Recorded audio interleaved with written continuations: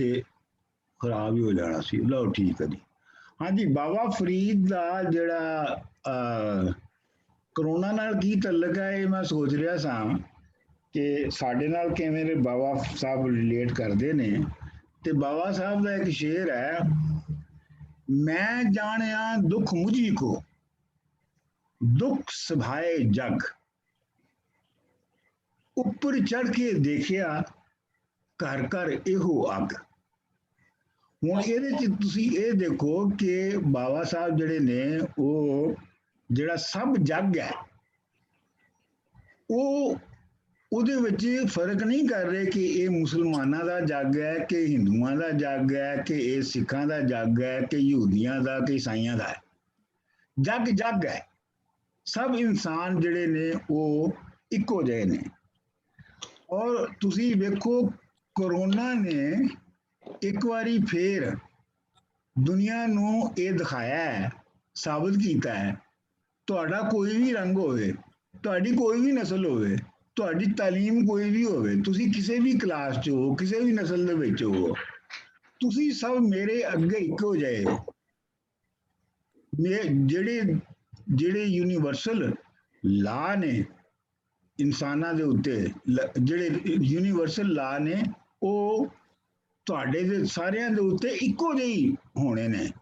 ਤੇ ਇਹਦੇ ਵਿੱਚ ਤੁਸੀਂ ਦੇਖੋ ਕਿ ਕੋਈ ਮਜ਼ਹਬ ਜਿਹੜਾ ਹੈਗਾ ਉਹ ਕੋਈ ਵੀ ਮਜ਼ਹਬ ਇਹਦੇ 'ਚ ਇਹ ਨਹੀਂ ਕਹਿ ਸਕਦਾ ਕਿ ਜੀ ਜਿਵੇਂ ਉਹ ਕਹਿੰਦੇ ਨਾ ਜੀ ਇਹ ਜਿਹੜੀ ਆਪਣਾ ਇਹ ਸ਼ਾਮਤ ਆਈ ਹੈ ਮੁਸਲਮਾਨਾਂ ਦੀ, ਜਾਂ ਇਹ ਸ਼ਾਮਤ ਆਈ ਹੈ ਹਿੰਦੂਆਂ ਦੀ, ਜਾਂ ਇਹ ਸ਼ਾਮਤ ਆਈ ਹੈ ਈਸਾਈਆਂ ਦੀ, ਉਹਨਾਂ ਦੇ ਅਮਾਲਾਂ ਦੇ ਅਜ਼ਾਬ ਮਿਲ ਰਹੇ ਨੇ। ਤੇ ਇੰਨੇ ਕਰੋਨਾ ਕਿਹਾ ਤੁਹਾਡੇ ਸਭ ਦੇ ਅਜ਼ਾਬ ਸਵਾਬ ਇੱਕੋ ਹੀ ਜਿਹੇ ਨੇ ਤੇ ਮੈਂ ਤੁਹਾਨੂੰ ਸਾਰਿਆਂ ਨੂੰ ਇੱਕੋ ਹੀ ਸਮਝਣੀ ਹੈ। ਤੇ ਇਹ ਯੂਨੀਵਰਸਲ ਜਿਹੜਾ ਇਨਸਾਨ ਦਾ ਜਿਹੜਾ ਯੂਨੀਵਰਸਲ ਬੀਇੰਗ ਹੈ, ਇਹ ਅਸਲ ਦੇ ਵਿੱਚ ਜਿਹੜਾ ਸਾਰੀ ਜਿਹੜੀ ਬਾਬਾ ਫਰੀਦ ਦੀ ਸ਼ਾਇਰੀ ਹੈ ਔਰ ਉਸ ਤੋਂ ਬਾਅਦ ਪੰਜਾਬੀ ਦੀ ਸਾਰੀ ਜਿਹੜੀ ਰੀਤ ਹੈ ਉਹਦੇ ਵਿੱਚ ਜਿਹੜਾ ਯੂਨੀਵਰਸਲ ਦਾ ਇਨਸਾਨ ਦਾ ਯੂਨੀਵਰਸਲ ਹੋਣਾ ਔਰ ਇੱਕ ਜਿਹਾ ਹੋਣਾ ਔਰ ਬਰਾਬਰ ਹੋਣਾ, ਉਹ ਬੁਨਿਆਦ ਹੈ ਉਹਦੀ। ਬਾਬਾ ਫਰੀਦ ਦਾ ਇੱਕ ਹੋਰ ਸ਼ੇਰ ਹੈ, ਉੱਤੇ ਤੁਸੀਂ ਗੌਰ ਫਰਮਾਓ। फरीदा खालिक खल्क में जी, खल्क बसे रब मां, मंदा किसनू आखिए जब तुझ बिन कोई ना। यानी फरीदा जिहड़ी खलकत है, जिहड़ा खालिक है, क्रिएटर है, वो क्रिएशन के थ्रू नजर आ रहा है। फरीदा खालिक खल्क में, फरीदा जिहड़ी खलकत है और खलकत जिहड़ी है वो कोई सिर्फ इंसान नहीं है, खलकत ते पूरा यूनीवर्स है। ਉਹਦੇ ਵਿੱਚ ਪਰਿੰਦੇ ਵੀ ਨੇ, ਉਹਦੇ ਵਿੱਚ ਦਰਖਤ ਵੀ ਨੇ, ਉਹਦੇ ਵਿੱਚ ਪਹਾੜ ਵੀ ਨੇ, ਉਹਦੇ ਵਿੱਚ ਦਰਿਆ ਵੀ ਨੇ, ਉਹ 'ਚ ਹਰ ਸ਼ੈ ਵਾ। फरीदा खालिक खल्क में खल्क रब्बे खल्क वसे रब मां, ते जिहड़ी खलक है ਉਹੀ ਜਿਹੜੀ ਹੈ ਉਹੀ ਰੱਬ ਹੈ। ਮੰਦਾ ਕਿਸ ਨੂੰ ਆਖੀਏ ਜਬ ਤੁਝ ਬਿਨ ਨਹੀਂ, ਜਬ ਤੁਝ ਬਿਨ ਕੋਈ ਨਾ। ਕਿ ਫਿਰ ਜੇ ਇਹ ਤੂੰ ਜੇ ਇਹ ਯੂਨੀਵਰਸਲ ਲਾ ਹੀ ਹੈ ਤੇ ਫਿਰ ਇਹਦੇ ਚ ਕਿਸੇ ਨੂੰ ਮੰਦਾ ਕਿਵੇਂ ਆਖ ਸਕੀਏ, ਅਸੀਂ ਡਿਫਰੈਂਸ਼ੀਏਟ ਕਿਵੇਂ ਕਰ ਸਕੀਏ ਕਿ ਕੌਣ ਚੰਗਾ ਤੇ ਕੌਣ ਭੈੜਾ। ਇੱਥੋਂ ਮੈਂ ਜਿਹੜਾ ਨਾ ਇੱਥੋਂ ਮੈਂ ਗੱਲ ਸ਼ੁਰੂ ਕਰਨਾ ਚਾਹੁੰਦਾ ਕਿ ਇਹ ਜਿਹੜਾ ਯੂਨੀਵਰਸਲ ਦਾ ਕਾਨਸੈਪਟ ਹੈ, ਜਿਹੜਾ ਯੂਨੀਵਰਸਲ ਦਾ ਕਾਨਸੈਪਟ ਹੈ ਫਰੀਦ ਦੇ ਵਿੱਚ ਔਰ ਬਾਕੀ ਜਿਹੜੀ ਪੰਜਾਬੀ ਕਲਾਸੀਕਲ ਸ਼ਾਇਰੀ ਦੇ ਵਿੱਚ, ਇਸ ਦਾ ਫਰਕ ਡਿਫਰੈਂਸ ਜਿਹੜਾ ਹੈ ਉਹ ਆਰਗੇਨਾਈਜ਼ਡ ਮਜ਼ਹਬ ਦੇ ਯੂਨੀਵਰਸਲ ਨਾਲੋਂ ਕਿਵੇਂ ਵੱਖ ਹੈ। ਇਸ ਗੱਲ ਨੂੰ ਸਮਝਣਾ ਤੁਹਾਡੇ ਲਈ ਬਹੁਤ ਜ਼ਰੂਰੀ ਹੈ। ਖਾਲਿਦ ਰਾਣਾ ਸਾਹਿਬ ਔਰ ਦੂਸਰੇ ਕੁਝ ਦੋਸਤ ਜਿਹੜੇ ਮੇਰੀ ਫਿਲਾਸਫੀ ਦੀ ਕਲਾਸ ਵਿੱਚ ਪੜ੍ਹਦੇ ਰਹੇ ਨੇ, ਉਹਨਾਂ ਨੂੰ ਇਸ ਦਾ ਕਾਫੀ ਇਲਮ ਹੈ, ਲੇਕਿਨ ਜਿਹਨਾਂ ਨੇ ਉਹ ਕਲਾਸ ਨਹੀਂ ਕੀਤੀ ਉਹਨਾਂ ਲਈ ਮੈਂ ਦੁਬਾਰਾ ਥੋੜਾ ਜਿਹਾ ਐਕਸਪਲੇਨ ਕਰਾਂਗਾ। ਉਹ ਇਹ ਹੈ ਕਿ ਜਿਹੜਾ ਖਾਲਿਕ ਹੈ ਜਾਂ ਯੂਨੀਵਰਸਲ ਜਿਹੜਾ ਯੂਨੀਵਰਸਲ ਲਾ ਹੈ, ਉਹਦੇ ਦੋ ਤਰ੍ਹਾਂ ਦੇ ਕਨਸੈਪਟ ਨੇ, ਉਹਨਾਂ ਦੋਵਾਂ ਨੂੰ ਵੱਖਰਾ ਵੱਖਰਾ ਸਮਝਣਾ ਚਾਹੀਦਾ। ਇੱਕ ਹੈਗਾ ਆਰਗੇਨਾਈਜ਼ਡ ਰਿਲੀਜਨ ਦਾ, ਜਿਹਦੇ ਵਿੱਚ ਸਾਰੇ ਆਰਗੇਨਾਈਜ਼ਡ ਰਿਲੀਜਨ ਨੇ, ਉਹਦੇ ਵਿੱਚ ਇਸਲਾਮ ਵੀ ਹੈ, ਉਹਦੇ ਵਿੱਚ ਹਿੰਦੂਇਜ਼ਮ ਵੀ ਹੈ, ਉਹਦੇ ਵਿੱਚ ਕ੍ਰਿਸਚੀਅਨਿਟੀ ਵੀ ਹੈ, ਉਹਦੇ ਵਿੱਚ ਜੂਡਾਇਜ਼ਮ ਵੀ ਹੈ। ਉਹ ਸਾਰਿਆਂ ਦੇ ਵਿੱਚ ਜਿਹੜਾ ਯੂਨੀਵਰਸਲ ਦਾ ਕਨਸੈਪਟ ਹੈ ਉਹ ਇਹ ਹੈ ਕਿ ਜਿਹੜੀ ਯੂਨੀਵਰਸਲ ਹਸਤੀ ਹੈ ਉਹ ਇਸ ਕਾਇਨਾਤ ਤੋਂ ਬਾਹਰ ਹੈ, ਇਸ ਕਾਇਨਾਤ ਤੋਂ ਉੱਤੇ ਹੈ, ਔਰ ਉਹ ਉੱਤੋਂ ਜਾਂ ਬਾਹਰੋਂ ਕਿਤੋਂ ਬਹਿ ਕੇ ਤੇ ਉਹ ਇਸ ਕਾਇਨਾਤ ਨੂੰ, ਇਸ ਯੂਨੀਵਰਸ ਨੂੰ ਚਲਾ ਰਹੀ ਹੈ।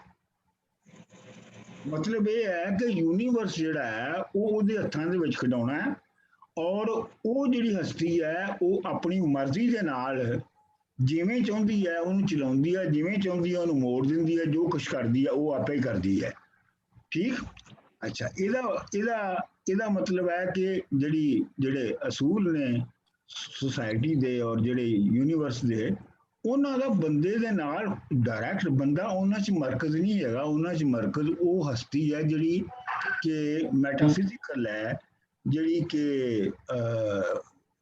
ਕਿ ਉੱਤੇ ਰਹਿੰਦੀ ਹੈ। ਇੱਕ ਤੇ ਇਹ ਤਸੱਵਰ ਹੈ ਯੂਨੀਵਰਸਲ ਦਾ ਜਿਹੜਾ ਆਰਗੇਨਾਈਜ਼ਡ ਰਿਲੀਜਨ ਦੇ ਵਿੱਚ ਹੈ। ਦੂਸਰਾ ਜਿਹੜਾ ਕਨਸੈਪਟ ਹੈ, ਅਲਟਰਨੇਟਿਵ ਕਨਸੈਪਟ ਜਿਹੜਾ ਹੈਗਾ, ਜਿਹੜਾ ਕਿ ਕਦੀਮ ਜ਼ਮਾਨੇ ਤੋਂ ਜਿਹੜੇ ਮਟੀਰੀਅਲ ਫਿਲਾਸਫੀ ਦੇ ਮੰਨਣ ਵਾਲੇ ਸਨ, ਉਹਨਾਂ ਤੋਂ ਲੈ ਕੇ ਤੇ ਸਾਡੇ ਵੇਲਿਆਂ ਤੱਕ तमाम ਫਿਲਾਸਫਰ ਜਿਹੜੇ ਨੇ ਉਹ ਉਹਨਾਂ ਨੇ ਮੁਖਤਲਿਫ ਢੰਗ ਦੇ ਨਾਲ ਉਸ ਯੂਨੀਵਰਸਲ ਲਾ ਨੂੰ ਜਿਹੜਾ ਹੈ ਉਹ ਸਮਝਣ ਦੀ ਔਰ ਸਮਝਾਉਣ ਦੀ ਕੋਸ਼ਿਸ਼ ਕੀਤੀ ਹੈ। ਉਹ ਇਹ ਹੈ ਕਿ ਜਿਹੜਾ ਯੂਨੀਵਰਸਲ ਲਾ ਹੈ ਉਹ ਖੁਦ ਜਿਹੜਾ ਮਟੀਰੀਅਲ ਚੀਜ਼ਾਂ ਦੇ ਇੱਕ ਦੂਜੇ ਦੇ ਨਾਲ ਇੰਟਰਐਕਸ਼ਨ ਦੇ ਵਿੱਚ ਹੀ ਹੈ। ਹਰ ਚੀਜ਼ ਜਿਹੜੀ ਹੈ ਉਹ ਇੱਕ ਅਸੂਲ ਦੇ ਤਹਿਤ, ਇੱਕ ਪ੍ਰਿੰਸੀਪਲ ਦੇ ਤਹਿਤ ਚੱਲ ਰਹੀ ਹੈ, ਉਹ ਬਾਹਰ ਨਹੀਂ ਹੈ, ਉਹ ਯੂਨੀਵਰਸ ਤੋਂ ਬਾਹਰੋਂ ਨਹੀਂ ਕੰਮ ਕਰ ਰਹੀ, ਉਹ ਯੂਨੀਵਰਸ ਦੀ ਆਪਣੀ ਹੀ ਅੰਦਰ ਦੀ ਤਾਕਤ ਹੈ, ਉਹਦਾ ਯੂਨੀਵਰਸ ਦਾ ਆਪਣਾ ਹੀ ਯੂਨੀਵਰਸਲ ਜਿਹੜਾ ਹੈ ਉਹ ਲਾ ਹੈਗਾ ਹੈ। ਇਸ ਗੱਲ ਨੂੰ ਅਗਰ ਤੁਸੀਂ ਬਹੁਤ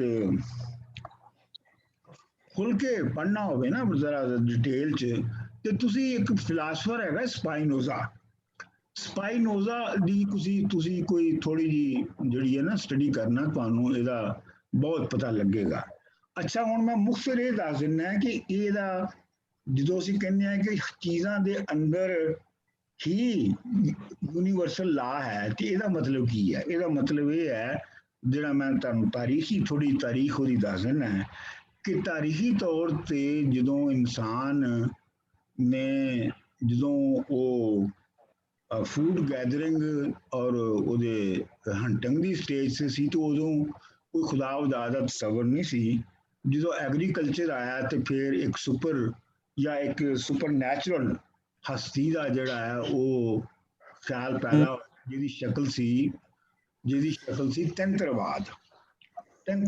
ਤਨ ਮਤਲਬ ਇਨਸਾਨ ਨੇ ਸਭ ਤੋਂ ਪਹਿਲੇ ਜਦੋਂ ਉਹਨੇ ਪਲਾਂਟਸ ਨੂੰ ਔਰ ਐਨੀਮਲਸ ਨੂੰ ਡੋਮੈਸਟੀਕੇਟ ਕਰ ਲਿਆ ਤੇ ਉਹਦੇ ਨਤੀਜੇ ਦੇ ਤੌਰ ਤੇ ਉਹਨੂੰ ਇੱਕ ਯੂਨੀਫਾਈਡ ਪ੍ਰਿੰਸੀਪਲ ਪਤਾ ਲੱਗਾ ਕਿ ਜਿਹੜੀਆਂ ਚੀਜ਼ਾਂ ਨੇ ਉਹ ਕਿਵੇਂ ਜੰਮਦੀਆਂ ਨੇ, ਕਿਵੇਂ ਵੱਡੀਆਂ ਹੁੰਦੀਆਂ ਨੇ ਤੇ ਕਿਵੇਂ ਮਰਦੀਆਂ ਨੇ, ਤੇ ਉਹਨਾਂ ਨੇ ਇੱਕ ਸਿਮਿਲੈਰਿਟੀ ਹਰ ਸ਼ੈ ਦੇ ਵਿੱਚ ਦੇਖ ਲਈ ਕਿ ਇਹਨਾਂ ਦਾ ਕੋਈ ਕਾਨੂੰਨ ਜਿਹੜਾ ਹੈ ਚੀਜ਼ਾਂ ਦੇ ਜੰਮਣ ਦਾ, ਉਗਣ ਦਾ, ਵਧਣ ਦਾ, ਮਰਨ ਦਾ, ਇਹ ਕੋਈ ਸਾਂਝਾ ਇੱਕ ਹੀ ਕਾਨੂੰਨ ਹੈ। ਇੱਕ ਗੱਲ। ਦੂਜੀ ਗੱਲ ਜਿਹੜੀ ਉਹਨਾਂ ਨੇ ਸਮਝ ਲਈ, ਉਹਨਾਂ ਨੇ ਸਮਝੀ ਤੰਤਰਵਾਦ ਜਿਹਨੂੰ ਅਸੀਂ ਕਹਿੰਦੇ ਹਾਂ ਉਹਦੇ ਵਿੱਚ, ਕਿ ਜੇ ਇਹ ਸਾਰੇ ਯੂਨੀਵਰਸਲ ਦਾ ਜਿਹੜਾ ਲਾ ਹੈ ਉਹ ਇੱਕ ਹੀ ਹੈ, ਇਨਸਾਨ ਵੀ ਉਸੇ ਯੂਨੀਵਰਸਲ ਦਾ ਲਾ ਹੈ, ਤੇ ਫਿਰ ਇਨਸਾਨ ਦਾ ਜਿਹੜਾ ਤਨ ਹੈ, ਜਿਸਮ ਜਿਹੜਾ ਹੈ, ਇਹ ਉਸੇ ਕਾਨੂੰਨ ਦੇ ਵਿੱਚ ਬੱਝਿਆ ਹੋਇਆ ਹੈ। ਜੇ ਉਹਦੇ ਵਿੱਚ ਬੱਝਿਆ ਹੋਇਆ ਹੈ ਤੇ ਅਸੀਂ ਆਪਣੇ ਤਨ ਦੇ ਅੰਦਰ ਦੀਆਂ ਸ਼ਕਤੀਆਂ ਨੂੰ ਜਗਾ ਕੇ ਯੂਨੀਵਰਸ ਨੂੰ ਕੰਟਰੋਲ ਕਰ ਸਕਦੇ ਹਾਂ। ਚੁਨਾਚੇ ਇਹ ਜਿਹੜਾ ਸਾਰਾ ਜਾਦੂ ਟੂਣਾ ਵਗੈਰਾ ਵਗੈਰਾ, ਇਹ ਸਭ ਦੀ ਬੁਨਿਆਦ ਇਨਸਾਨ ਦੀ ਉਹ ਅੰਡਰਸਟੈਂਡਿੰਗ ਸੀ ਕਿ ਯੂਨੀਵਰਸਲ ਲਾ ਦਾ ਸੈਂਟਰ, ਯੂਨੀਵਰਸਲ ਲਾ ਜਿਹੜਾ ਉਹ ਹਰ ਸ਼ੈ ਨੂੰ ਕੰਟਰੋਲ ਕਰ ਰਿਹਾ ਹੈ, ਔਰ ਉਹਦੇ ਵਿੱਚ ਜਿਹੜਾ ਹੈ ਆਪਣਾ ਉਹਦੇ ਵਿੱਚ ਜਿਹੜਾ ਹੈ ਉਹ ਇਨਸਾਨ ਜਿਹੜਾ ਹੈ ਉਹ ਉਹਦੇ ਅੰਦਰ ਉਹੀ ਲਾ ਹੈ, ਔਰ ਉਹਨੂੰ ਉਹ ਜਗਾ ਕੇ ਉਹ ਯੂਨੀਵਰਸ ਨੂੰ ਕੰਟਰੋਲ ਕਰ ਸਕਦਾ ਹੈ। ਉਹ ਫਸਲਾਂ ਉਗਾ ਸਕਦਾ ਹੈ, ਉਹ ਮੀਂਹ ਵਰਾ ਸਕਦਾ ਹੈ, ਉਹ ਹਨੇਰੀ ਰੋਕ ਸਕਦਾ ਹੈ, ਵਗੈਰਾ ਵਗੈਰਾ। ਇਹ ਮਤਲਬ ਹੁੰਦਾ ਤਾਂ ਕੁਝ ਵੀ ਨਹੀਂ ਸੀ ਹੈਗਾ, ਲੇਕਿਨ ਇਹ ਵਿਚਾਰ ਜਿਹੜਾ ਹੈ ਸਾਡਿਆਂ ਵੇਲਿਆਂ ਤੱਕ ਜਿਹੜਾ ਐਗਰੇਰੀਅਨ ਸੁਸਾਇਟੀਜ਼ ਨੇ ਉਹਨਾਂ ਵਿੱਚ ਇਹ ਮੌਜੂਦ ਰਿਹਾ। ਸੋ ਮੇਰਾ ਕਹਿਣ ਦਾ ਮਤਲਬ ਹੈ ਕਿ ਦੂਜਾ ਜਿਹੜਾ ਯੂਨੀਵਰਸ ਦਾ ਕਨਸੈਪਟ ਹੈ ਉਹ ਮਾਦੀ ਚੀਜ਼ਾਂ ਦੀ ਜਿਹੜੇ ਕਾਮਨ ਅਸੂਲ ਨੇ, ਜਿਹੜੇ ਉਹਨਾਂ ਦੇ ਦਰਮਿਆਨ ਸਾਂਝੇ ਅਸੂਲ ਨੇ, ਉਹ ਜਿਹੜਾ ਸਾਂਝਾ ਲਾ ਹੈ ਉਹ ਯੂਨੀਵਰਸਲ ਲਾ ਹੈ, ਔਰ ਉਹ ਚੀਜ਼ਾਂ ਦੇ ਉਹ ਖਲਕਤ ਦੇ ਜਾਂ ਯੂਨੀਵਰਸ ਦੇ ਆਪਣੀ ਹੀ ਚੀਜ਼ਾਂ ਦੇ ਅੰਦਰ ਆ, ਉਹ ਬਾਹਰੋਂ ਉਹਨੂੰ ਕੋਈ ਨਹੀਂ ਕਰਦਾ।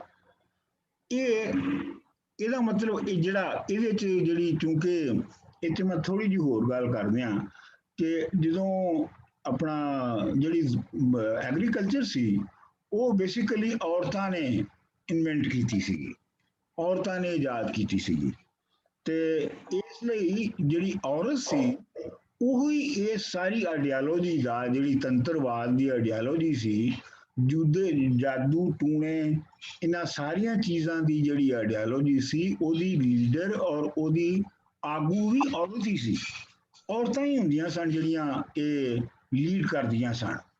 ਤੇ ਇਹ ਵੈਸੇ ਤੁਹਾਨੂੰ ਅੰਦਾਜ਼ਾ ਨਹੀਂ ਹੋਏਗਾ ਕਿ ਅਸੀਂ ਇਹ ਸਮਝਦੇ ਹਾਂ ਕਿ ਜਿਹੜਾ ਇਨਸਾਨ ਹੈ ਉਹਨੂੰ ਕਦੀਮ ਵੇਲਿਆਂ ਤੋਂ ਪਤਾ ਹੈ ਕਿ ਇਨਸਾਨ ਕਿਵੇਂ ਜੰਮਦਾ ਤੇ ਮਰਦਾ ਕਿਵੇਂ ਹੈ, ਪਰ ਤੁਹਾਨੂੰ ਦੱਸਾਂ ਕਿ ਇੱਕ ਬੜੇ ਅਰਸੇ ਤੱਕ ਜਿਹੜੇ ਇਨਸਾਨ ਨੇ ਉਹਨਾਂ ਨੂੰ ਇਹ ਵੀ ਨਹੀਂ ਸੀ ਪਤਾ ਹੈਗਾ ਕਿ ਇਨਸਾਨ ਜੰਮਦਾ ਕਿਵੇਂ ਹੈ।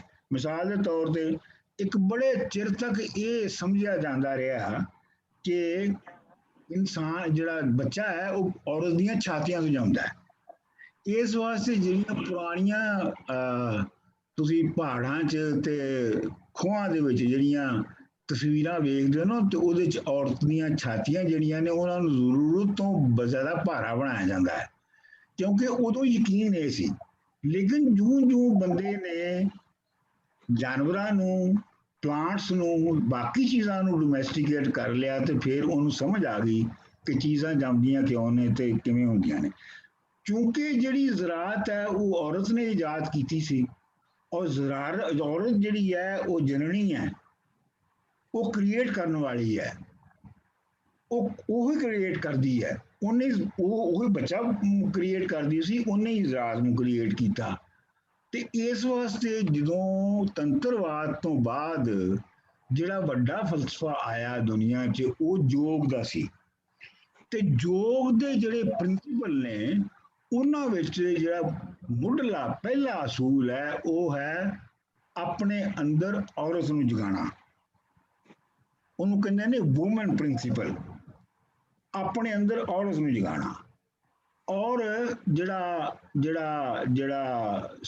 ਜਿਹੜਾ ਉਸ ਰਸਤੇ ਤੇ ਜਾਂਦਾ ਹੈ ਜਿਵੇਂ ਬਾਬਾ ਫਰੀਦ ਹੈ, ਤੇ ਉਹ ਦੇਖੋ ਤੁਸੀਂ ਉਹ ਦੁਨੀਆ ਦੇ ਨਾਲ ਜਿਹੜੀ ਡਾਇਲਾਗ ਕਰਦਾ ਹੈ ਉਹ ਬਹੁਤ ਉਹ ਬਤੌਰ ਫੀਮੇਲ ਦੇ ਕਰਦਾ ਹੈ, ਜਿਹੜਾ ਸ਼ਾਹ ਹੁਸੈਨ ਦੇ ਵਿੱਚ ਬਿਲਕੁਲ ਹੀ ਬਹੁਤ ਵਾਜ਼ੇ ਹੋ ਜਾਂਦਾ ਹੈ ਕਿ ਉਹ ਇੱਕ ਕੁੜੀ ਹੈ, ਇੱਕ ਜ਼ਨਾਨੀ ਹੈ ਜਿਹੜੀ ਦੁਨੀਆ ਨੂੰ ਐਡਰੈਸ ਕਰ ਰਹੀ ਹੈ। ਬੁੱਲੇ ਸ਼ਾਹ ਦੇ ਵਿੱਚ ਵੀ ਇਹੋ ਹੀ ਹੈ। ਔਰ ਫਿਰ ਜਦੋਂ ਤੁਸੀਂ ਵਾਰਿਸ ਸ਼ਾਹ ਤੇ ਜਾਓਗੇ ਤੇ ਤੁਹਾਨੂੰ ਇਹ ਪਤਾ ਲੱਗੇਗਾ ਕਿ ਜਿਵੇਂ ਮੈਂ ਇੰਟਰਪ੍ਰੈਟ ਕਰਨਾ ਹੈ ਕਿ ਜਿਹੜਾ ਰਾਂਝਾ ਹੈ ਉਹ ਜਿਸ ਸਟਰਗਲ ਤੋਂ ਗੁਜ਼ਰ ਰਿਹਾ ਹੈ ਉਹ ਆਪਣੇ ਅੰਦਰ ਔਰਤ ਪ੍ਰਿੰਸੀਪਲ ਨੂੰ ਜਗਾ ਰਿਹਾ ਹੈ, ਜਿਹੜਾ ਕਿ ਐਂਡ ਤੇ ਜਾ ਕੇ ਉਹਦੇ ਅੰਦਰੋਂ ਜਾਗਦਾ ਹੈ। ਉਹ ਇੱਕ ਲੰਮੀ ਬਹਿਸ ਹੈ। ਮੈਂ ਇਹਦੇ ਵਿੱਚ ਇਹ ਕੋਸ਼ਿਸ਼ ਮੇਰੀ ਹੋਏਗੀ ਇਸ ਕਲਾਸ ਨੂੰ ਪੜ੍ਹਾਉਂਦਿਆਂ ਕਿ ਮੈਂ ਤੁਹਾਨੂੰ ਆਪਣਾ ਜਿਹੜਾ ਨਾ ਇਹਨੂੰ ਪੜ੍ਹਾਵਾਂ, ਜਿਹੜਾ ਇਹਦੇ ਬਾਰੇ 'ਚ ਗੱਲ ਕਰਾਂ, ਉਹ ਇਵੇਂ ਨਾ ਹੋਵੇ ਕਿ ਸਟੈਟਿਕ ਹੋਵੇ ਕਿ ਇੱਕ ਬਾਬਾ ਫਰੀਦ ਸੀ ਤੇ ਫਿਰ ਬਾਬਾ ਗੁਰੂ ਨਾਨਕ ਆ ਗਏ ਤੇ ਫਿਰ ਉਹਦੀ ਸ਼ਾਇਰੀ 'ਚ ਇਹ ਖੂਬੀਆਂ ਸਨ ਤੇ ਉਹਦੀ ਸ਼ਾਇਰੀ 'ਚ ਇਹ ਖੂਬੀਆਂ ਸਨ, ਇੰਜ ਨਹੀਂ ਮੈਂ ਕਰਨਾ ਚਾਹੁੰਦਾ। ਮੈਂ ਇੰਜ ਕਰਨਾ ਚਾਹੁੰਦਾ ਕਿ ਜਿਹੜਾ ਜਿਹੜਾ ਹਰ ਵੱਡੇ ਸ਼ਾਇਰ ਦਾ ਜਿਹਨੂੰ ਅਸੀਂ ਪੜ੍ਹਨਾ ਹੈ, ਉਹਦਾ ਜਿਹੜਾ ਆਪਣਾ ਸੋਸ਼ੋ ਇਕਨੋਮਿਕ ਪੋਲੀਟੀਕਲ ਜਿਹੜਾ ਉਹਦਾ ਆਲਾ ਦੁਆਲਾ ਸੀ, ਉਹਨੂੰ ਅਸੀਂ ਸਮਝੀਏ ਪਹਿਲੇ, ਔਰ ਉਹਦੇ ਵਿੱਚ ਜਿਹੜੀ ਕਾਂਸ਼ੀਅਸਨੈਸ ਦਾ ਲੈਵਲ ਹੈ, ਕਿਉਂਕਿ ਜੇ ਸੁਸਾਇਟੀ ਦੇ ਵਿੱਚ ਇਕਨੋਮਿਕ ਸੋਸ਼ਲ ਜਿਹੜੇ ਜਿਹੜੇ ਅਦਾਰੇ ਨੇ ਉਹ ਪਿੱਛੇ ਨੇ ਅਜੇ, ਤੇ ਇਨਸਾਨ ਦਾ ਜਿਹੜਾ ਸ਼ਊਰ ਹੈ, ਕਾਂਸ਼ੀਅਸਨੈਸ ਹੈ, ਸੁਰਤ ਹੈ, ਉਹ ਵੀ ਪਿੱਛੇ ਨਹੀਂ ਹੋਏਗੀ, ਉਹ ਵੀ ਪਿੱਛੇ ਹੋਏਗੀ। ਉਹਦੇ ਵਿੱਚ ਵੀ ਜਿਹੜਾ ਹੈ ਉਹ ਉਹਦੇ ਵਿੱਚ ਜਿਹੜਾ ਹੋਏਗਾ, ਉਹਦੇ ਵਿੱਚ ਵੀ ਇੱਕ ਐਵੋਲੂਸ਼ਨ ਹੋਏਗਾ। ਲਿਹਾਜ਼ਾ ਇਹਦਾ ਮਤਲਬ ਇਹ ਹੈ ਕਿ ਬਾਬਾ ਫਰੀਦ ਤੋਂ ਜਦੋਂ ਅਸੀਂ ਸ਼ੁਰੂ ਹੋਵਾਂਗੇ ਤੇ ਜਦੋਂ ਅਸੀਂ ਵਾਰਿਸ ਸ਼ਾਹ ਤੱਕ ਜਾਵਾਂਗੇ, ਤੇ ਸਾਨੂੰ ਜਿਹੜਾ ਬੇਸਿਕ ਥਾਟ ਪ੍ਰੋਸੈਸ ਹੈ ਇਹ ਸਾਰੀ ਪੋਇਟਰੀ ਦੇ ਵਿੱਚ, ਉਹਨੂੰ ਇੱਕ ਐਵੋਲੂਸ਼ਨ 'ਚ ਅਸੀਂ ਵੇਖਣਾ ਹੈ। ਅਸੀਂ ਇੰਜ ਨਹੀਂ ਵੇਖਣਾ ਕਿ ਇਹ ਵਾਰਿਸ ਸ਼ਾਹ ਨੇ ਆਪਣੇ ਤੌਰ ਤੇ ਕਹਿਤਾ ਤੇ ਫਰੀਦ ਨੇ ਆਪਣੇ ਤੌਰ ਤੇ, ਨਹੀਂ। ਉਹ ਇੱਕ ਪੂਰਾ ਸਿਲਸਿਲਾ ਹੈਗਾ। ਜਿਵੇਂ ਤੁਸੀਂ ਦੇਖੋ ਕਿ ਜਿਹੜੀ ਵੈਸਟਰਨ ਫਿਲਾਸਫੀ ਹੈ ਉਹ ਗ੍ਰੀਕ ਫਿਲਾਸਫੀ ਤੋਂ ਸ਼ੁਰੂ ਹੋ ਕੇ ਤੇ ਫਿਰ ਉਹ ਮਾਡਰਨ ਜ਼ਮਾਨੇ 'ਚ ਰੇਨੇ ਡਿਕਾਰਡ ਤੇ ਜਾਂਦੀ ਹੈ, ਤੇ ਰੇਨੇ ਡਿਕਾਰਡ ਤੋਂ ਅੱਗੇ ਵੱਧਦੀ ਹੇਗਲ ਤੱਕ ਜਾਂਦੀ ਹੈ, ਤੇ ਹੇਗਲ ਤੋਂ ਅੱਗੇ ਮਾਰਕਸ ਤੱਕ ਜਾਂਦੀ ਹੈ, ਤੇ ਉਹਦਾ ਅਸੀਂ ਇੱਕ ਬਕਾਇਦਾ ਐਵੋਲੂਸ਼ਨ ਵੇਖਦੇ ਹਾਂ। ਇਹੋ ਹੀ ਐਵੋਲੂਸ਼ਨ ਜਿਹੜਾ ਹੈਗਾ ਇਹ ਅਸੀਂ ਪੰਜਾਬੀ ਵਿਚਾਰਧਾਰਾ ਵਿੱਚ ਵੇਖਣਾ, ਜਿਹੜਾ ਕਦੀ ਲੋਕਾਂ ਨੇ ਦੇਖਣ ਦੀ ਕੋਸ਼ਿਸ਼ ਨਹੀਂ ਕੀਤੀ। ਸੋ ਲਿਹਾਜ਼ਾ ਮੇਰੀ ਤੁਹਾਡੇ ਸਾਰਿਆਂ ਕੋਲੋਂ ਰਿਕੁਐਸਟ ਹੋਏਗੀ ਕਿ ਤੁਸੀਂ ਵੀ ਇਹਦੇ ਵਿੱਚ ਮੇਰੀ ਮਦਦ ਕਰੋ ਕਿ ਅਸੀਂ ਇਹਨੂੰ ਕਿਵੇਂ ਕਿਵੇਂ ਸਮਝੀਏ। ਅੱਛਾ, ਹੁਣ ਜਿਹੜਾ ਬਾਬਾ ਫਰੀਦ ਦਾ ਜਿਹੜਾ ਜ਼ਮਾਨਾ ਹੈ, ਬਾਬਾ ਫਰੀਦ ਦਾ ਜ਼ਮਾਨਾ ਜਿਹੜਾ 1206 ਦੇ ਵਿੱਚ ਜਿਹੜਾ ਹੈ ਸੀ, ਆਪਣਾ ਜਿਹੜੇ ਸਲਾਤੀਨ ਸਲੇਵ ਡਾਇਨੈਸਟੀ ਸੀ, ਔਰ ਜਿਹੜਾ ਐਬਕ ਸੀ ਉਹਨੇ ਦਿੱਲੀ ਤੇ ਕਬਜ਼ਾ ਕਰ ਲਿਆ ਸੀ 1206 ਵਿੱਚ। ਉਹਦੇ ਤੋਂ ਬਾਅਦ ਕੈਕਬਾਦ ਆਇਆ, ਕੈਕਬਾਦ ਤੋਂ ਬਾਅਦ ਅਲਤਮਸ਼ ਆਇਆ, ਔਰ ਬਾਬਾ ਫਰੀਦ ਦਾ ਲੱਗਦਾ ਹੈ ਕਿ ਜ਼ਿਆਦਾ ਜ਼ਮਾਨਾ ਜਿਹੜਾ ਹੈ ਜਿਹੜਾ ਰਿਹਾ ਉਹ ਅਲਤਮਸ਼ ਦਾ ਜ਼ਮਾਨਾ ਹੋਏਗਾ। ਅੱਛਾ, ਇੱਕ ਗੱਲ। ਦੂਜੀ ਗੱਲ ਇਹ ਹੈ ਕਿ ਬਾਬਾ ਫਰੀਦ ਜਿਹੜੇ ਨੇ ਉਹ ਮੁਲਤਾਨ ਦੇ ਕਸਬੇ ਖੋਥੋਵਾਲ 'ਚ ਜੰਮੇ ਸਨ। ਖੋਥੋਵਾਲ ਜਿਹੜਾ ਹੈਗਾ ਉਹ ਕਹਿੰਦੇ ਨੇ ਮੁਲਤਾਨ ਸ਼ਹਿਰ ਦਾ ਸਬਰਬ ਸੀ, ਤੇ ਹੁਣ ਉਹ ਮੁਲਤਾਨ ਸ਼ਹਿਰ ਦਾ ਹਿੱਸਾ ਹੈ। ਮੈਂ ਇਹ ਮੈਨੂੰ ਕਿਸੇ ਨੇ ਦੱਸਿਆ ਹੈ। ਅੱਛਾ, ਹੁਣ ਤੁਸੀਂ ਇਹ ਦੇਖੋ ਕਿ ਜਿਹੜਾ ਮੁਲਤਾਨ ਹੈ, ਮੁਲਤਾਨ ਤੇ ਮੁਹੰਮਦ ਬਿਨ ਕਾਸਿਮ ਦੇ ਕਬਜ਼ੇ ਤੋਂ ਬਾਅਦ ਹਮੇਸ਼ਾ ਹੀ ਮੁਸਲਮਾਨਾਂ ਦੀ ਹਕੂਮਤ ਦੇ ਵਿੱਚ ਰਿਹਾ। ਬਹੁਤ ਘੱਟ ਐਸਾ ਹੋਇਆ ਕਿ ਉੱਥੇ ਮੁਸਲਮਾਨਾਂ ਦੀ ਹਕੂਮਤ ਨਹੀਂ ਸੀ, ਕਿਉਂਕਿ ਜਦੋਂ ਮਹਿਮੂਦ ਗਜ਼ਨਵੀ ਆਇਆ ਤਾਂ ਉਸ ਵੇਲੇ ਤੱਕ ਵੀ ਉੱਥੇ ਜਿਹੜੇ ਫਾਤਮੀਆਂ ਦੀ ਤੇ ਦੂਜਿਆਂ ਦੀ ਹਕੂਮਤ ਸੀ। ਤੇ ਇਹਦਾ ਮਤਲਬ ਇਹ ਹੈ ਕਿ ਬਾਬਾ ਫਰੀਦ ਜਿਹੜੀ ਸੁਸਾਇਟੀ ਦੇ ਵਿੱਚ ਰਹਿ ਰਹੇ ਸਨ, ਉਹਦੇ ਵਿੱਚ ਜਿਹੜੀ ਰਿਲੀਜੀਅਸ ਫਿਲਾਸਫੀ ਸੀਗੀ ਇਸਲਾਮ ਦੀ, ਉਹ ਕਾਫੀ ਹੱਦ ਤੱਕ ਮੈਚੁਰ ਹੋ ਚੁੱਕੀ ਸੀ, ਔਰ ਇਹਨੂੰ ਵੀ ਇਸ ਫੈਕਟਰ ਨੂੰ ਵੀ ਸਾਨੂੰ ਆਪਣੇ ਸਾਹਮਣੇ ਰੱਖਣਾ ਚਾਹੀਦਾ ਹੈ। ਇੰਜ ਨਹੀਂ ਹੈ ਕਿ ਉਹ ਕੋਈ ਮੁਗਲਾਂ ਦੇ ਨਾਲ ਆਏ ਸਨ ਜਾਂ ਉਹ ਇਹਨਾਂ ਸੁਲਤਾਨਾਂ ਦੇ ਨਾਲ ਆਏ ਸਨ, ਇੰਜ ਨਹੀਂ ਸੀ ਹੈਗਾ। ਉਹ ਪੁਰਾਣੇ ਇੱਥੋਂ ਦੇ ਵਸਨੀਕ ਸਨ, ਔਰ ਇੱਥੋਂ ਦੀ ਲੋਕਾਈ ਔਰ ਇੱਥੋਂ ਦੇ ਲੋਕਾਂ ਦਾ ਹਿੱਸਾ ਸਨ, ਔਰ ਉਹਦੇ ਵਿੱਚ ਹੀ ਉਹ ਜਵਾਨ ਹੋਏ ਸਨ, ਤੇ ਉਹਦੇ ਵਿੱਚ ਹੀ ਉਹਨਾਂ ਤਾਲੀਮ ਲਈ ਸੀ। ਤੇ ਜ਼ਾਹਰ ਗੱਲ ਹੈ ਕਿ ਉਹਨਾਂ ਨੇ ਮੁਲਤਾਨ ਦੇ ਮਦਰਸੇ ਵਿੱਚ ਜਾ ਕੇ ਪੜ੍ਹਿਆ ਸੀ, ਤੇ ਉੱਥੇ ਅਰਬੀ ਵਗੈਰਾ ਦੇ ਵਿੱਚ ਹੀ ਸਾਰੀ ਤਾਲੀਮ ਹੁੰਦੀ ਸੀ। ਲੇਕਿਨ ਮੈਂ ਇਹ ਦੇਖਣਾ ਕਿ ਇਹਨਾਂ ਵਿੱਚੋਂ ਬਹੁਤੇ ਜਿਹੜੇ ਨੇ ਉਹਨਾਂ ਨੇ, ਜਿਵੇਂ ਬਾਬਾ ਫਰੀਦ ਹੈ ਜਾਂ ਬੁੱਲੇ ਸ਼ਾਹ ਹੈ ਜਾਂ ਵਾਰਿਸ ਸ਼ਾਹ ਹੈ, ਇਹ ਸਾਰੇ ਜਿਹੜੇ ਨੇ ਇਹਨਾਂ ਨੇ ਮਦਰਸਿਆਂ 'ਚ ਪੜ੍ਹਿਆ ਹੈ। ਮਦਰਸਿਆਂ ਦਾ ਜਿਹੜਾ ਕਰਿਕੂਲਮ ਸੀ ਉਹ ਤਕਰੀਬਨ ਇੱਕ ਹੀ ਸੀ ਸਾਰਿਆਂ ਦਾ।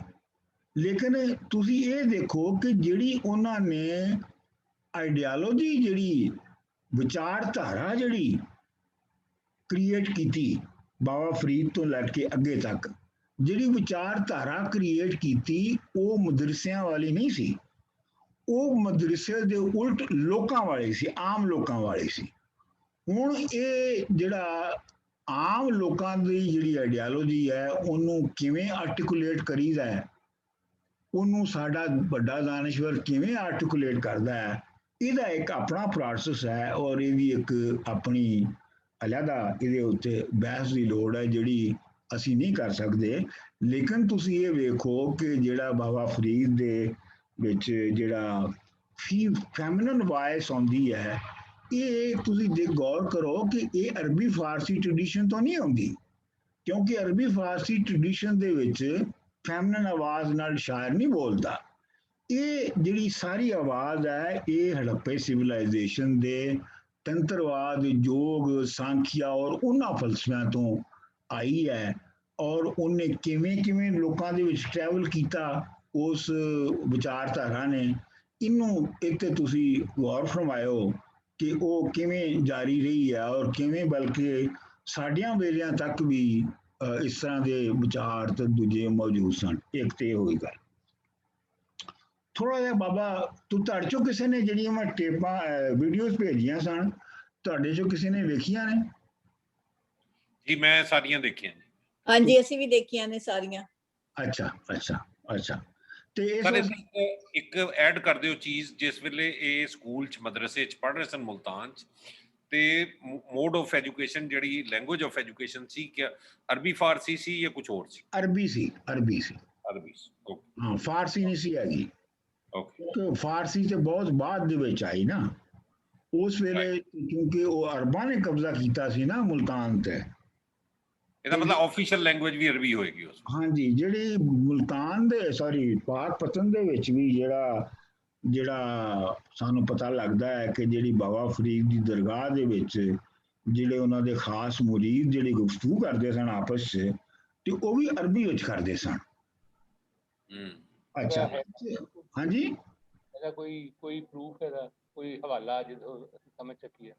ਸਭ ਤੋਂ ਜਿਹੜੀ ਮੈਂ ਉਧਰ ਆਉਣ ਲੱਗਾ ਸੀ, ਸਭ ਤੋਂ ਜਿਹੜੀ ਬਾਬਾ ਫਰੀਦ ਦੇ ਉੱਤੇ ਅਥੈਂਟਿਕ ਕਿਤਾਬ ਹੈ ਉਹ ਹੈਗੀ ਹੈ ਖਵਾਜਾ ਨਿਜ਼ਾਮੁਦੀਨ ਔਲੀਆ ਦੀ ਡਾਇਰੀ ਫਵਾਇਦੁਲ ਫਵਾਇਦ। ਜਿੰਨਿਆਂ ਵੀ ਲੋਕਾਂ ਨੇ ਬਾਬਾ ਫਰੀਦ ਦੇ ਉੱਤੇ ਲਿਖਿਆ ਹੈ ਉਹਦੇ ਵਿੱਚੋਂ ਅਥੈਂਟਿਕ ਉਹ ਹੀ ਹੈ ਜਿਹੜਾ ਕਿ ਫਵਾਇਦੁਲ ਫਵਾਇਦ ਤੋਂ ਲਿਆ ਗਿਆ ਹੈ। ਬਾਕੀ ਹੋਰ ਕਈਆਂ ਲੋਕਾਂ ਨੇ ਬਾਬਾ ਫਰੀਦ ਦੇ ਖਾਨਦਾਨ ਔਰ ਉਹਨਾਂ ਦੀ ਬੱਚਿਆਂ ਦੇ ਨਾਂ ਔਰ ਬਾਕੀ ਦਾ ਜ਼ਿਕਰ ਜਿਹੜਾ ਹੈ ਉਹ ਕੀਤਾ ਹੈ, ਲੇਕਿਨ ਅਥੈਂਟਿਕ ਜਿਹੜੀ ਹੈ ਨਾ ਉਹ ਕਿਤਾਬ ਫਵਾਇਦੁਲ ਫਵਾਇਦ ਹੈ। ਉਹਨੂੰ ਤੁਸੀਂ ਪੜ੍ਹੋ, ਉਹ 'ਚ ਤੁਹਾਨੂੰ ਪਤਾ ਲੱਗੇਗਾ ਕਿ ਅਰਬੀ ਬੋਲਦੇ ਸਨ ਔਰ ਹਲਕ ਕਰਨਾ ਜਿਹੜਾ ਹੈ, ਯਾਨੀ ਸਿਰ ਦੇ ਪੂਰੇ ਵਾਲ ਜਿਹੜੇ ਨੇ ਉਹਨਾਂ ਨੂੰ ਸ਼ੇਵ ਕਰਨਾ ਜਿਹੜਾ ਹੈ ਉਹ ਆਪਣਾ ਬੇਸਿਕ ਸੀ, ਔਰ ਕਾਲੇ ਕੱਪੜੇ ਪਾਉਣਾ ਇਹ ਇੱਕ ਆਮ ਫਾਰਮੈਟ ਸੀ ਉਸ ਵੇਲੇ ਦਾ ਬਾਬਾ ਫਰੀਦ ਦੀ ਦਰਗਾਹ ਦਾ। ਅੱਛਾ, ਬਾਬਾ ਫਰੀਦ ਦੀ ਆਪਣੀ ਜਿਹੜੀ ਮੁਖਤਸਰ ਹਿਸਟਰੀ ਹੈ ਉਹ ਇਹ ਹੈਗੀ ਹੈ ਕਿ ਉਹ ਖੁਤਵਾਲ 'ਚ ਜੰਮੇ ਸਨ ਤੇ ਮੁਲਤਾਨ ਜਿਹੜੇ ਮਦਰਸੇ 'ਚ ਪੜ੍ਹ ਰਹੇ ਸਨ, ਤੇ ਜਿਹੜੇ ਆਪਣਾ ਬਖਤਿਆਰੁਦੀਨ ਕਾਕੀ ਜਿਹੜੇ ਚਿਸ਼ਤੀਆ ਫਿਰਕੇ ਦੇ ਦੂਜੇ ਗੁਰੂ ਸਨ, ਯਾਨੀ ਅਜਮੇਰ ਚਿਸ਼ਤੀ ਤੋਂ ਬਾਅਦ ਮਈਨੁਦੀਨ ਅਜਮੇਰ ਚਿਸ਼ਤੀ ਤੋਂ ਬਾਅਦ ਜਿਹੜੇ ਦੂਜੇ ਸਨ ਉਹ ਬਖਤਿਆਰੁਦੀਨ ਕਾਕੀ ਸਨ।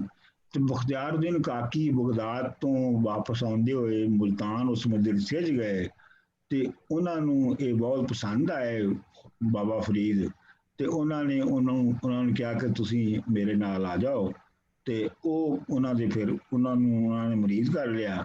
ਫਿਰ ਉਹਨਾਂ ਨੇ ਬਾਬਾ ਫਰੀਦ ਨੂੰ ਇਹ ਮਸ਼ਵਰਾ ਦਿੱਤਾ ਕਿ ਤੁਸੀਂ ਕੁਝ ਸਾਲ ਦੁਨੀਆ ਵਿੱਚ ਫਿਰੋ ਔਰ ਸੈਰ ਕਰਕੇ ਜ਼ਰਾ ਦੇਖੋ ਦੁਨੀਆ ਦੇ ਵਿਚਾਰਾਂ ਨੂੰ। ਤੇ ਬਾਬਾ ਫਰੀਦ ਜਿਹੜੇ ਨੇ ਉਹ ਕਾਫੀ ਦੇਰ ਅਫਗਾਨਿਸਤਾਨ ਵਗੈਰਾ ਔਰ ਸੈਂਟਰਲ ਏਸ਼ੀਆ 'ਚ ਫਿਰਦੇ ਰਹੇ, ਅਤੇ ਅਖੀਰ ਉਹਨਾਂ ਦੇ ਬਖਤਿਆਰੁਦੀਨ ਕਾਕੀ ਹੋਰਾਂ ਦੇ ਕਹਿਣ ਦੇ ਉੱਤੇ ਉਹ ਜਿਹੜਾ ਹਾਂਸੀ ਸ਼ਹਿਰ ਸੀ, ਹਾਂਸੀ ਸ਼ਹਿਰ ਦੇ ਵਿੱਚ ਜਾ ਕੇ ਉਹ ਵਸ ਗਏ। ਉਦੋਂ ਐਕਸਕਿਊਜ਼ ਮੀ, question, ਜਿਹੜੇ ਕਾਕੀ ਸਾਹਿਬ ਸਨ ਉਹਨਾਂ ਨੇ ਉਹਨਾਂ ਦੇ ਵਿੱਚ ਉਸ ਤਰੀਕੇ ਦਾ ਕੋਈ ਝੁਕਾਵ ਦੇਖਿਆ ਕਿ ਜਸਟ ਬਿਕੋਜ਼ ਇਹ ਇੰਟੈਲੀਜੈਂਟ ਸੀਗੇ ਤੇ ਹੀ ਫਿਗਰਡ ਕਿ ਵੀ ਇਹ ਠੀਕ ਰਹਿਣਗੇ? ਉਹਨਾਂ ਨੇ ਕੀ ਦੇਖਿਆ ਇਹਨਾਂ ਦੇ ਵਿੱਚ? ਜਸਟ ਹਿਸ ਇੰਟੈਲੀਜੈਂਸ ਕਿ ਇਹਨਾਂ ਦਾ ਝੁਕਾਵ ਸੀਗਾ? ਉਹ ਜ਼ਾਹਰ ਗੱਲ ਹੈ ਕਿ ਹੁੰਦਾ ਇੰਜ ਹੈ ਨਾ ਕਿ ਜਦੋਂ ਉਹ ਮੁਖਤਾਰਉদ্ਦੀਨ ਕਾਕੀ ਸਾਹਿਬ ਹੋ ਸਕਦਾ ਹੈ ਕਿ ਉਹਨਾਂ ਨੇ ਐਡਰੈਸ ਕੀਤਾ ਹੋਵੇ ਸਟੂਡੈਂਟਸ ਨੂੰ।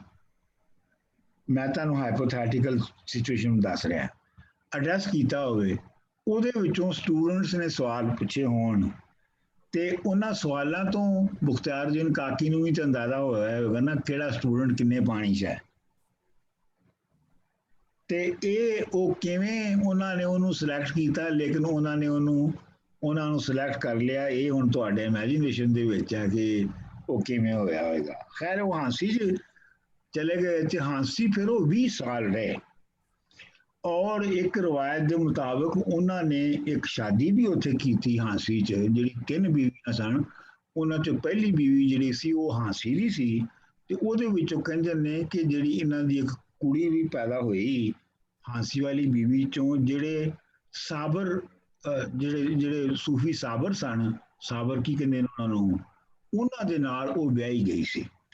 ਐਨੀਵੇਜ਼, ਤੇ ਜਦੋਂ ਮੁਖਤਾਰਉদ্ਦੀਨ ਕਾਕੀ ਜਿਹੜੇ ਜਦੋਂ ਉਹਨਾਂ ਦੀ ਵਫਾਤ ਹੋਣ ਲੱਗੀ, ਉਹ ਆਖਰੀ ਵੇਲੇ 'ਚ ਸਨ ਤੇ ਉਹਨਾਂ ਨੇ ਜਿਹੜੀ ਹੈ ਸੀ ਲੀਡਰਸ਼ਿਪ, ਗੁਰੂਸ਼ਿਪ ਜਿਹੜੀ ਸੀ ਉਹ ਬਾਬਾ ਫਰੀਦ ਨੂੰ ਦੇ ਦਿੱਤੀ। ਅੱਛਾ, ਹੁਣ ਤੁਹਾਨੂੰ ਅੰਦਾਜ਼ਾ ਨਹੀਂ ਹੈਗਾ ਕਿ ਜਿਹੜੀ ਦਿੱਲੀ ਔਰ ਜਿਹੜੀ ਯੂਪੀ ਦੀ ਜਿਹੜੀ ਅਸ਼ਰਾਫੀਆ ਸੀ ਉਹਦੇ ਵਿੱਚੋਂ, ਹੁਕਮਰਾਨ ਅਸ਼ਰਾਫੀਆ ਚੋਂ ਬਹੁਤ ਸਾਰਾ ਵੱਡਾ ਹਿੱਸਾ ਜਿਹੜਾ ਹੈ ਉਹ ਚਿਸ਼ਤੀਆ ਨੂੰ ਮੰਨਦਾ ਸੀਗਾ। ਇਸ ਵਾਸਤੇ ਜਿਹੜੀ ਗੁਰੂਸ਼ਿਪ ਲੈਣੀ ਹੈ ਚਿਸ਼ਤੀਆ ਦੀ, ਇਹ ਬੜੀ ਇੱਕ ਪ੍ਰਾਈਮ ਜੌਬ ਸੀ। ਇੱਕ ਪ੍ਰਾਈਮ, ਜਿਵੇਂ ਬਾਦਸ਼ਾਹ ਬਣਨਾ ਤੁਸੀਂ ਇੱਕ ਪੂਰੇ ਇਲਾਕੇ ਦਾ, ਤੇ ਉਹਦੇ ਲਈ ਬੜੇ ਲੋਕ ਖਾਸ਼ਮੰਦ ਸਨ। ਲੇਕਿਨ ਇੱਥੇ ਮੈਂ ਤੁਹਾਨੂੰ ਇਹ ਦੱਸਦਾ ਜਾਵਾਂ ਕਿ ਜਿਹੜਾ ਚਿਸ਼ਤੀਆ, ਹਾਂ ਥੋੜਾ ਜਿਹਾ ਮੈਨੂੰ ਪਹਿਲੇ ਵਾਪਸ ਜਾਣ ਦਿਓ, ਉਸ ਵੇਲੇ ਜਿਹੜੇ ਦੋਨਾਂ ਦਾ ਡਿਫਰੈਂਸ ਵੀ ਦੱਸ ਦਿਓ ਨਾ ਇੱਥੇ ਤੱਕ। ਹਾਂਜੀ, ਉਹ ਮੈਂ ਦੱਸਣ ਲੱਗਾ ਕਿ ਉਸ ਵੇਲੇ 2 ਵੱਡੇ ਸੈਕਟ ਸਨ ਸੂਫੀਆਂ ਦੇ, ਇੱਕ ਤੇ ਚਿਸ਼ਤੀਆ ਸੀ ਤੇ ਦੂਸਰਾ ਸੁਹਰਵਰਦੀਆ ਸੀ। ਸੁਹਰਵਰਦੀਆ ਜਿਹੜਾ ਉਹਦਾ ਲੀਡਰ ਮੁਲਤਾਨ ਵਾਲੇ ਜਿਹੜੇ ਬਹਾਉਦੀਨ ਜ਼ਿਕਰੀਆ ਮੁਲਤਾਨੀ ਨੇ ਉਹ ਸਨ, ਤੇ ਜਿਹੜੇ ਚਿਸ਼ਤੀਆ ਨੇ ਉਹਨਾਂ ਦੇ ਉਸ ਵੇਲੇ ਜਿਹੜੇ ਰਹਿਨੁਮਾ ਸਨ ਉਹ ਬਾਬਾ ਫਰੀਦ ਸਨ। ਅੱਛਾ, ਜਿਹੜੇ ਚਿਸ਼ਤੀਆ ਸਨ ਉਹ ਬੇਸਿਕਲੀ ਪ੍ਰੋ ਸਟੇਟ ਸਨ, ਕਿਉਂਕਿ ਬਹਾਉਦੀਨ ਜ਼ਿਕਰੀਆ ਜਿਹੜੇ ਨੇ ਉਹ ਬਾਕਾਇਦਾ ਡੈਜ਼ਿਗਨੇਟਡ ਸਨ ਦਿੱਲੀ ਦੇ ਸ਼ੇਖੁਲ ਇਸਲਾਮ, ਮਤਲਬ ਉਹ ਸਰਕਾਰੀ ਤੌਰ ਦੇ ਉੱਤੇ ਉਹਨਾਂ ਦੇ ਸਭ ਤੋਂ ਵੱਡੇ ਆਲਮ ਸਨ ਤੇ ਉਹ ਜਾਂਦੇ ਵੀ ਸਨ ਦਿੱਲੀ ਤੇ ਆਪਣਾ ਲੋਕਾਂ ਦੇ ਕੰਮ ਕਰਵਾ ਕੇ ਬਾਦਸ਼ਾਹਾਂ ਕੋਲ ਆਉਂਦੇ ਸਨ। ਤੇ ਮਤਲਬ ਇਹ ਹੈ ਕਿ ਔਰ ਉਹ ਬੜੀ ਠਾਠ ਨਾਲ ਰਹਿੰਦੇ ਸਨ, ਜਿਹੜੇ ਸ਼ਾਹਾਨਾ ਠਾਠ ਨਾਲ ਰਹਿੰਦੇ ਸਨ ਸੁਹਰਵਰਦੀਆ ਦੇ ਜਿਹੜੇ ਲੀਡਰ ਸਨ। ਔਰ ਸੁਹਰਵਰਦੀਆ ਦੇ ਵਿੱਚ ਜਿਹੜੀ ਗੁਰੂਸ਼ਿਪ ਸੀ ਉਹ ਵੀ ਹੈਰੈਡੀਟਰੀ ਸੀ, ਮਤਲਬ ਬਹਾਉਦੀਨ ਜ਼ਿਕਰੀਆ ਤੋਂ ਬਾਅਦ ਉਹਨਾਂ ਦਾ ਪੁੱਤਰ ਬਣਿਆ ਗੁਰੂ ਆਰਫ ਜਿਹਦਾ ਨਾਂ ਸੀ, ਤੇ ਉਸ ਤੋਂ ਬਾਅਦ ਫਿਰ ਉਹਨਾਂ ਦਾ ਪੁੱਤਰ ਬਣਿਆ, ਤੇ ਉਹਨਾਂ ਦੇ ਵਿੱਚ ਉਹ ਹੁਣ ਤੱਕ ਜਿਹੜੀ ਚਲੀ ਆ ਰਹੀ ਹੈ ਉਹ ਨਸਲੀ ਹੈ ਔਰ ਖਾਨਦਾਨੀ ਹੈ, ਜਿਹੜੀ ਖਿਲਾਫਤ ਹੈ ਜਾਂ ਜਿਹੜੀ ਗੁਰੂਸ਼ਿਪ ਹੈ। ਲੇਕਿਨ ਜਿਹੜਾ ਚਿਸ਼ਤੀਆ ਦੇ ਵਿੱਚ ਸੀ, ਚਿਸ਼ਤੀਆ ਦੇ ਵਿੱਚ ਇਹ ਸੀ ਕਿ ਤੁਹਾਡੇ ਮੈਰਿਟ ਦੇ ਉੱਤੇ ਤੁਹਾਨੂੰ ਬਣਾਇਆ ਜਾਣਾ ਹੈ। ਜਿਹੜਾ ਵੀ ਸਭ ਤੋਂ ਮੈਰੀਟੀਅਸ ਆਦਮੀ ਹੈ, ਸਭ ਤੋਂ ਜ਼ਿਆਦਾ ਜਿਹੜਾ ਅੱਗੇ ਇਲਮ ਔਰ ਫਜ਼ਲ ਔਰ ਪ੍ਰੈਕਟਿਸ ਦੇ ਵਿੱਚ ਜਿਹੜਾ ਅੱਗੇ ਹੈ ਉਹਨੂੰ ਗੁਰੂਸ਼ਿਪ ਦਿੱਤੀ ਜਾਂਦੀ ਸੀ। ਚੁਨਾਚੇ ਜਦੋਂ ਅਜਮੇਰ ਚਿਸ਼ਤੀ ਉਹਨਾਂ ਦੀ ਹੋਈ ਤੇ ਉਹਨਾਂ ਦਾ ਕੋਈ ਤਲਕ ਰਿਸ਼ਤਾ ਜਿਹੜਾ ਹੈ ਉਹ ਉਹਨਾਂ ਦਾ ਮੁਖਤਿਆਰ ਕਾਕੀ ਨਾਲ ਨਹੀਂ ਸੀ, ਤੇ ਉਹਨਾਂ ਮੁਖਤਿਆਰ ਕਾਕੀ ਨੂੰ ਦਿੱਤੀ। ਇਸੇ ਤਰ੍ਹਾਂ ਮੁਖਤਿਆਰਉদ্ਦੀਨ ਕਾਕੀ ਦਾ ਕੋਈ ਤਲਕ ਬਾਬਾ ਫਰੀਦ ਨਾਲ ਨਹੀਂ ਸੀ ਤੇ ਉਹਨਾਂ ਨੇ ਬਾਬਾ ਫਰੀਦ ਨੂੰ ਦਿੱਤੀ। ਔਰ ਬਾਬਾ ਫਰੀਦ ਦਾ ਕੋਈ ਤਲਕ ਨਿਜ਼ਾਮੁਦੀਨ ਔਲੀਆ ਨਾਲ ਨਹੀਂ ਸੀ, ਲੇਕਿਨ ਉਹਨਾਂ ਨੇ ਨਿਜ਼ਾਮੁਦੀਨ ਔਲੀਆ ਨੂੰ ਦਿੱਤੀ। ਨਿਜ਼ਾਮੁਦੀਨ ਔਲੀਆ ਦਾ ਕੋਈ ਤਲਕ ਜਿਹੜਾ ਹੈ ਉਹ ਚਿਰਾਗੇ ਦਹਿਲਵੀ ਜਿਹੜਾ ਪੰਜਵਾਂ ਗੁਰੂ ਸੀ ਉਹਨੂੰ ਦਿੱਤੀ, ਜਿਹਦੇ ਨਾਲ ਉਹਨਾਂ ਦਾ ਵੀ ਕੋਈ ਤਲਕ ਨਹੀਂ ਸੀ, ਕਿਉਂਕਿ ਨਿਜ਼ਾਮੁਦੀਨ ਔਲੀਆ ਨੇ ਤੇ ਸ਼ਾਦੀ ਵੀ ਨਹੀਂ ਸੀ ਕੀਤੀ ਤੇ ਉਹਨਾਂ ਦੀ ਕੋਈ ਔਲਾਦ ਵੀ ਨਹੀਂ ਸੀ ਹੈਗੀ। ਪਰ ਐਨੀਵੇ, ਸੋ ਉਹਨੇ ਜਿਹੜੀ ਚਿਸ਼ਤੀਆ ਸਨ, ਇਹਨਾਂ ਦੇ ਵਿੱਚ ਜਿਹੜੀ ਹੈ ਸੀ ਇਹ ਹੈਰਾਈਟਰੀ ਨਹੀਂ ਸੀ। ਔਰ ਚਿਸ਼ਤੀਆ ਜਿਹੜੇ ਸਨ ਇਹ ਟੋਟਲ ਐਂਟੀ ਸਟੇਟ ਔਰ ਐਂਟੀ ਪ੍ਰਾਪਰਟੀ ਸਨ। ਮਤਲਬ ਇਹ ਹੈ ਕਿ ਰਿਆਸਤ ਦੇ ਹਾਕਮਾਂ ਦੇ ਨਾਲ ਕਦੀ ਵੀ ਮਿਲਣ ਲਈ ਤਿਆਰ ਨਹੀਂ ਸੀ ਹੁੰਦੇ। ਔਰ ਦੂਜੀ ਇਹ ਹੈ ਕਿ ਕੋਈ ਵੀ ਚੀਜ਼ ਅਕਮੂਲੇਸ਼ਨ ਕਰਨਾ ਜਿਹੜੀ ਹੈ ਉਹਨੂੰ ਗਲਤ ਸਮਝਦੇ ਸਨ। ਇਹਦੀ ਹੁਣ ਜਿਹੜੀ ਇੰਟਰਪ੍ਰੀਟੇਸ਼ਨ ਹੈ ਤੁਸੀਂ ਆਪੇ ਕਰ ਲੈਣਾ, ਮੈਂ ਤੁਹਾਨੂੰ ਹਕੀਕਤ ਦੱਸ ਰਿਹਾ ਜਿਵੇਂ ਗੱਲਾਂ ਹੋਈਆਂ। ਮਿਸਾਲ ਦੇ ਤੌਰ ਦੇ ਉੱਤੇ ਜਿਹੜੀ ਸਾਨੂੰ ਖਾਜਾ ਨਿਜ਼ਾਮੁਦੀਨ ਔਲੀਆ ਤੋਂ ਪਤਾ ਲੱਗਦੀ ਹੈ ਕਿ ਖਾਜਾ ਨਿਜ਼ਾਮੁਦੀਨ ਔਲੀਆ ਤੋਂ ਇਹ ਪਤਾ ਲੱਗਦੀ ਹੈ ਕਿ ਖਾਜਾ ਨਿਜ਼ਾਮੁਦੀਨ ਔਲੀਆ ਤੇ ਦਿੱਲੀ ਸਨ ਤੇ ਬਹੁਤ ਉਹਨਾਂ ਦੇ ਜਿਹੜੇ ਮਰੀਜ਼ ਸਨ ਕਾਫੀ ਖਾਂਦੇ ਪੀਂਦੇ ਸਨ ਤੇ ਉਹ ਚੜਾਵੇ ਵੀ ਚੜਾਉਂਦੇ ਹੋਣਗੇ। ਤੇ ਉਹ ਜਦੋਂ ਮਰਨ ਲੱਗੇ ਤੇ ਉਹਨਾਂ ਨੇ ਆਪਣਾ ਜਿਹੜਾ ਖਜ਼ਾਨਚੀ ਸੀ ਉਹਨੂੰ ਸੱਦਿਆ, ਉਹਨੂੰ ਪੁੱਛਿਆ ਕਿ ਜਿਹੜਾ ਆਪਣਾ ਹੈ ਸਟੋਰ ਉਹਦੇ ਵਿੱਚ ਕਿੰਨੀਆਂ ਚੀਜ਼ਾਂ ਮੌਜੂਦ ਨੇ। ਤੇ ਉਹਨੇ ਦੱਸਿਆ ਜਿਹੜਾ ਹੈ ਸੀ ਖਜ਼ਾਨਚੀ ਕਿ ਜੀ 40 ਕਿ 45 ਦਿਨ ਦਾ ਸਾਮਾਨ ਮੌਜੂਦ ਹੈ ਖਾਣ ਪੀਣ ਦਾ, ਤੇ ਇੰਨਾ ਕੈਸ਼ ਹੈਗਾ ਜਿਹੜਾ ਕਿ ਦਰਵੇਸ਼ਾਂ ਦੇ 40-45 ਦਿਨ ਲਈ ਕੰਮ ਆ ਸਕੇ। ਤੇ ਖਾਜਾ ਨਿਜ਼ਾਮੁਦੀਨ ਔਲੀਆ ਜਿਹੜੇ ਨੇ ਉਹ ਬਹੁਤ ਇਹਦੇ ਉੱਤੇ ਖਫਾ ਹੋਏ। ਉਹਨੂੰ ਕਹ ਤੈਨੂੰ ਕਿਹਨੇ ਕਿਹਾ ਸੀ ਜਮ੍ਹਾਂ ਕਰਨ ਦਾ? ਔਰ ਉਹ ਆਪਣੇ ਘਰ ਤੋਂ ਬਾਹਰ ਗਏ ਬਿਮਾਰੀ ਦੀ ਹਾਲਤ ਦੇ ਵਿੱਚ ਚੱਲ ਕੇ, ਔਰ ਲੋਕਾਂ ਨੂੰ ਕਿਹਾ ਇੱਥੇ ਇਹ ਸਮਾਨ ਪਿਆ ਜੀ ਇਹਨੂੰ ਲੁੱਟ ਲਓ। ਉਹ ਕਹਿਣਾ ਉਹਨਾਂ ਦਾ ਇਹ ਸੀ ਕਿ ਅੱਜ ਜਿਹੜਾ ਖਾਣਾ ਅੱਜ ਜਿਹੜਾ ਆਇਆ ਉਹਨੂੰ ਅੱਜ ਹੀ ਖਾ ਲੈਣਾ, ਕੱਲ ਦੇ ਵਾਸਤੇ ਉਹਨੂੰ ਰੱਖਣਾ ਨਹੀਂ ਹੈ। ਇਹ ਇੱਕ ਸੀ। ਇਹ ਸੀ ਕਿ ਦੂਜਾ ਇਹ ਸੀ ਕਿ ਬਾਦਸ਼ਾਹਾਂ ਨੂੰ ਨਹੀਂ ਸੀ ਮਿਲਣਾ। ਤੇ ਮਿਸਾਲ ਦੇ ਤੌਰ ਦੇ ਉੱਤੇ ਜਦੋਂ ਬਾਬਾ ਫਰੀਦ ਉੱਥੇ ਸਨ ਪਾਕਪਤਨ ਦੇ ਵਿੱਚ, ਤੇ ਇਹ ਜਿਹੜਾ ਤੁਗਲਕ ਹੈ ਇਹਦੀਆਂ ਫੌਜਾਂ ਉਥੋਂ ਲੰਘ ਕੇ ਮੁਲਤਾਨ ਫਤਹ ਕਰਨ ਜਾ ਰਹੀਆਂ ਸਨ। ਤੇ ਉਹਨਾਂ ਨੇ ਬੜਾ ਆਪਣੇ ਵੱਲੋਂ ਤੋਹਫਾ ਭੇਜਿਆ ਬਾਬਾ ਫਰੀਦ ਨੂੰ, ਜਿਹਦੇ ਵਿੱਚ ਕੁਝ ਪਿੰਡਾਂ ਦੀ ਜਾਗੀਰ ਸੀ ਤੇ ਕੁਝ ਕੈਸ਼ ਸੀ।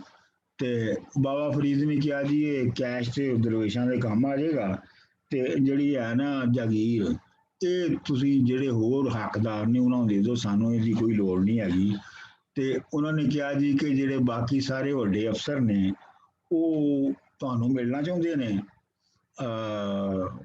ਤੇ ਤੁਹਾਡੀ ਜ਼ਿਆਰਤ ਕਰਨਾ ਚਾਹੁੰਦੇ ਨੇ। ਤੇ ਫਰੀਦ ਨੇ ਇਨਕਾਰ ਕਰ ਦਿੱਤਾ ਕਿ ਮੈਂ ਕਿਸੇ ਨੂੰ ਨਹੀਂ ਮਿਲਣਾ। ਅਖੀਰ ਇਹ ਤੈਅ ਹੋਇਆ ਕਿ ਬਾਬਾ ਫਰੀਦ ਦੀ ਜਿਹੜੀ ਆਸਤੀਨ ਹੈ ਕੁੜਤੇ ਦੀ, ਉਹਨੂੰ ਦੀਵਾਰ ਤੋਂ ਬਾਹਰ ਲਟਕਾ ਦਿੱਤਾ ਗਿਆ। ਤੇ ਫੌਜੀ ਆਉਂਦੇ ਸਨ ਤੇ ਉਸ ਆਸਤੀਨ ਨੂੰ ਚੁੰਮ ਕੇ ਅੱਗੇ ਲੰਘਦੇ, ਲੇਕਿਨ ਬਾਬਾ ਫਰੀਦ ਕਿਸੇ ਨੂੰ ਨਹੀਂ ਮਿਲੇ। ਉਹ ਕਿਸੇ ਤਰੀਕੇ ਦੇ ਨਾਲ ਇੱਕ ਜਿਹੜਾ ਖਾਕ ਰੂਪ ਸੀ ਉਹ ਕਿਸੇ ਤਰੀਕੇ ਦੇ ਨਾਲ ਅੰਦਰ ਆ ਗਿਆ। ਤੇ ਉਹਨੇ ਆ ਕੇ ਬਾਬਾ ਫਰੀਦ ਨੂੰ ਕਿਹਾ, ਉਹਨੇ ਕਿਹਾ ਜੀ ਅਗਰ ਅੱਲਾ ਨੇ ਤੁਹਾਨੂੰ ਇੰਨੀ ਨਿਮਤ ਦੇ ਹੀ ਦਿੱਤੀ ਹੈ ਤੇ ਇੰਜ ਤਾਂ ਨਹੀਂ ਕਰਨਾ ਚਾਹੀਦਾ। ਤੇ ਬਾਬਾ ਫਰੀਦ ਨੇ ਉੱਠ ਕੇ ਉਹਨੂੰ ਜੱਫੀ ਪਾਈ ਉਸ ਖਾਕ ਰੂਪ ਨੂੰ, ਉਹਨੂੰ ਕਿਹਾ ਕਿ ਇਹ ਤੇਰੇ ਵਾਸਤੇ ਨਹੀਂ ਸੀ ਹੈਗਾ, ਇਹ ਤੈਨੂੰ ਰੋਕਣ ਲਈ ਨਹੀਂ ਹੈਗਾ, ਇਹ ਜਿਸ ਤਰ੍ਹਾਂ ਦੇ ਲੋਕਾਂ ਨੂੰ ਰੋਕਣ ਲਈ ਇਹ ਹੁਕਮ ਹੈਗਾ ਉਹ ਉਹਨਾਂ ਨੂੰ ਮੈਂ ਰੋਕਿਆ ਹੈ। ਤੂੰ 7 ਵਾਰੀ ਆ, ਮੈਨੂੰ 2 ਮਿੰਟ ਦੇ ਦਿਓ, ਇੱਕ ਮੈਨੂੰ ਕੰਮ ਛੋਟਾ ਜਿਹਾ ਆ ਗਿਆ ਹੈ।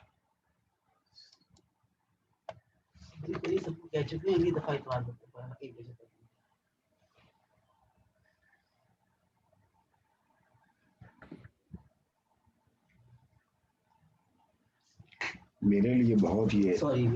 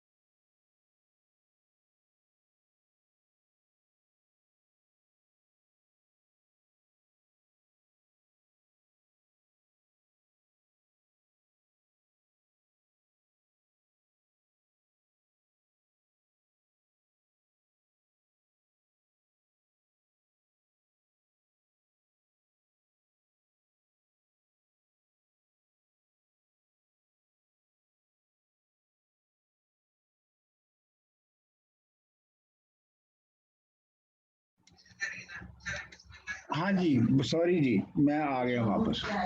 ਅੱਛਾ, ਤੇ ਆਪਣਾ ਜਦੋਂ ਖਾਜਾ ਨਿਜ਼ਾਮੁਦੀਨ ਔਲੀਆ ਦੇ ਨਾਲ ਵੀ ਉਹੀ ਹੋਇਆ ਕਿ ਬਾਦਸ਼ਾਹ ਨੇ ਉਹਨਾਂ ਨੂੰ ਕਿਹਾ ਕਿ ਤੁਹਾਨੂੰ ਮਿਲਣਾ ਹੈ ਤੇ ਦਰਗਾਹ ਤੇ ਮੈਂ ਆਉਣਾ ਹੈ, ਤੇ ਉਹਨਾਂ ਨੇ ਉਹਨੂੰ ਮਨਾ ਕਰ ਦਿੱਤਾ।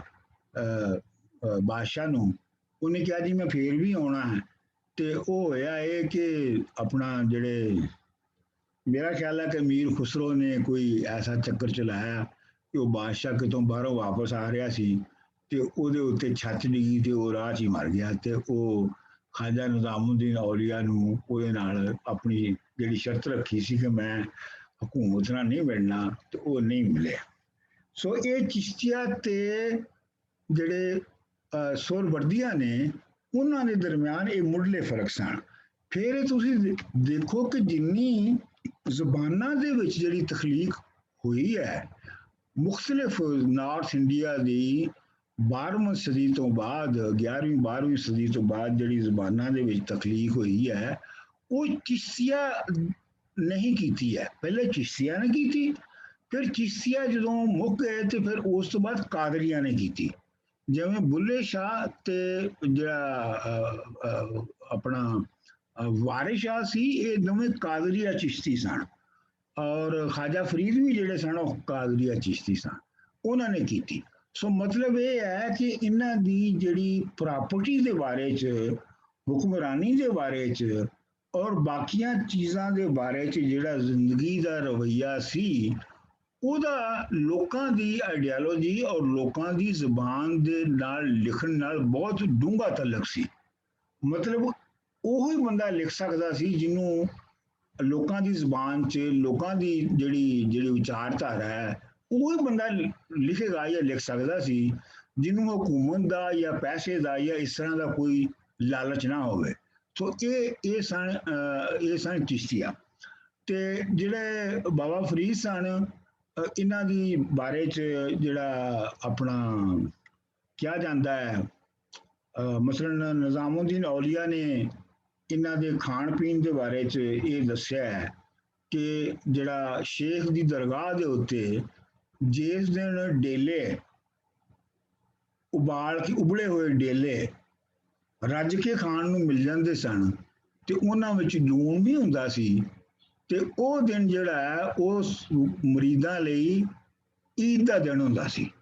ਹੁਣ ਡੇਲੇ ਜਿਹੜੇ ਨੇ ਤੁਹਾਨੂੰ ਪਤਾ ਹੈ ਕਿ ਡੇਲੇ ਜਿਹੜੇ ਨੇ ਉਹ ਜੰਗਲ ਦੇ ਵਿੱਚੋਂ ਇਕੱਠੇ ਕੀਤੇ ਜਾਂਦੇ ਨੇ, ਕਰੀਆਂ ਨੂੰ ਲੱਗਦੇ ਨੇ, ਤੇ ਉਹ ਜੰਗਲ ਦਾ ਫਰੂਟ ਹੈ, ਉਹਨੂੰ ਇਕੱਠਿਆਂ ਕਰਕੇ ਤੋਂ ਇਹਦਾ ਮਤਲਬ ਹੈ ਕਿ ਉਸ ਤੋਂ ਜ਼ਿਆਦਾ ਉਹ ਅਫੋਰਡ ਵੀ ਨਹੀਂ ਸੀ ਕਰ ਸਕਦੇ, ਉਹਨਾਂ ਕੋਲ ਇੰਨਾ ਕੁਛ ਹੈ ਵੀ ਨਹੀਂ ਸੀ।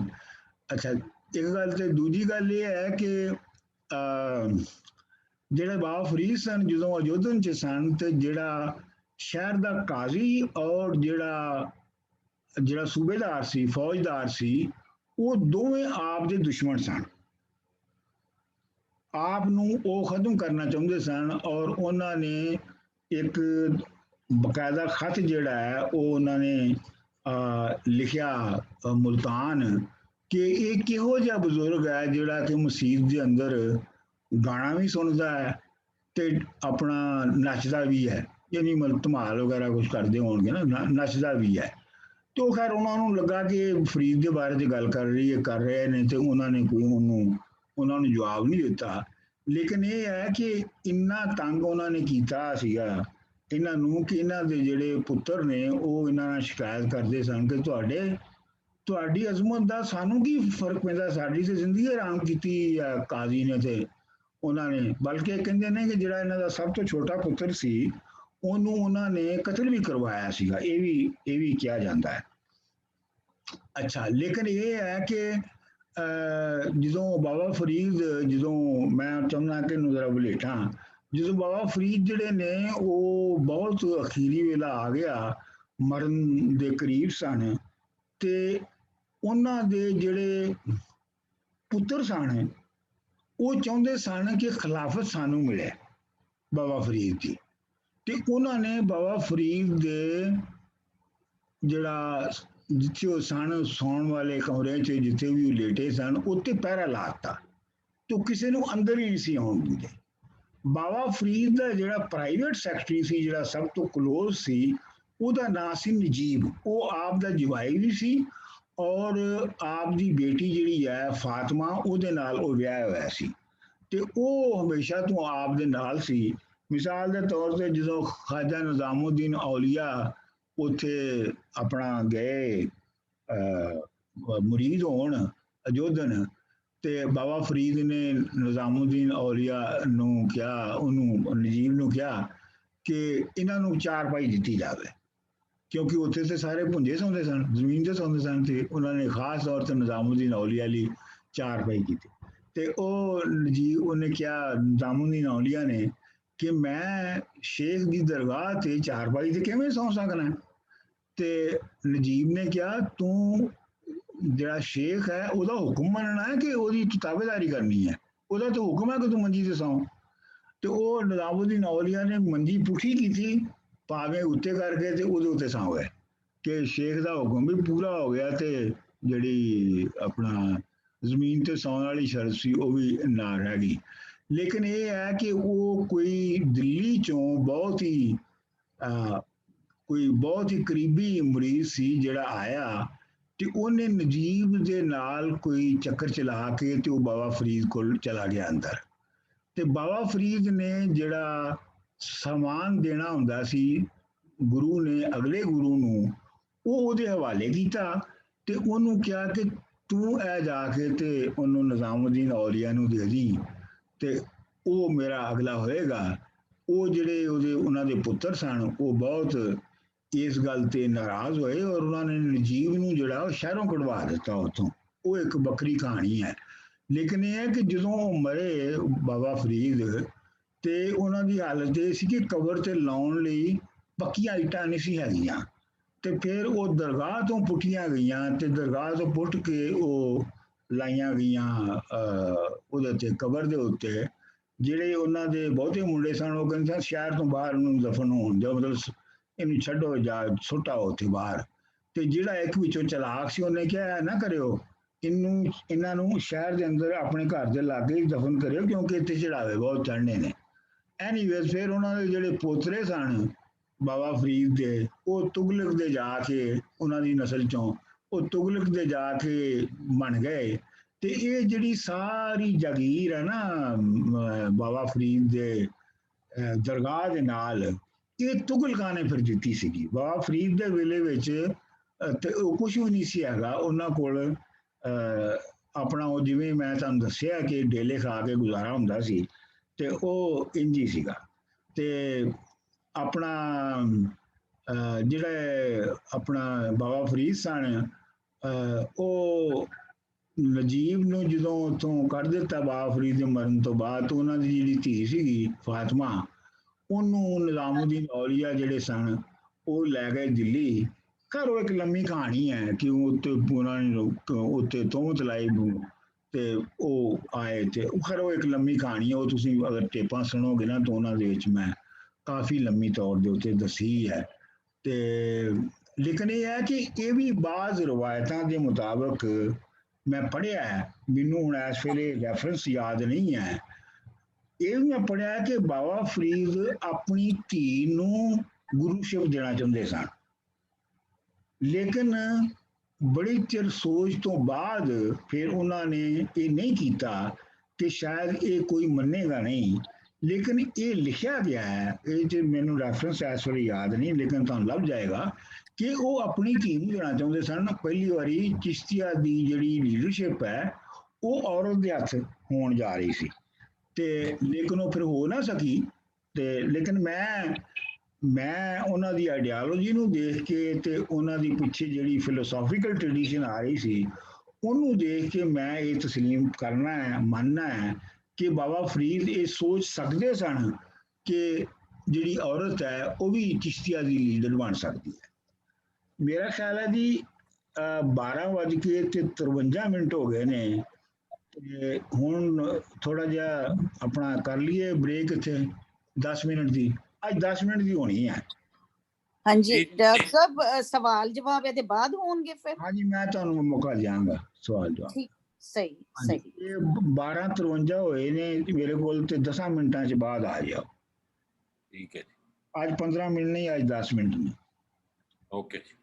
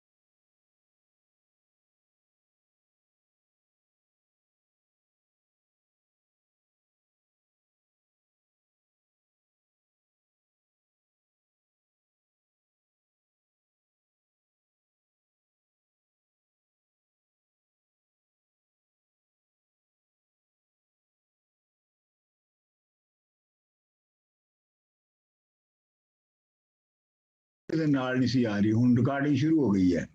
ਠੀਕ ਹੈ ਜੀ, हाँ ठीक हो गई। ਹੁਣ ਮੈਂ ਸਕਰੀਨ ਸ਼ੇਅਰ ਦੁਬਾਰਾ ਜਾਵਾਂ ਉਹਦੇ ਤੇ। ਹਾਂਜੀ ਆ ਗਿਆ ਹੁਣ ਲਾਲ ਜਾ ਰਿਕਾਰਡਿੰਗ ਕੀਤਾ ਹੋਇਆ। ਹਾਂਜੀ ਹਾਂਜੀ ਹਾਂਜੀ ਹਾਂਜੀ, ਇਹ ਤੁਸੀਂ ਯਾਦ ਕਰਵਾ ਦਿਆ ਕਰੋ ਮੈਨੂੰ। ਮੈਂ ਠੀਕ ਹੈ ये हर जगह ही मसला है, रिकॉर्डिंग भूल जाती है। ਹਾਂਜੀ, ਇਹ ਭੁੱਲ ਜਾਂਦੀ ਹੈ। ਬਾਬਾ ਫਰੀਦ ਕਿੱਥੇ ਗਿਆ?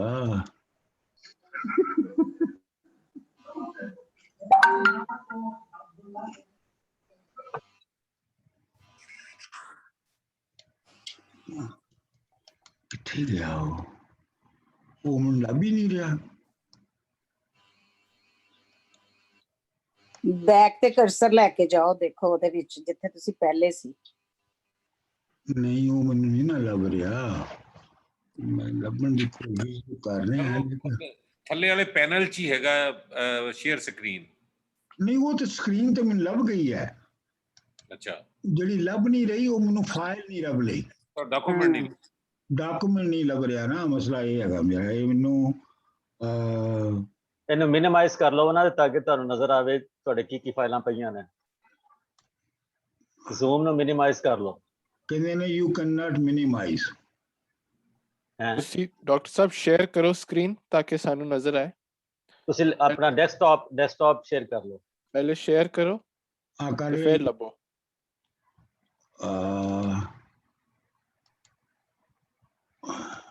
ਸ਼ੇਅਰ ਨਹੀਂ ਹੋਈ ਹਾਲੇ। ਅਜੇ ਨਹੀਂ ਹੋਈ ਹਾਲੇ। ਉਹ ਹੋਏਗੀ ਨਾ ਜਦੋਂ ਮੈਂ ਫਾਈਲ ਮੈਨੂੰ ਲੱਭ ਜਾਏਗੀ ਜਦੋਂ। ਸ਼ੇਅਰ ਡੈਸਕਟਾਪ ਤੇ ਕਰ ਸਕਦੇ ਸ਼ੇਅਰ। ਉਹੀ ਤੇ ਲੱਭ ਰਿਹਾ ਨਾ ਯਾਰ।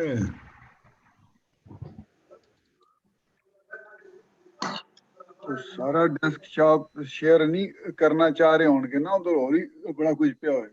ਨਹੀਂ ਨਹੀਂ, ਉਹ ਨਹੀਂ ਹੈ ਮਸਲਾ, ਮੈਨੂੰ ਲੱਭ ਨਹੀਂ ਰਹੀ ਖਜ਼ਾਨਾ ਕੋਈ।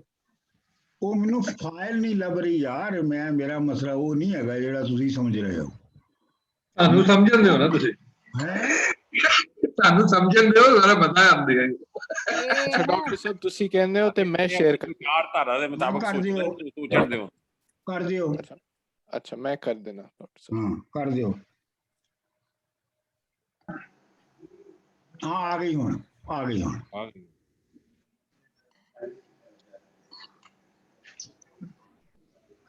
अच्छा जी, दूजे जे अगले से चलो। यही है। हाँ इत्थे देखो जी, जे तू अकल लतीफ काले लिखना लेख अपने गिरेवान में सिर नीवा कर वेख। ਇਹਦੀ ਮੇਰਾ ਖਿਆਲ ਹੈ ਮੈਂ ਤਸ਼ਰੀਹ ਜਿਹੜੀ ਆ ਉਹ ਕਰ ਦਿੱਤੀ ਹੈ, ਤੇ ਇਹਦੇ ਥੱਲੇ ਜਿਹੜੇ ਨੇ ਉਹ ਮੈਨੇ ਵੀ ਦਿੱਤੇ ਨੇ, ਤੇ ਉਹ ਤੁਸੀਂ ਵੇਖ ਲੈਣਾ। ਅਗਲੇ ਤੇ ਚਲੋ ਜੀ। ਅੱਛਾ ਜੀ, ਇਹ ਮੈਨੂੰ ਬਹੁਤ ਬਾਬਾ ਫਰੀਦ ਦਾ ਜਿਹੜਾ ਹੈ ਇਹ ਸ਼ਲੋਕ ਜਿਹੜਾ ਹੈ ਬਹੁਤ ਹੀ ਪਸੰਦ ਹੈ। ਇਹ 2 ਨੰਬਰ ਕਿੱਥੇ ਗਿਆ ਜੀ? 2 ਨੰਬਰ। ਹਾਂ ਦੇਖ ਫਰੀਦਾ। ਹਾਂ, ਦੇਖ ਫਰੀਦਾ ਜੋ ਥਿਆ शक्कर होई विस साई बाजों अपने वेदन कहिए किस। यानी फरीदा तू वेख होया की है इत्थे, ਜਿਹੜੀ ਸ਼ੱਕਰ ਸੀ ਮਿੱਠਾ ਸੀ ਉਹ ਜ਼ਹਿਰ ਹੋ ਗਿਆ ਤੇ ਇਸ ਹਾਲਤ ਦੇ ਵਿੱਚ ਜਦੋਂ ਕਿ ਮਿੱਠਾ ਜਿਹੜਾ ਹੈ ਉਹ ਜ਼ਹਿਰ ਬਣ ਗਿਆ ਹੈ ਤੇ ਫਿਰ ਆਪਣੇ ਸਾਈਂ ਤੋਂ ਬਿਨਾ, ਸਾਈਂ ਤੇ ਉਹ ਯੂਨੀਵਰਸਲ ਲਾ ਹੈ, ਉਹਦੇ ਤੋਂ ਬਿਨਾ ਅਸੀਂ ਕਿਹਨੂੰ ਆਪਣੇ ਦਰਦ ਦਸੀਏ। ਵਾਹ। ਅੱਛਾ, ਹੁਣ ਮਸਲਾ ਇਹ ਹੈ ਕਿ ਸ਼ੱਕਰ ਕਿਵੇਂ ਵਿਸ ਹੋਈ ਹੈ। ਸ਼ੱਕਰ ਇਸ ਲਈ ਉਹਦੀ ਜਿਹੜੀ ਮੈਨੂੰ ਸਮਝ ਆਉਂਦੀ ਹੈ ਗੱਲ ਦੀ ਉਹ ਇਹ ਹੈ ਕਿ ਜਿਹੜੇ ਪੈਦਾ ਕਰਦੇ ਨੇ ਲੋਕੀ ਚੀਜ਼ਾਂ, ਉਹ ਉਹਨਾਂ ਨੂੰ ਹੀ ਗੁਲਾਮ ਬਣਾਉਣ ਲਈ ਉਹ ਚੀਜ਼ਾਂ ਵਰਤੀਆਂ ਜਾਂਦੀਆਂ ਨੇ। ਮਤਲਬ ਜਿਵੇਂ ਜਿਵੇਂ ਦੌਲਤਾਂ, ਜਿਹੜੇ ਮਜ਼ਦੂਰ ਜਾਂ ਵਾਕਾਂ ਦੀ ਜਿਹੜੀ ਦੌਲਤ ਹੈ, ਜਿਵੇਂ ਜਿਵੇਂ ਉਹ ਜਾਗੀਰਦਾਰ ਜਾਂ ਸਰਮਾਇਆਦਾਰ ਲਈ ਵੱਧਦੀ ਹੈ ਤੇ ਉਹਦਾ ਜ਼ੁਲਮ ਵੀ ਉਵੇਂ ਉਵੇਂ ਵੱਧ ਜਾਂਦਾ ਹੈ, ਕਿਉਂਕਿ ਫਿਰ ਉਹ ਜ਼ਿਆਦਾ ਤਰੀਕੇ ਜਿਹੜੇ ਨੇ ਉਹ ਓਪਰੇਸ਼ਨ ਦੇ ਲੱਭ ਸਕਦਾ ਹੈ। ਲਿਹਾਜ਼ਾ ਜਿਹੜੀ ਸ਼ੱਕਰ ਹੈ, ਜਿਹੜੀ ਸ਼ੱਕਰ ਬਣਾਈ ਮਜ਼ਦੂਰ ਨੇ, ਉਹੀ ਉਹਦੇ ਲਈ ਜ਼ਹਿਰ ਬਣ ਗਈ। ਯਾਨੀ ਉਹੀ ਉਹਦੇ ਮਾਰਨ ਦਾ ਸਬਬ ਵੀ, ਉਹਦੇ ਗੁਲਾਮ ਬਣਨ ਦਾ ਸਬਬ ਵੀ ਉਹੀ ਬਣ ਗਈ। ਅਗਲੇ ਚਲੋ ਜੀ। ਅੱਛਾ, ਅੱਗੇ ਚਲੋ ਜੀ। ਇਹ ਮੈਨੂੰ ਬੜਾ ਪਸੰਦ ਹੈ। ਜਿਨ ਲੋਇਨ ਜਗ ਮੋਹਿਆ ਸੈ ਲੋਇਨ ਮੈਂ ਡਿਠ, ਕੱਜਲ ਰੇਖ ਨਾ ਸਹਿੰਦੀਆਂ ਸੈ ਪੰਖੀ ਸੋਏ ਬਿਠ। ਲੋਇਨ ਦਾ ਮਤਲਬ ਹੁੰਦਾ ਅੱਖਾਂ। ਜਿਨ ਲੋਇਨ ਜਗ ਮੋਹਿਆ, ਮੈਂ ਸੈ ਲੋਇਨ ਮੈਂ ਡਿਠ, ਮੈਂ ਉਹ ਅੱਖਾਂ ਵੇਖੀਆਂ ਨੇ ਆਪਣੀ ਜ਼ਿੰਦਗੀ 'ਚ ਜਿਨ੍ਹਾਂ ਨੇ ਪੂਰੇ ਜਹਾਨ ਨੂੰ ਆਪਣਾ ਮਤੀ ਕੀਤਾ ਹੋਇਆ ਸੀ, ਜਿਨ੍ਹਾਂ ਨੇ ਜਹਾਨ ਨੂੰ ਮੋਹਿਆ ਸੀ, ਆਪਣੇ ਪਿਆਰ ਦੇ ਵਿੱਚ ਲਿਆਂਦਾ ਸੀ। ਉਦੋਂ ਜਦੋਂ ਜ਼ਿੰਦਾ ਸਨ ਤੇ ਉਦੋਂ ਤੇ ਇੱਕ ਕੱਜਲ ਦੀ ਮਾੜੀ ਜੀ ਲਕੀਰ ਵੀ ਉਹਨਾਂ ਅੱਖਾਂ ਨੂੰ ਭਾਰੀ ਲੱਗਦੀ ਸੀ, ਉਹ ਜਿੰਦੀਆਂ ਸਨ। ਤੇ ਫਿਰ ਮੈਂ ਇਹ ਵੀ ਵੇਖਿਆ ਕਿ ਪਰਿੰਦੇ ਜਿਹੜੇ ਨੇ, ਬਰਡ ਜਿਹੜੇ ਨੇ, ਉਹਦੇ ਤੇ ਬਿਠਾਂ ਕਰ ਰਹੇ ਨੇ ਉਹਨਾਂ ਹੀ ਅੱਖਾਂ ਤੇ। ਮਤਲਬ ਇਹ ਹੈ ਕਿ ਜਿਹੜੀ ਸਭ ਤੋਂ ਉੱਤੇ ਚੀਜ਼ ਤੁਹਾਨੂੰ ਨਜ਼ਰ ਆ ਰਹੀ ਹੈ, ਉਹਨੇ ਸਭ ਤੋਂ ਥੱਲੇ ਵੀ ਜਾਣਾ ਹੈ। ਇਹ ਸਿਰਫ ਮਰਨ ਜੀਣ ਦਾ ਨਹੀਂ ਹੈ ਮਸਲਾ, ਇਹ ਅਰੂਜ ਜ਼ਵਾਲ ਦਾ। ਇਹ ਕਿ ਜਿਹੜੀਆਂ ਅੱਖਾਂ ਮੂੰਹ ਤੁਹਾਨੂੰ ਮਨਮੋਹਣੀਆਂ ਲੱਗਦੀਆਂ ਨੇ, ਜਿਹੜੀ ਨਜ਼ਰੀਆ ਤੁਹਾਨੂੰ ਬਹੁਤ ਹੀ ਜ਼ਬਰਦਸਤ ਲੱਗਦਾ ਹੈ ਅੱਜ, ਉਹਨੇ ਵੀ ਗਲਤ ਸਾਬਤ ਹੋ ਜਾਣਾ ਹੈ, ਉਹਦਾ ਵੀ ਉਲਟ ਹੋ ਜਾਣਾ ਹੈ। ਅੱਛਾ ਜੀ, ਚਲੋ ਜੀ। ਆਪਣਾ ਲੋਇਨ ਕਿਸ ਜ਼ੁਬਾਨ ਦਾ ਲਫ਼ਜ਼ ਹੈ? ਪੰਜਾਬੀ ਪਹਿਲੀ ਵਾਰੀ ਮੈਂ ਸੁਣ ਰਿਹਾ। ਲੋਇਨ ਪੰਜਾਬੀ ਦਾ ਹੀ ਲਫ਼ਜ਼ ਹੈ। ਅੱਛਾ, ਲੇਕਿਨ ਇਹ ਉਸ ਜ਼ਮਾਨੇ ਦਾ ਲਫ਼ਜ਼ ਹੈ। ਹੁਣ ਤੁਸੀਂ ਇਹ ਧਿਆਨ ਰੱਖੋ ਕਿ ਅਸੀਂ ਜਿਹੜੀ ਪੰਜਾਬੀ ਪੜ੍ਹ ਰਹੇ ਹਾਂ ਇਹ 12ਵੀਂ ਸਦੀ ਦੀ ਪੰਜਾਬੀ ਹੈ। 12ਵੀਂ ਸਦੀ। ਠੀਕ ਹੈ। ਤੇ ਹੁਣ ਤੁਸੀਂ ਜੇ 64 ਦੀ ਪੜ੍ਹੋ 15ਵੀਂ ਸਦੀ ਦੀ ਅੰਗਰੇਜ਼ੀ, ਤੇ ਉਹ ਤੇ ਤੁਹਾਨੂੰ ਹੋਰ ਤਰ੍ਹਾਂ ਦੀ ਲੱਗੇਗੀ ਨਾ। ਤੇ ਇਸ ਲਈ ਇਹ ਜਿਹੜੇ ਲਫ਼ਜ਼ ਨੇ, ਬਹੁਤ ਸਾਰੇ ਲਫ਼ਜ਼ ਫੈਮਿਲੀਅਰ ਨੇ ਜਾਂ ਸਿਮਿਲਰ ਨੇ, ਠੀਕ ਹੈ ਨਾ? ਸਿਮਿਲਰ ਨੇ, ਲੇਕਿਨ ਕੁਝ ਨਹੀਂ ਹੈਗੇ। ਹਾਂਜੀ, ਕੁਝ ਨਹੀਂ ਹੈਗੇ। ਇਹ ਉਹਨਾਂ ਨਹੀਂ, ਹੁਣ ਜਿਹੜੇ ਹੁਣ ਆਪਣਾ ਨਹੀਂ ਵਰਤੇ ਜਾਂਦੇ, ਲੇਕਿਨ ਅਗਰ ਤੁਸੀਂ ਲੋਇਨ ਦੀ ਬੈਕਗ੍ਰਾਉਂਡ ਤੇ ਜਾਓ ਤੇ ਲੋ ਦਾ ਮਤਲਬ ਹੁੰਦਾ ਹੈ ਰੋਸ਼ਨੀ। ਸਹੀ। ਤੇ ਲੋਇਨ ਦਾ ਮਤਲਬ ਹੈ ਰੋਸ਼ਨੀ ਵੇਖਣ ਵਾਲੀਆਂ।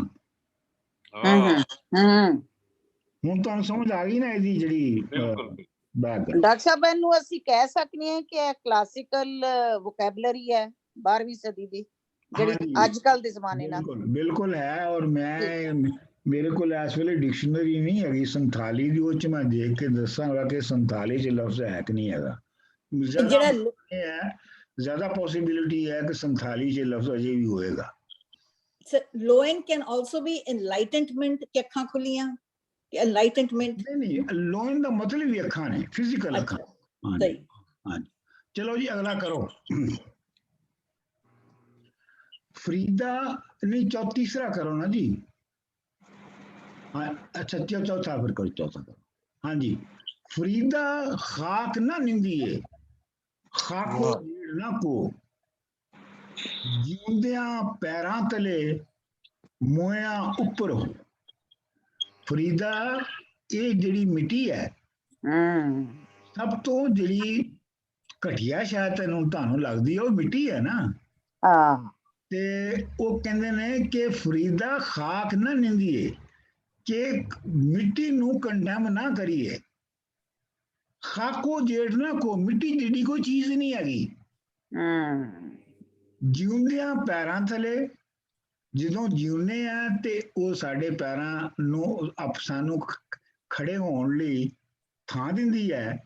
ਮੋਇਆਂ ਉੱਪਰ ਹੋਏ, ਜਦੋਂ ਮਰ ਜਾਂਦੇ ਆ ਤੇ ਉੱਤੇ ਆ ਜਾਂਦੀ ਹੈ। ਇਹਦੇ ਤੋਂ ਤੁਸੀਂ ਇਹ ਵੀ ਕਰੋ ਕਿ ਬਾਬਾ ਫਰੀਦ ਇਹ ਵੀ ਕਹਿ ਰਹੇ ਨੇ ਕਿ ਜਿਹੜੀ ਮਿੱਟੀ ਹੈ, ਮਿੱਟੀ ਜਿਹੜੀ ਹੈ ਯਾਨੀ ਮਟੀਰੀਅਲ ਜਿਹੜਾ ਹੈ, ਮੈਟਰ ਜਿਹੜਾ ਹੈ, ਉਹੋ ਹੀ ਹੈ ਜਿਹੜਾ ਬੇਸ ਹੈ ਹਰ ਚੀਜ਼ ਦੀ। ਤੇ ਉਹੀ ਸਭ ਤੋਂ, ਉਹੀ ਥੱਲੇ, ਉਹੀ ਉੱਤੇ ਹੈ। ਇਹਨੂੰ ਅਗਰ ਤੁਸੀਂ ਅੱਗੇ ਜਾ ਕੇ ਜਦੋਂ ਬੁੱਲੇ ਸ਼ਾਹ ਨੂੰ ਪੜ੍ਹੋਗੇ ਨਾ, ਤੇ ਬੁੱਲੇ ਸ਼ਾਹ ਦੀ ਇੱਕ ਕਾਫੀ ਹੈਗੀ ਹੈ, ਮਾਟੀ ਕੁਦਮ ਕਰੇਂਦੀ ਯਾਰ, ਮਾਟੀ ਘੋੜਾ ਮਾਟੀ ਜੋੜਾ, ਮਾਟੀ ਦਾ ਅਸਵਾਰ। ਮਾਟੀ ਨੂੰ ਮਾਰਨ ਲੱਗੀ ਮਾਟੀ ਦੇ ਹਥਿਆਰ। ਤੇ ਉਹ ਪੂਰੀ ਕਾਫੀ ਜਿਹੜੀ ਹੈ ਕਿ ਹਰ ਸ਼ੈ ਜਿਹੜੀ ਹੈ ਉਹ ਮਾਟੀ ਹੀ ਹੈ, ਮਾਟੀ ਤੇ ਪੈਦਾ ਹੋਈ। ਚਲੋ ਜੀ ਅਗਲਾ ਕਰੋ ਜੀ। ਜਾਂ ਲੋਭ ਤਾਂ ਨੇ ਕਿਹਾ, ਲਬ ਤਾਂ ਕੂੜਾ ਨੇ, ਕਿਚਰ ਝਟ ਲੰਗਾਈਏ, ਛੱਪਰ ਟੁੱਟੇ में। यानी ਜਾਂ ਲੋਭ, ਲੋਭ ਦਾ ਮਤਲਬ ਹੈ ਲਾਲਚ, ਤੇ ਇਹ ਦਾ ਮਤਲਬ ਹੈ ਮੁਹੱਬਤ, ਇਸ਼ਕ। ਜਾਂ ਲੋਭ ਤਾਂ ਨਹੀਂ ਕਿਹਾ, ਜੇ ਲਾਲਚ ਹੈ ਤੇ ਫਿਰ ਇਸ਼ਕ ਕਿੱਥੋਂ ਹੋ ਸਕਦਾ ਹੈ? ਇਸ਼ਕ ਕਿਵੇਂ ਆ ਸਕਦਾ, ਮੁਹੱਬਤ ਕਿਵੇਂ ਆ ਸਕਦੀ ਹੈ? ਲੱਭ ਤਾਂ ਕੂੜਾ ਨੇ, ਜੇ ਲਾਲਚ ਹੈ, ਜੇ ਗਰੀਡ ਹੈ, ਤੇ ਜਿਹੜਾ ਵੀ ਨੇ ਤੁਸੀਂ ਕਲੇਮ ਕਰ ਰਹੇ ਹੋ ਉਹ ਝੂਠਾ ਹੈ। ਮਤਲਬ ਉਹਦੇ ਵਿੱਚ ਜਿਹੜਾ ਲੱਭ ਹੈ ਉਹ ਜੰਨਤ ਜਾਣ ਦਾ ਵੀ ਹੋ ਸਕਦਾ ਹੈ, ਲੱਭ ਜਿਹੜਾ ਹੈਗਾ ਉਹ ਦੋਜ਼ਖ ਤੋਂ ਬਚਣ ਦਾ ਵੀ ਹੋ ਸਕਦਾ ਹੈ। ਇਹ ਸਾਰੇ ਲੱਭ ਨੇ ਨਾ ਬੰਦੇ ਦੇ। ਤੇ ਇਹ ਰੱਬ ਨਾਲ ਜਾਂ ਯੂਨੀਵਰਸ ਨਾਲ ਜਿਹੜੇ ਤੁਹਾਡੀ ਮੁਹੱਬਤ ਆ, ਪਿਆਰ ਹੈ, ਤੇ ਫਿਰ ਲਾਲਚ ਨਹੀਂ, ਫਿਰ ਤੁਹਾਡੇ ਵੱਲੋਂ ਗਰੀਡ ਮੁੱਕ ਜਾਣੀ ਚਾਹੀਦੀ ਹੈ। ਕਿਚਰ ਝਟ ਲੰਘਾਈਏ, ਛੱਪਰ ਟੁੱਟੇ में, ਯਾਨੀ ਛੱਪਰ ਉਤੋਂ ਟੁੱਟਿਆ ਹੈ, ਜਿਹੜਾ ਸਿਰ ਦੇ ਉੱਤੇ ਛੱਪਰ ਪਿਆ ਹੈ, ਮੀਂਹ ਵਰ, ਤੇ ਉਹਦੇ ਥੱਲੇ ਕਿੰਨੀ ਚਿਰ ਤੱਕ ਅਸੀਂ ਰਹਿ ਸਕਦੇ ਹਾਂ। ਮਤਲਬ ਇਹ ਹੈ, ਅਗਰ ਇਹਨੂੰ ਹੋਰ ਗੌਰ ਨਾਲ ਪੜ੍ਹੋ ਤੇ ਇਹਦਾ ਮਤਲਬ ਇਹ ਹੋਇਆ ਕਿ ਇੱਥੇ ਲਾਲਚ ਜਿਹੜਾ ਸਾਡੇ ਚਾਰੋਂ ਤਰਫ ਖਿਲ ਰਿਹਾ ਹੈ, ਹਰ ਚੀਜ਼ ਦੇ ਵਿੱਚ ਲਾਲਚ ਖਿਲ ਰਿਹਾ ਹੈ, ਉਹਦੇ ਤੋਂ ਬਚਣਾ ਉਹ ਮੀਂਹ ਤਰ੍ਹਾਂ ਹੈ। ਲਾਲਚ ਜਿਹੜਾ ਹੈ ਉਹ ਮੀਂਹ ਤਰ੍ਹਾਂ ਵਰ ਰਿਹਾ ਹੈ ਚਾਰੋਂ ਪਾਸੇ। ਉਹਦੇ ਵਿੱਚ ਇੱਕ ਛੋਟਾ ਜਿਹਾ ਛੱਪਰ ਪਾ ਕੇ ਸਿਰ ਦੇ ਉੱਤੇ ਰਹਿਣਾ ਜਿਹੜਾ ਹੈ ਉਹ ਸੌਖਾ ਨਹੀਂ ਹੈਗਾ, ਉਹ ਬਹੁਤ ਔਖਾ ਕੰਮ ਹੈ। ਇਹਦੇ ਵੱਲ ਇਸ਼ਾਰਾ ਇਸ ਸ਼ਲੋਕ ਵਿੱਚ ਹੋ ਰਿਹਾ ਹੈ। ਚਲੋ ਜੀ ਅੱਗੇ ਚਲੋ। ਅੱਛਾ ਜੀ, ਲੋੜੇ ਦਾਖ ਬਜੋੜੀਆਂ, ਕਿੱਕਰ ਬੀਜੇ ਜੱਟ, ਹੰਡੇ ਉਨ ਕਤਾਏ ਦਾ, ਪੈਦਾ ਲੋੜੇ ਪੱਟ। ਲੋੜੇ ਦਾਖ ਬਜੋੜੀਆਂ, ਦਾਖ ਦਾ ਮਤਲਬ ਹੁੰਦਾ ਦਾਖਾਂ, ਅੰਗੂਰ। ਬਜੋੜੇ ਦੇ ਅੰਗੂਰ ਲੱਭ ਰਿਹਾ ਹੈ ਜੱਟ, ਇਹ ਜੱਟ ਯਾਨੀ ਬੀਜਿਆ ਤੇ ਉਹਨੇ ਕਿੱਕਰ ਹੈ, ਲੱਭਦਾ ਅੰਗੂਰ ਪਿਆ, ਤੇ ਲੱਭਦਾ ਅੰਗੂਰ ਪਿਆ ਕਿ ਬਜੋੜ ਦੇ ਅੰਗੂਰ ਮਿਲ ਜਾਣਗੇ। ਹੰਡੇ ਉਨ ਕਤਾਏ ਦਾ, ਯਾਨੀ ਉਹ ਜਿਹੜਾ ਹੰਢਾ ਰਿਹਾ ਹੈ ਉਹ ਤੇ ਉਨ ਦਾ ਕੱਤਿਆ ਹੋਇਆ ਹੈ, ਉਨ ਦੇ ਕੱਪੜੇ ਹੰਢਾ ਰਿਹਾ ਉਹ। ਹੰਡੇ ਉਨ ਕਤਾਏ ਦਾ, ਪੈਦਾ ਲੋੜੇ ਪੱਟ, ਤੇ ਚਾਹੁੰਦਾ ਇਹ ਹੈ, ਪੱਟ ਦਾ ਮਤਲਬ ਹੁੰਦਾ ਰੇਸ਼ਮ, ਤੇ ਚਾਹੁੰਦਾ ਇਹ ਹੈ ਕਿ ਰੇਸ਼ਮ ਪਾਵੇ। ਯਾਨੀ ਉਣ ਤੇ ਰਿਹਾ ਉਹ ਆਪਣਾ ਉਨ ਨੂੰ, ਤੇ ਉਹ ਆਪਣਾ ਪੱਟ ਰੇਸ਼ਮ ਪਾਉਣਾ ਚਾਹੁੰਦਾ ਹੈ। ਮਤਲਬ ਇਹ ਹੈ, ਇਹਨੂੰ ਤੁਸੀਂ ਇਸ ਤਰ੍ਹਾਂ ਹੀ ਪੜ੍ਹ ਸਕਦੇ ਹੋ ਕਿ ਬਈ ਜੋ ਕਰਦੇ ਹੋ ਉਹਦਾ ਸਾਹਮਣੇ ਆਉਂਦਾ ਹੈ, ਲੇਕਿਨ ਇਹ ਬਹੁਤ ਹੀ ਅਗਰ ਗੌਰ ਦੇ ਨਾਲ ਇਹਦੇ ਮਾਇਨੇ ਕੱਢੋ ਤੇ ਇਹਦਾ ਮਤਲਬ ਹੈ ਕਿ ਬਾਬਾ ਫਰੀਦ ਇੱਥੇ ਜਿਹੜੀ ਕਾਜ਼ ਔਰ ਇਫੈਕਟ ਦੀ ਥਿਊਰੀ ਹੈ, ਜਿਹੜੀ ਕਿ ਯੂਨੀਵਰਸਲ ਲਾ ਦੇ ਵਿੱਚ ਬੇਸਿਕ ਹੈ। ਯੂਨੀਵਰਸਲ ਲਾ ਨੂੰ ਮੰਨਣ ਦਾ ਮਤਲਬ ਇਹ ਹੈ ਕਿ ਤੁਸੀਂ ਕਾਜ਼ ਔਰ ਇਫੈਕਟ ਨੂੰ ਮੰਨੋ। ਹਰ ਚੀਜ਼ ਦੀ ਕੋਈ ਕਾਜ਼ ਹੁੰਦੀ ਹੈ, ਹਰ ਕਾਜ਼ ਦਾ ਕੋਈ ਇਫੈਕਟ ਹੁੰਦਾ ਹੈ। ਇਹ ਜਿਹੜਾ ਹੈ ਕਿ ਲੋੜੇ ਦਾਖ ਵਜੋੜੀਆਂ ਕਿਕਰ ਕਿ ਇਹ ਦੋ ਜਿਹੜੀ ਕਾਜ਼ ਹੈ ਉਹ ਉਹਦੇ ਇਫੈਕਟ ਦੇ ਨਾਲ ਜੋੜਨੀ ਲਈ ਉਹ ਮੁਖਤਲਿਫ ਹੈ। ਅਗਲੇ ਚਲੋ ਜੀ, ਇਹ ਖੈਰ ਬਹੁਤ ਮਸ਼ਹੂਰ ਹੈ, ਮੇਰੇ ਖਿਆਲ ਤੁਸੀਂ ਸਾਰਿਆਂ ਹੀ ਸੁਣਿਆ ਹੋਣਾ ਹੈ। ਗਲੀਏ ਚਿੱਕੜ ਦੂਰ ਘਰ ਨਾਲ ਪਿਆਰੇ ਨੇ, ਚੱਲਾਂ ਤਾਂ ਭਿੱਜੇ ਕੰਬਲੀ ਰਾਹਾਂ ਤਾਂ ਟੁੱਟੇ ਨੇ, ਭਿੱਜੋ ਸਿੱਜੋ ਕੰਬਲੀ ਅੱਲਾ ਵਰਸੋ में, ਜਾ ਮਿਲਾਂ ਤਿਨਾ ਸੱਜਣਾ ਟੁੱਟੋ ਨਹੀਂ ਨੇ। ਪਹਿਲੇ ਜਿਹੜਾ ਪਹਿਲੀ ਦੋ ਲਾਈਨਾਂ ਨੇ ਉਹਨਾਂ ਦੇ ਵਿੱਚ ਹੈ ਕਿ ਗਲੀਆਂ ਦੇ ਵਿੱਚ ਚਿੱਕੜ ਹੈ ਤੇ ਪਿਆਰੇ ਦਾ ਘਰ ਜਿਹੜਾ ਹੈ, ਘਰ ਵੀ ਦੂਰ ਹੈ। ਗਲੀਆਂ ਚਿੱਕੜ, ਗਲੀਆਂ ਵਿੱਚ ਚਿੱਕੜ, ਦੂਰ ਘਰ ਮੇਰਾ ਬਹੁਤ ਦੂਰ ਹੈ, ਨਾਲ ਪਿਆਰੇ ਨੇ ਤੇ ਪਿਆਰੇ ਦੇ ਨਾਲ ਇਸ਼ਕ ਵੀ ਹੈ। ਹੁਣ ਮਸਲਾ ਹੈਗਾ ਚੱਲਾਂ ਤਾਂ ਭਿੱਜੇ ਕੰਬਲੀ, ਜੇ ਹੁਣ ਮੈਂ ਨਿਕਲਾਂ ਉਹਦੇ ਘਰ ਜਾਣ ਲਈ, ਪਿਆਰੇ ਦੇ ਘਰ ਜਾਣ ਲਈ, ਤੇ ਮੇਰੀ ਕੰਬਲ ਜਿਹੜਾ ਹੈ ਉਹ ਭਿੱਜਦਾ ਹੈ, ਤਾਂ ਟੁੱਟੇ ਨੇ, ਜੇ ਨਾ ਜਾਵਾਂ ਤੇ ਆਪਣਾ ਜਿਹੜਾ ਨੇ ਹੈ, ਜਿਹੜਾ ਇਸ਼ਕ ਹੈ ਉਹਨੇ ਟੁੱਟ ਜਾਣਾ। ਮਤਲਬ ਇਹ ਹੈ ਕਿ ਜ਼ਿੰਦਗੀ ਦੇ ਵਿੱਚ ਜਿਹੜੀ ਅਸੀਂ ਚੱਲ ਰਹੇ ਹਾਂ ਉਹ ਚਿੱਕੜ ਭਰੀਆਂ ਗਲੀਆਂ ਦੇ ਵਿੱਚ ਚੱਲ ਰਹੇ ਹਾਂ, ਔਰ ਉਹਨਾਂ ਦੇ ਵਿੱਚ ਸਾਡੇ ਸਾਹਮਣੇ ਹਰ ਵੇਲੇ ਚਾਇਸ ਹੈ ਕਿ ਅਸੀਂ ਆਪਣਾ ਕੰਬਲ ਬਚਾਉਣਾ ਕਿ ਅਸੀਂ ਇਸ਼ਕ ਦੀ ਤਾਰ ਜੋੜਨੀ ਆ ਉਸ ਯੂਨੀਵਰਸਲ ਲਾ ਦੇ ਨਾਲ। ਉਹਦਾ ਫਿਰ ਉਹ ਜਵਾਬ ਖੁਦ ਹੀ ਦਿੰਦੇ ਨੇ, ਭਿੱਜੋ ਸਿੱਜੋ ਕੰਬਲੀ, ਇਹ ਕੰਬਲ ਜਿਹੜਾ ਹੈ ਭਿੱਜ ਜਾਵੇ, ਸਿੰਜ ਜਾਵੇ, ਪਾਣੀ ਵਿੱਚ ਚਲ ਜਾਵੇ।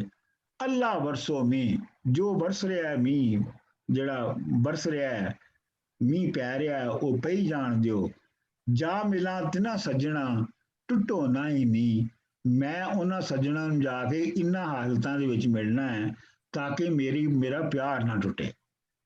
ਯਾਨੀ ਇਹ ਹੈ ਕਿ ਇਹ ਇਨਸਾਨ ਨੂੰ ਆਪਣੀ ਜ਼ਿੰਦਗੀ ਦੇ ਹਰ ਮੂਮੈਂਟ ਦੇ ਉੱਤੇ ਇਹ ਡਿਸੀਜਨ ਜਿਹੜਾ ਹੈ ਇਹ ਕਰਨਾ ਪੈਂਦਾ ਹੈ ਕਿ ਉਹ ਦੋ ਪਾਸੇ ਨੇ, ਦੋਵਾਂ ਪਾਸਿਆਂ ਚੋਂ ਉਹਨੇ ਕਿੱਧਰ ਜਾਣਾ।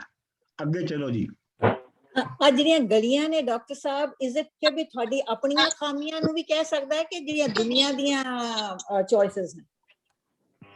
ਨਹੀਂ, ਇਹ ਤੁਹਾਡੀਆਂ ਖਰਾਬੀਆਂ ਵੀ ਨੇ। ਗਲੀਆਂ ਤੁਹਾਡੀਆਂ ਤੁਹਾਡਾ ਜਿਹੜਾ ਲਾਈਫ ਦਾ ਡਿਸਕੋਰਸ ਹੈ, ਤੁਹਾਡੀਆਂ ਜਿਹੜੀਆਂ ਆਦਤਾਂ ਨੇ, ਯੈਸ, ਤੁਹਾਡੀਆਂ ਜਿਹੜੀ ਪੈਟਰਨ ਤੁਸੀਂ ਬਣਾ ਲਏ ਨੇ ਦੁਨੀਆ ਦੇ ਵਿੱਚ, ਇਹੋ ਮਤਲਬ ਹੈ ਨਾ ਇਹਦਾ ਜੀ। तो ते एक तरह की समझो ना, शायरी जो लिखी जाती है तो एक रमज दे विच हुंदी है ना, मतलब कोई वाकई सही सची मुची गलियां तो नहीं होएगा। नहीं, गलियां मींस के दुनिया दी चॉइसेस के तोड़ियां अपनी अंदरूनी खामियां, that was the difference I was looking at. हां जी, चलो जी अगे। ए जी ये श्लोक कहंदा है, शक्कर खंड निवात गुड़ माखियों माझा दुध, सभे वस्तां मिठियां रब ना पुजन तुद। शक्कर ते शक्कर हुंदी है, खंड नवात, अब्बास नवात का की मतलब है, तुम याद है? टेलीफोन ते ने जी। अच्छा, नवाद का मेरा ख्याल अपना मतलब है को बहुत ही ਸਵਾਦ ਜੀ ਮਿਸਰੀ ਨੂੰ ਵੀ ਮਿਸਰੀ ਨੂੰ ਕੁਝ ਕਹਿੰਦੇ ਨੇ। ਰੈਫਰੈਂਸ ਹੈ। ਹਾਂ ਬਿਲਕੁਲ ਮਿਸਰੀ ਹੈ, ਮਿਸਰੀ ਹੈ, ਮਿਸਰੀ ਹੈ। ਸ਼ੱਕਰ ਖੰਡ ਇਹ ਮੈਨੂੰ ਭੁੱਲ ਗਿਆ ਸੀ। ਸ਼ੱਕਰ ਅੱਛਾ ਮਿਸਰੀ ਬਾਤ ਗੁੜ ਮਾਖੀਓ ਮਾਝਾ ਦੁੱਧ। ਮਾਖੀਓ ਦਾ ਮਤਲਬ ਹੈ ਸ਼ਹਿਦ, ਅੱਛਾ ਤੇ ਮਾਝਾ ਦੁੱਧ ਮੱਝ ਦਾ ਦੁੱਧ, ਬਫਲੋ ਹਮ, ਮਿਲਕ। ਹਾਂ ਸ਼ੱਕਰ ਖੰਡ ਨਿਵਾਤ ਗੁੜ ਮਾਖੀਓ ਮਾਝਾ ਦੁੱਧ ਸਭੇ ਵਸਤੋ ਮਿੱਠੀਆਂ। ਇਹ ਸਾਰੀਆਂ ਜਿਹੜੀਆਂ ਵਸਤਾਂ ਦਾ ਮਤਲਬ ਹੁੰਦਾ ਕਮੋਡਿਟੀਜ਼, ਇਹ ਸਾਰੀਆਂ ਕਮੋਡਿਟੀਜ਼ ਜਿਹੜੀਆਂ ਨੇ ਇਹ ਬੜੀਆਂ ਮਿੱਠੀਆਂ ਨੇ। ਰੱਬ ਨਾ ਪੁੱਜਣ ਤੁਧ, ਜੇ ਇਹਨਾਂ ਨੂੰ ਹਾਸਲ ਕਰ ਲਵੇਂ ਤੇ ਤੂੰ ਫੇਰ ਵੀ ਇਹ ਤੈਨੂੰ ਰੱਬ ਤੱਕ ਨਹੀਂ ਪਹੁੰਚਾ ਸਕਦੀਆਂ। ਅੱਛਾ ਹੁਣ ਜਿਹੜੀ ਮੈਂ ਇੱਥੇ ਜਿਹੜੀ ਖਾਸ ਤੌਰ ਦੇ ਉੱਤੇ ਸੋਸ਼ੋ ਇਕਨੋਮਿਕ ਜਿਹੜੀ ਮੈਂ ਗੱਲ ਕੀਤੀ ਸੀ ਸ਼ੁਰੂ ਵਿੱਚ, ਉਹਦੇ ਵੱਲ ਦੁਬਾਰਾ ਇਸ਼ਾਰਾ ਕਰਨਾ ਹੈ ਕਿ ਤੁਸੀਂ ਇਹ ਦੇਖੋ ਕਿ ਫਰੀਦ ਦਾ ਜਿਹੜਾ ਸਮਾਜ ਹੈ, ਜਿਹੜਾ ਫਰੀਦ ਦਾ ਸਮਾਜ ਹੈ, ਇੱਕ ਤੇ ਖਾਜਾ ਨਿਜ਼ਾਮੁਦੀਨ ਨੂੰ ਪਤਾ ਲੱਗਾ ਕਿ ਉਹ ਫੂਡ ਗੈਦਰਿੰਗ ਜੰਗਲ ਤੋਂ ਕਰਕੇ ਤੇ ਡੇਲੇ ਖਾਂਦੇ ਸਨ, ਠੀਕ। ਦੂਜਾ ਐਸ ਦੇ ਵਿੱਚ ਤੁਸੀਂ ਦੇਖੋ ਕਿ ਜਿਹੜੀਆਂ ਨਿਯਮਤਾਂ ਨੇ, ਵੱਡੀਆਂ ਵੱਡੀਆਂ ਨਿਯਮਤਾਂ ਨੇ, ਉਹਨਾਂ ਦੇ ਵਿੱਚ ਨਾ ਜ਼ੇਵਰ ਨੇ, ਨਾ ਕੋਈ ਜਿਵੇਂ ਵਾਰਿਸ ਸ਼ਾਹ ਗਿਣਵਾਉਂਦਾ ਹੈ ਨਾ ਆਪਣਾ ਰੂਲਿੰਗ ਕਲਾਸ ਦੀਆਂ ਤੇ ਆਲਾ ਚੀਜ਼ਾਂ, ਉਹਨਾਂ ਵਿੱਚੋਂ ਕੋਈ ਨਹੀਂ ਹੈਗਾ। ਜਿਹੜੀਆਂ ਵੱਡੀਆਂ ਵੱਡੀਆਂ ਚੀਜ਼ਾਂ ਨੇ ਉਹ ਕੀ ਨੇ? ਸ਼ੱਕਰ, ਖੰਡ, ਨਿਵਾਤ, ਗੁੜ, ਮਾਖੂ, ਇਹ ਮਤਲਬ ਆਲਾ ਤਰੀਨ ਚੀਜ਼ਾਂ ਨੇ ਉਸ ਸੁਸਾਇਟੀ ਦੇ ਵਿੱਚ।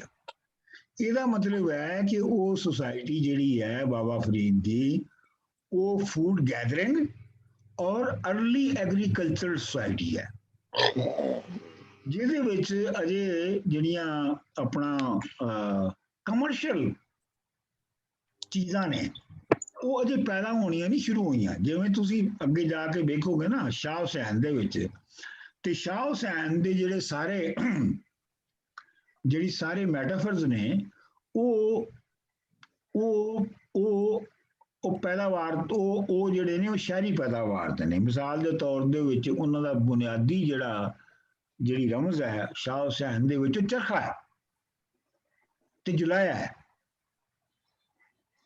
ਇਹ ਫੂਡ ਗੈਦਰਿੰਗ ਤੋਂ ਅੱਗੇ ਦੀ ਬਹੁਤ ਸਸਾਈ ਸਟੇਜ ਹੈ ਕਿ ਜਿਹੜੀਆਂ ਚੀਜ਼ਾਂ ਨੇ ਉਹ ਪੈਦਾ ਕਰਕੇ ਤੇ ਵੇਚੀਆਂ ਜਾ ਰਹੀਆਂ ਨੇ। ਇੱਥੇ ਇਹ ਲੱਗਦਾ ਹੈ ਕਿ ਇਹ ਅਜੇ ਫੂਡ ਗੈਦਰਿੰਗ ਔਰ अर्ਲੀ ਐਗਰੀਕਲਚਰ ਸੁਸਾਇਟੀ ਦੀ ਗੱਲ ਹੋ ਰਹੀ ਹੈ। ਵੈਸੇ ਮੇਰਾ ਆਪਣਾ ਇਹ ਖਿਆਲ ਹੈ ਕਿ ਇਹ ਵੀ ਗੱਲ ਹੈਗੀ ਸੀਗੀ ਕਿ ਜਿਹੜਾ ਪਾਕਪਤਨ ਸੀ ਜੋਧਨ, ਇਹ ਵੈਸਟਰਨ ਪੰਜਾਬ ਦੇ ਵਿੱਚ ਹੈ ਤੇ ਇੱਥੇ ਵਾਈ ਬੀਜੀ ਬਹੁਤ ਘੱਟ ਹੁੰਦੀ ਸੀ। ਇਹ ਪਸ਼ੂ ਪਾਲ ਸੁਸਾਇਟੀ ਸੀ ਬਹੁਤੀ, ਲੇਕਿਨ ਚੂੰਕਿ ਇਹ ਸਤਲੁਜ ਔਰ ਬਿਆਸ ਦੇ ਨਾਲ ਸੀਗਾ ਪਾਕਪਤਨ, ਇਸ ਵਾਸਤੇ ਵਾਈ ਬੀਜੀ ਵੀ ਹੁੰਦੀ ਹੋਏਗੀ ਥੋੜੀ ਬਹੁਤੀ ਬਿਆਸ ਦੀ ਵਜ੍ਹਾ ਤੋਂ, ਕਿਉਂਕਿ ਇਹਨਾਂ ਇਲਾਕਿਆਂ ਦੇ ਵਿੱਚ ਜਦੋਂ ਆਪਣਾ ਫਲੱਡ ਆਉਂਦੇ ਨੇ ਤੇ ਫਲੱਡ ਦੇ ਪਾਣੀ ਦੇ ਨਾਲ ਬਿਜਾਈ ਹੁੰਦੀ ਹੈ। ਉਹ ਮੈਨੂੰ ਆਪਣਾ ਸਤਲੁਜ ਦੇ ਵਿੱਚ ਇੱਕ ਵਾਰੀ ਆ ਰਿਹਾ ਸੀ, ਫਲੱਡ ਆ ਰਿਹਾ ਸੀ, ਤੇ ਉਹ ਸਾਡੇ ਦੋਸਤ ਸਨ ਸਤਲੁਜ ਦੇ ਕੰਢੇ ਉੱਤੇ ਰਹਿੰਦੇ, ਤੇ ਉਹ ਮੈਂ ਉਹਨਾਂ ਨਾਲ ਅਫਸੋਸ ਕਰਨ ਗਿਆ ਉੱਥੇ ਕਿ ਯਾਰ ਤੁਹਾਡੇ ਤੂਫਾਨ ਆ ਰਿਹਾ ਹੈ ਤੇ ਕੁਝ ਤੁਹਾਡੇ ਲਈ ਕੀ ਕੀਤਾ ਜਾਵੇ। ਉਹ ਮੈਂ ਅੱਗੇ ਗਿਆ ਤੇ ਉਹਨਾਂ ਨੇ ਦੇਗਾਂ ਚਾੜੀਆਂ, ਉਹਨਾਂ ਨੇ ਆਪਣਾ ਜ਼ਬਰਦਸਤ ਖਾਣਾ ਪਕਾਉਣ ਦੀਆਂ ਤਿਆਰੀਆਂ ਕੀਤੀਆਂ। ਮੈਂ ਇਹ ਤੁਸੀਂ ਕੀ ਕਰ ਰਹੇ ਹੋ? ਉਹ ਕਹਿਣ ਲੱਗੇ ਜੀ ਭਾਗ ਲੱਗਣ ਵਾਲੇ ਨੇ, ਇਹ ਜਿਹੜਾ ਹੜ੍ਹ ਆਉਣਾ ਇਹਦੇ ਤੇ ਫਸਲਾਂ ਪੜ ਲੀਆਂ ਨੇ। ਵਾਹ। ਤੇ ਉਹ ਖੈਰ ਇਹ ਉਹ ਜ਼ਮਾਨਾ ਹੋਰ ਸੀ। ਅੱਗੇ ਚਲੋ ਜੀ। ਬਿਰਹਾ ਆਖੀਏ ਬਿਰਹਾ ਤੂੰ ਸੁਲਤਾਨ, ਜਿਤ ਤਨ ਬਿਰਹੋਂ ਨਾ ਉਪਜੇ 100 ਤਨ ਜਾਣ ਮਸਾਨ। ਬਿਰਹਾ ਦਾ ਮਤਲਬ ਹੈ ਫਿਰਾਕ, ਔਰ ਬਿਰਹਾ ਦੇ ਉੱਤੇ ਤੁਹਾਨੂੰ ਪਤਾ ਹੈ ਕਿ ਜਿਹੜਾ ਮਾਡਰਨ ਪੋਇਟ ਹੈ ਸ਼ਿਵ ਕੁਮਾਰ ਬਟਾਲਵੀ, ਉਹਨੇ ਬਹੁਤ ਲਿਖਿਆ ਹੈ। ਬਿਰਹਾ ਦਾ ਸੁਲਤਾਨ ਮੈਨੂੰ ਕਿਹਾ ਜਾਂਦਾ ਹੈ। ਬਿਰਹਾ ਆਖੀਏ ਬਿਰਹਾ ਤੂੰ ਸੁਲਤਾਨ। ਫਰਾਕ ਜਿਹੜਾ ਹੈ ਉਹ ਹੀ ਸੁਲਤਾਨ ਹੈ। ਉਹੀ ਸਭ ਤੋਂ ਵੱਡੀ ਚੀਜ਼ ਹੈ, ਉਹੀ ਸਭ ਤੇ ਹਕੂਮਤ ਕਰਦਾ ਹੈ। ਹੁਣ ਬਿਰਹਾ ਹੈ ਕੀ ਹੈ ਬੰਦੇ ਦੀ? ਬਿਰਹਾ ਦਾ ਮਤਲਬ ਇਹ ਹੈ ਕਿ ਬੰਦਾ ਜਿਹੜਾ ਹੈ ਉਹ ਇਸ ਸਮਾਜੀ ਬੰਧਨਾਂ ਦੇ ਵਿੱਚ, ਤਬਕਾਤੀ ਕਲਾਸ ਸੁਸਾਇਟੀ ਦੇ ਵਿੱਚ, ਉਹ ਆਪਣੀ ਜਿਹੜੀ ਅਸਲ ਉਹਦੀ ਅੰਦਰ ਜਿਹੜੀ ਉਹਦੀ ਹਸਤੀ, ਜਿਹੜੀ ਉਹਦੀ ਅੰਦਰ ਹਸਤੀ ਸੀ, ਉਹਦੇ ਤੋਂ ਵੱਖ ਹੋ ਗਿਆ। ਉਹਨੂੰ ਦੁਬਾਰਾ ਉਸ ਹਸਤੀ ਨੂੰ ਲੱਭਣਾ ਹੀ ਜਿਹੜਾ ਹੈ ਉਹ ਇਸ਼ਕ ਹੈ, ਤੇ ਉਹਦਾ ਨਾਂ ਲੱਭਣਾ ਜਿਹੜਾ ਹੈ ਉਹ ਬਿਰਹਾ ਹੈ। ਤੇ ਜਿਸ ਬੰਦੇ ਨੂੰ ਬਿਰਹਾ, ਜਿਸ ਬੰਦੇ ਨੂੰ ਉਹ ਫਰਾਕ ਲੱਗੇ ਹੀ ਨਾ, ਪਤਾ ਹੀ ਨਾ ਲੱਗੇ ਕਿ ਕੁਝ ਗਵਾਚਾ ਹੈ, ਤੇ ਉਹ ਜਿਸ ਤਨ ਬਿਰਹੋਂ ਨਾ ਉਪਜੇ, ਜਿਸ ਕਿਸਮ ਦੇ ਵਿੱਚ ਬਿਰਹੋਂ ਫਰਾਕ ਜਿਹੜਾ ਉਹ ਨਾ ਉਪੜੇ, ਸੋ ਤਨ ਜਾਣ ਮਸਾਨ, ਤੇ ਉਸ ਜਿਸਮ ਨੂੰ ਸਮਝ ਕੇ ਜਿਵੇਂ ਕਬਰ ਹੈ, ਮਸਾਨ ਹੈ। ਵੈਸੇ ਮਸਾਨ ਜਿਹੜਾ ਨਾ ਉਹ ਇੱਕ ਮਸਾਨ ਕਬਰ ਵੀ ਹੁੰਦੀ ਹੈ, ਤੇ ਮਸਾਨ ਇੱਕ ਜਿਹੜਾ ਇੱਕ ਸੁਪਰਨੈਚੁਰਲ ਬੀਇੰਗ ਹੈ, ਛਲੇਡਾ, ਜਿੰਨ ਭੂਤਾਂ ਦੀ ਕਿਸਮ, ਉਹਨੂੰ ਵੀ ਮਸਾਨ ਕਿਹਾ ਜਾਂਦਾ ਹੈ। ਤੇ ਉਹ ਕਹਿੰਦੇ ਸਨ ਜਦੋਂ ਕਿਸੇ ਨੂੰ ਮੱਤ ਮਾਰੀ ਜਾਂਦੀ ਸੀ ਤੇ ਕਹਿੰਦੇ ਸੀ ਇਹਨੂੰ ਮਸਾਨ ਚੰਬੜ ਗਏ ਨੇ। ਤੇ ਜਿਸ ਤਨ ਬਿਰਹੋਂ ਨਾ ਉਪਜੇ, ਸੋ ਤਨ ਜਾਣ ਮਸਾਨ। ਅੱਗੇ ਚਲੋ ਜੀ।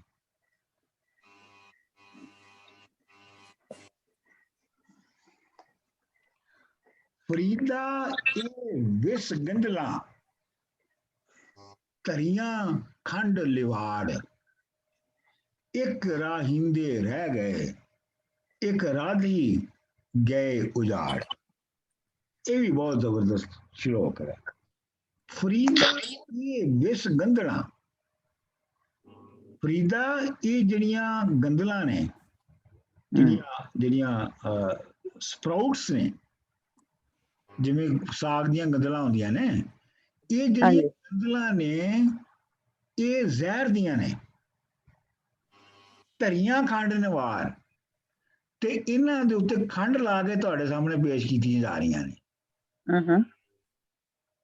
ਯਾਨੀ ਜ਼ਹਿਰੀ ਗੰਦਲਾਂ ਤੁਹਾਡੇ ਸਾਹਮਣੇ ਖੰਡ ਵਿੱਚ ਰੱਖ ਕੇ ਪੇਸ਼ ਕੀਤੀਆਂ ਜਾ ਰਹੀਆਂ ਨੇ। ਹੁਣ ਅਗਲਾ ਮਿਸਲ ਪੜ੍ਹ ਲਓ ਤੇ ਫਿਰ ਤੁਹਾਨੂੰ ਮਤਲਬ ਜ਼ਿਆਦਾ ਸਮਝ। ਇੱਕ ਰਾਹਿੰਦੇ ਰਹਿ ਗਏ, ਰਾਹੀਂ ਨਾ ਹੁੰਦਾ ਵਾਹੀ ਕਰਨਾ, ਬਿਜਾਈ ਕਰਨਾ, ਕਾਸ਼ਤਕਾਰੀ ਕਰਨਾ। ਇੱਕ ਰਾਹਿੰਦੇ ਰਹਿ ਗਏ, ਇੱਕ ਤੇ ਵਿਚਾਰੇ ਜਿਹੜੇ ਨੇ ਉਹ ਬੀਜਦੇ ਤੇ ਬਿਜਾਈ ਕਰਦੇ ਰਹਿ ਗਏ, ਇੱਕ ਰਾਧੀ ਗਏ ਉਜਾੜ, ਤੇ ਦੂਜੇ ਉਹ ਜਿਹੜੀ ਉਹਨਾਂ ਦੀ ਬਿਜਾਈ ਕੀਤੀ ਹੋਈ ਫਸਲ ਸੀ ਉਹਨੂੰ ਉਜਾੜ ਕੇ ਚਲੇ ਗਏ।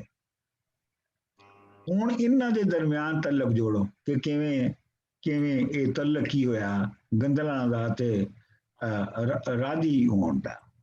ਇਹ ਤੇ ਇੰਜ ਹੀ ਹੈ ਜਿਵੇਂ ਇਹ ਅੱਜ ਕੱਲ ਜਿਹੜਾ ਦਿੱਲੀ ਮੋਰਚਾ ਵਾ, ਕਾਸ਼ਤਕਾਰ ਜਿਹੜੇ ਨੇ ਉਹ ਕਰਨ, ਤੇ ਉੱਤੋਂ ਕਾਰਪੋਰੇਟ ਸੈਕਟਰ ਓਨਰ ਉਹ ਉਹਨਾਂ ਦੀਆਂ ਹੀ ਚੀਜ਼ਾਂ ਲੈ ਕੇ ਤੇ ਉਹ ਉਜਾੜ ਜਾਣ ਉਹਨਾਂ ਨੂੰ ਜਿਹੜੇ ਵਿਚਾਰੇ ਮਿਹਨਤਾਂ ਕਰਦੇ ਆ। ਮੇਰੇ ਜ਼ਿਹਨ ਚ ਆਇਆ ਮਤਲਬ ਇਹ ਹੈ ਕਿ ਫਰੀਦ ਇਹ ਕਹਿ ਰਿਹਾ ਹੈ ਕਿ ਇਹ ਜਿਹੜਾ ਨਿਜ਼ਾਮ ਹੈ, ਸਿਸਟਮ ਨਿਜ਼ਾਮ ਹੈ ਜਿਹੜਾ ਕਿ ਤੁਹਾਨੂੰ ਬੜਾ ਖੰਡ ਵਗੈਰਾ ਮਿੱਠਾ ਲੱਗਦਾ ਹੈ, ਇਹ ਅਸਲ ਦੇ ਵਿੱਚ ਜ਼ਹਿਰ ਹੈ। ਸ਼ੂਗਰ ਕੋਟਡ ਚੀਜ਼ਾਂ ਦਿੰਦਾ ਤੁਹਾਨੂੰ। ਹਾਂਜੀ, ਕਿਉਂ ਜ਼ਹਿਰ ਹੈ? ਕਿਉਂਕਿ ਜਿਹੜੇ ਬੀਜਦੇ ਨੇ ਉਹਨੂੰ ਉਹ ਹੋਰ ਨੇ ਤੇ ਉਹਨੂੰ ਲੁੱਟਣ ਵਾਲੇ ਹੋਰ ਨੇ। ਐਗਜ਼ੈਕਟਲੀ ਇਹ ਮਤਲਬ ਹੋਇਆ ਇਸ ਪੂਰੇ ਸ਼ਲੋਕ ਦਾ ਕਿ ਬੀਜਣ ਵਾਲੇ ਹੋਰ ਨੇ ਤੇ ਉਹਨੂੰ ਲੁੱਟਣ ਵਾਲੇ ਹੋਰ ਨੇ। ਤੇ ਇਸ ਵਾਸਤੇ ਇਹ ਨਿਜ਼ਾਮ ਜਿਹੜਾ ਹੈ ਜ਼ਹਿਰੀ ਹੈ, ਜਿਹਨੂੰ ਕਿ ਖੰਡ ਵਿੱਚ ਬਲੇਟ ਕੇ ਪੇਸ਼ ਕੀਤਾ ਜਾ ਰਿਹਾ ਹੈ। ਤੇ ਖੰਡ ਸਮਝ ਲਓ ਮਜ਼ਹਬ ਦੀ ਵੀ ਹੁੰਦੀ ਹੈ, ਖੰਡ ਰਵਾਇਤਾਂ ਦੀ ਵੀ ਹੁੰਦੀ ਹੈ, ਰੀਤਾਂ ਦੀ ਵੀ ਹੁੰਦੀ ਹੈ। ਚਲੋ ਜੀ, ਇਹ ਵੀ ਬਹੁਤ ਜ਼ਬਰਦਸਤ ਸ਼ਲੋਕ ਹੈ। ਫਰੀਦਾ ਮਨ ਮੈਦਾਨ ਟੋਏ ਟਿੱਬੇ ਲਾ, ਅੱਗੇ ਮੂਲ ਨਾ ਆਵਸੀ ਦੋਜ਼ਖ ਸੰਧੀ ਭਾ। ਫਰੀਦਾ ਮਨ ਮੈਦਾਨ ਕਰ, ਫਰੀਦਾ ਆਪਣਾ ਜਿਹੜਾ ਮਨ ਹੈ, ਦਿਲ ਹੈ ਜਿਹੜਾ, ਉਹਨੂੰ ਮੈਦਾਨ ਕਰ, ਮਤਲਬ ਪੱਧਰਾ ਕਰ, ਟੋਏ ਟਿੱਬੇ ਲਾ। ਮਤਲਬ ਜਿਹੜਾ ਮਨ ਹੈ ਉਹਦੇ ਵਿੱਚ ਜਾਂ ਤੇ ਟੋਏ ਨੇ, ਟੋਏ ਦਾ ਮਤਲਬ ਗੜਾ, ਡਿਚਸ, ਜਾਂ ਟਿੱਬੇ ਨੇ, ਮਾਊਂਟਸ ਨੇ ਉਹਦੇ ਵਿੱਚ।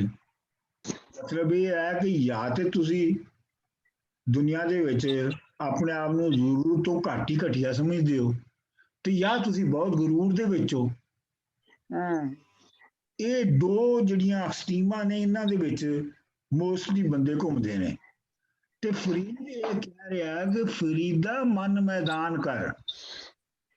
ਫਰੀਦਾ ਇਹ ਜਿਹੜੀਆਂ ਉੱਚੇ ਤੇ ਨੀਵੇਂ ਦੀਆਂ ਜਿਹੜੀਆਂ ਗੁੰਝਲਾਂ ਨੇ, ਇਹਨਾਂ ਨੂੰ ਦਿਲ ਚੋਂ ਕੱਢ, ਸਾਫ਼ ਕਰ, ਇਹਨਾਂ ਨੂੰ ਪੱਧਰਾ ਕਰ। ਅੱਗੇ ਮੂਲ ਨਾ ਆਵਸੀ ਦੋਜ਼ਖ ਸੰਧੀ ਭਾ। ਜੇ ਤੂੰ ਇਹ ਕਰ ਲਵੇਂਗਾ ਤੇ ਅੱਗੇ ਜਾ ਕੇ ਤੈਨੂੰ ਦੋਜ਼ਖ ਭਾ ਦਾ ਮਤਲਬ ਹੁੰਦਾ ਹੈ ਅੱਗ। ਅੱਗੇ ਮੂਲ ਨਾ ਆਵਸੀ, ਅੱਗੇ ਜਾ ਕੇ ਨਾ ਆਵਸੀ ਨਹੀਂ ਆਏਗੀ। ਦੋਜ਼ਖ ਸੰਧੀ, ਸੰਧੀ ਦਾ ਮਤਲਬ ਦੋਜ਼ਖ। ਸੰਧੀ ਦਾ ਲਫ਼ਜ਼ ਵੀ ਪੁਰਾਣੀ ਪੰਜਾਬੀ ਚ ਬਹੁਤ ਵਰਤਿਆ ਜਾਂਦਾ ਸੀ। ਦੋਜ਼ਖ ਸੰਧੀ ਭਾ, ਦੋਜ਼ਖ ਦੀ ਜਿਹੜੀ ਅੱਗ ਹੈ ਤੈਨੂੰ ਅੱਗੇ ਜਾ ਕੇ ਨਹੀਂ ਚੱਲਣੀ ਪਏਗੀ। ਇਹਦਾ ਮਤਲਬ ਇਹ ਹੈ ਕਿ ਜੇ ਤੇ ਬੰਦਾ ਜਿਹੜਾ ਹੈ ਉਹਨੇ ਆਪਣਾ ਮਨ ਜਿਹੜਾ ਹੈ ਉਹਨੂੰ ਪੱਧਰਾ ਕਰ ਲਿਆ, ਲੈਵਲ ਕਰ ਲਿਆ, ਉਹਦੇ ਵਿੱਚੋਂ ਟੋਏ ਟਿੱਬੇ ਮੁਕਾਤੇ ਨੇ, ਤੇ ਆਉਣ ਵਾਲੇ ਵਕਤ ਦੇ ਵਿੱਚ ਜਿਹੜਾ ਵੀ ਵਕਤ ਹੋਏਗਾ ਉਹਦੇ ਵਿੱਚ ਉਹਨੂੰ ਨੁਕਸਾਨ ਨਹੀਂ ਹੋਏਗਾ। ਜਿਹਨੂੰ ਇਵੇਂ ਕਿਹਾ ਜਾਂਦਾ ਹੈ ਕਿ ਉਹ ਬੰਦਾ ਜਿਹੜਾ ਹੈ ਉਹ ਆਪਣੇ ਨਾਲ ਹਾਰਮੋਨੀ ਵਿੱਚ ਰਹੇਗਾ। ਕਿਉਂਕਿ ਦੋਜ਼ਖ ਜਿਹੜੀ ਹੈ ਉਹ ਕਨਫਲਿਕਟ ਹੈ, ਮਨ ਦਾ ਕਨਫਲਿਕਟ ਹੈ। ਮਨ ਦੇ ਅੰਦਰ ਮਨ ਦੇ ਅੰਦਰ ਦੋ ਆਪੋਜ਼ਿਟ ਚੀਜ਼ਾਂ ਦੀ ਖਿੱਚ ਹੈ। ਤੇ ਜਿਹੜਾ ਮੈਦਾਨ ਕੀਤਾ ਹੋਇਆ ਦਿਲ ਹੈ ਉਹ ਸਾਫ਼ ਹੈ, ਉਹਦੇ ਵਿੱਚ ਜੂਝ ਨਹੀਂ ਹੈਗੀ, ਉਹਦੇ ਇੱਕੋ ਹੀ ਹੈ। ਚਲੋ ਜੀ ਅੱਗੇ ਚਲੋ, ਬਸ ਚਲੋ ਜੀ। ਇੰਨੇ ਮੈਂ ਸਿਲੈਕਟ ਕੀਤੇ ਸਨ, ਤੇ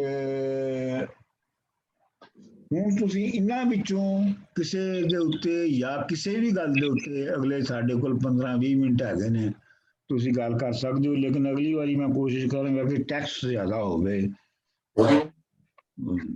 ਡਾਕਟਰ ਸਾਹਿਬ, ਇਹ ਜਿਹੜਾ ਤੁਸੀਂ ਡੇਲੇ ਖਾ ਕੇ ਗੁਜ਼ਾਰਾ ਕਰਦੇ, ਡੇਲੇ ਦਾ ਕੀ ਮਤਲਬ ਹੈ? ਡੇਲਾ ਇੱਕ ਛੋਟਾ ਜਿਹਾ ਫਰੂਟ ਹੁੰਦਾ ਹੈ ਜਿਹੜਾ ਕਿ ਇੱਕ ਕਰੀਰ ਦੇ ਦਰਖਤ ਤੇ ਲੱਗਦਾ ਹੈ। ਅੱਛਾ। ਇਹ ਡੈਜ਼ਰਟ ਦੇ ਵਿੱਚ ਜੰਗਲੀ ਪਲਾਂਟ ਹੁੰਦਾ ਹੈ ਕਰੀਰ। ਓਕੇ। ਉਹਨੂੰ ਜਿਹੜਾ ਮੌਸਮ ਦੇ ਵਿੱਚ ਫਲ ਲੱਗਦਾ ਹੈ ਉਹਨੂੰ ਡੇਲੇ ਕਹਿੰਦੇ ਨੇ, ਤੇ ਪੀਲੂ ਵੀ ਕਹਿੰਦੇ ਨੇ। ਓਕੇ।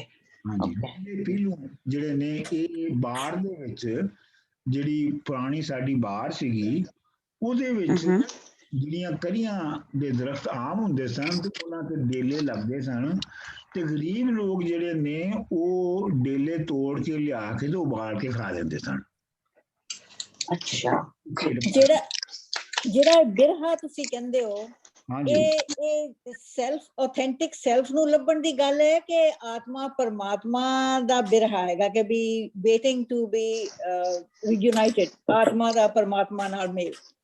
ਇਹ ਬਿਰਹਾ ਮੇਰੇ ਖਿਆਲ ਦੇ ਮੁਤਾਬਕ ਜਿਹੜਾ ਪਰਮਾਤਮਾ ਹੈ ਜੀ, ਉਹ ਆਤਮਾ ਤੋਂ ਵੱਖ ਹੈ ਹੀ ਨਹੀਂ ਹੈ। ओके। फरीदा खालक खल्क में राइट। हाँ जी। खल्क बसे मन मां। फरीद ने ते उथे गल ही मुकाती कि आत्मा परमात्मा दो वखरियां चीजां ने। ठीक है। तो जिहड़ी बिरहा है वो तुहाडे अंदर दे नाल ही जुदाई है, अपने ही अंदर दे नाल जुदाई है। डॉक्टर साहब एक थोड़ा जिहा जी ਕਿਸੇ ਫਰੰਗੀ ਮਿਕਾਲਫ ਜਿਨ੍ਹਾਂ ਦਾ ਨਾਮ ਹੈ, ਉਹਨਾਂ ਨੇ ਕੁਛ ਚੀਜ਼ ਰੇਜ਼ ਕੀਤੀ ਹੈ ਕਿ ਕਲਾਮ ਜਿਹੜਾ ਵੇ ਬਾਬਾ ਫਰੀਦ ਹੋਰਾਂ ਦਾ ਨਹੀਂ ਬਲਕਿ ਫਰੀਦ ਸਾਨੀ ਜਿਹੜੇ ਕਿ 16ਵੀਂ ਸਦੀ ਚ ਹੋਏ ਨੇ, ਜਿਹੜੇ ਕੋਈ ਮੰਨਿਆ ਗਿਆ ਇਹ ਦੱਸਿਆ ਜਾਂਦਾ ਕਿ ਖਲੀਫਾ ਸਨ ਬਾਬਾ ਫਰੀਦ ਸਾਹਿਬ ਦੇ, ਉਹਨਾਂ ਦਾ ਵੇ। ਤੇ ਇਹਦੇ ਬਾਰੇ ਚ ਤੁਸੀਂ ਥੋੜਾ ਜਿਹਾ ਸਾਨੂੰ ਜ਼ਰਾ ਗਾਈਡ ਕਰੋ। ਤੇ ਨਾਲੇ ਸਰ ਇਹ ਫਾਰਸੀ ਕਲਾਮ ਤੋਂ ਅਰਬੀ ਤੇ ਅਪੜੇ ਤੇ ਅਰਬੀ ਤੋਂ ਫਿਰ ਪੰਜਾਬੀ ਤੇ ਅਪੜੇ ਤੇ ਇਹ ਵਿੱਚ ਕਾਫੀ ਸਾਰਾ ਟੈਨਵਰ ਬਾਬਾ ਫਰੀਦ ਦੇ ਤੇ ਬਾਬਾ ਨਾਨਕ ਦੇ ਕੋਈ 275 ਸਾਲ ਦਾ ਜਾਂ 72 ਸਾਲ ਦਾ। ਤੇ ਇਹਦਾ ਅੱਗੇ ਅਪੜਨਾ ਜਿਹੜਾ ਵੇ ਬਾਬਾ ਨਾਨਕ ਕੋਲ, ਇਹ ਥੋੜਾ ਜਿਹਾ ਇਹਦੇ ਤੇ ਰੋਸ਼ਨੀ ਪਾ ਛੱਡੋ। ਮੇਰਾ ਖਿਆਲ ਹੈ ਬਾਬੇ ਨਾਨਕ ਵਾਲੀ ਗੱਲ ਤੇ ਅਸੀਂ ਅੱਗੇ ਬਾਬੇ ਨਾਨਕ ਵੇਲੇ ਕਰਾਂਗੇ, ਲੇਕਿਨ ਇਹ ਹੈ ਕਿ ਬਾਬਾ ਨਾਨਕ ਜਿਹੜਾ ਹੈ ਉਹਨੇ ਉਹੀ ਫਲਸਫਾ ਜਿਹੜਾ ਹੈ ਉਹ ਕਿਸੇ ਹੋਰ ਨਾਲ ਹੀ ਤੱਕ ਉਹ ਹੋਰ ਨਹੀਂ ਉਸੇ ਫਲਸਫੇ ਤੇ ਪੁੱਜੇ ਨੇ। ਤੇ ਜਿੱਥੋਂ ਤੱਕ ਇਹ ਹੈ ਨਾ ਜਿਹੜੀ ਤੁਸੀਂ ਪਹਿਲੇ ਗੱਲ ਕੀ ਹੈ ਕਿ ਫਰੀਦ ਸਾਨੀ ਦਾ ਇਹ ਸ਼ੋਸ਼ਾ ਜਿਹੜਾ ਹੈ, ਇਹ ਜਿਹੜੀ ਉਹ ਪਹਿਲੀ ਸੀ ਨਾ ਆਪਣਾ ਲਿਖਣ ਵਾਲੀ ਪੰਜਾਬੀ ਸੂਫੀ ਪੋਇਟਸ, ਕੀ ਨਾਂ ਸੀ ਜੀ ਉਹਦਾ? ਰਾਜਵੰਤੀ ਰਾਮਾ ਕ੍ਰਿਸ਼ਨਾ। ਰਾਜਵੰਤੀ ਰਾਮਾ ਕ੍ਰਿਸ਼ਨਾ। ਇਹ ਉਹਨੇ ਜਿਹੜਾ ਹੈ ਇਹ ਸ਼ੋਸ਼ਾ ਛੱਡਿਆ ਸੀ ਔਰ ਇਸ ਸ਼ੋਸ਼ੇ ਦੀ ਕੋਈ ਉਹਨੇ ਸਬੂਤ ਵੀ ਨਹੀਂ ਸੀ ਦਿੱਤਾ। ਕਿਤਾਬ ਜਿਹੜੀ ਹੈ ਉਹ ਅਸੀਂ ਰੀਪ੍ਰਿੰਟ ਵੀ ਕੀਤੀ, ਮੈਂ ਕਈ ਵਾਰੀ ਪੜ੍ਹੀ ਹੈ, ਤੇ ਉਸ ਤੋਂ ਇਲਾਵਾ ਹੋਰ ਕੋਈ ਉਹਦਾ ਸਬੂਤ ਨਹੀਂ ਹੈਗਾ। ਇੱਕ ਗੱਲ। ਦੂਜੀ ਗੱਲ ਇਹ ਹੈਗੀ ਹੈ ਕਿ ਬਾਬਾ ਗੁਰੂ ਨਾਨਕ ਨੇ ਜਿਹੜਾ ਕਲਾਮ ਕੁਲੈਕਟ ਕੀਤਾ ਗੁਰੂ ਨਾਨਕ ਆਪਣਾ ਗੁਰੂ ਗ੍ਰੰਥ ਸਾਹਿਬ ਲਈ, ਉਹ ਉਹਨਾਂ ਨੇ ਜਾ ਕੇ 14ਵੀਂ 15ਵੀਂ ਸਦੀ 'ਚ ਕੀਤਾ। ਠੀਕ ਹੈ ਜੀ। ਤੇ ਜਿਹੜੀ ਸ਼ਖਸੀਅਤ ਸ਼ਾਇਰੀ ਦੇ ਨਾਲ ਮੈਚ ਕਰਦੀ ਹੈ, ਇਸ ਤਰ੍ਹਾਂ ਦੀ ਸ਼ਾਇਰੀ ਦੇ ਨਾਲ ਜਿਹੜੀ ਸ਼ਖਸੀਅਤ ਮੈਚ ਕਰਦੀ ਹੈ, ਉਹ ਹੈ ਜਿਹੜੀ ਖਾਜਾ ਨਿਜ਼ਾਮੁਦੀਨ ਔਲੀਆ ਦੀ ਡਾਇਰੀ ਦੇ ਵਿੱਚ ਹੈ। ਹੁਣ ਫਰੀਦ ਅਵਲ ਸੀ ਕਿ ਫਰੀਦ ਸਾਨੀ ਸੀ, ਇਹਨਾਂ ਦਾ ਡਿਫੀਨਿਟਿਵ ਜਵਾਬ ਤੇ ਨਹੀਂ ਜਿਹੜਾ ਉਹ ਕੋਈ ਤੁਹਾਨੂੰ ਕਿਤੋਂ ਵੀ ਮਿਲਦਾ, ਲੇਕਿਨ ਮੇਰਾ ਖਿਆਲ ਹੈ ਫਰੀਦ ਸਾਨੀ ਵਾਲਾ ਸ਼ੋਸ਼ਾ ਸੀ। ਔਰ ਬੁਨਿਆਦੀ ਤੌਰ ਦੇ ਉੱਤੇ ਜਿਸ ਫਰੀਦ ਦੀ ਗੱਲ, ਜਿਹੜੇ ਫਰੀਦ ਦੀ ਸ਼ਾਇਰੀ ਹੈ, ਇਹ ਫਰੀਦ ਉਹ ਸੀ ਜਿਹੜਾ ਖਾਜਾ ਨਿਜ਼ਾਮੁਦੀਨ ਔਲੀਆ ਦਾ ਜਿਹੜਾ ਮੁਰਸ਼ਿਦ ਸੀ, ਕਿਉਂਕਿ ਇੰਨੀ ਡੂੰਘੀ ਫਲਸਫਾ ਉਹ ਹੀ ਲਿਖ ਸਕਦੇ ਸਨ। ਅੱਛਾ ਸਰ, ਲੇਕਿਨ ਇਹ ਮੈਂ ਜ਼ਰੂਰ ਕਹਾਂਗਾ ਕਿ ਖਾਜਾ ਨਿਜ਼ਾਮੁਦੀਨ ਔਲੀਆ ਨੇ ਕਿਤੇ ਵੀ ਉਹਨਾਂ ਦੀ ਪੰਜਾਬੀ ਸ਼ਾਇਰੀ ਦਾ ਜ਼ਿਕਰ ਨਹੀਂ ਕੀਤਾ।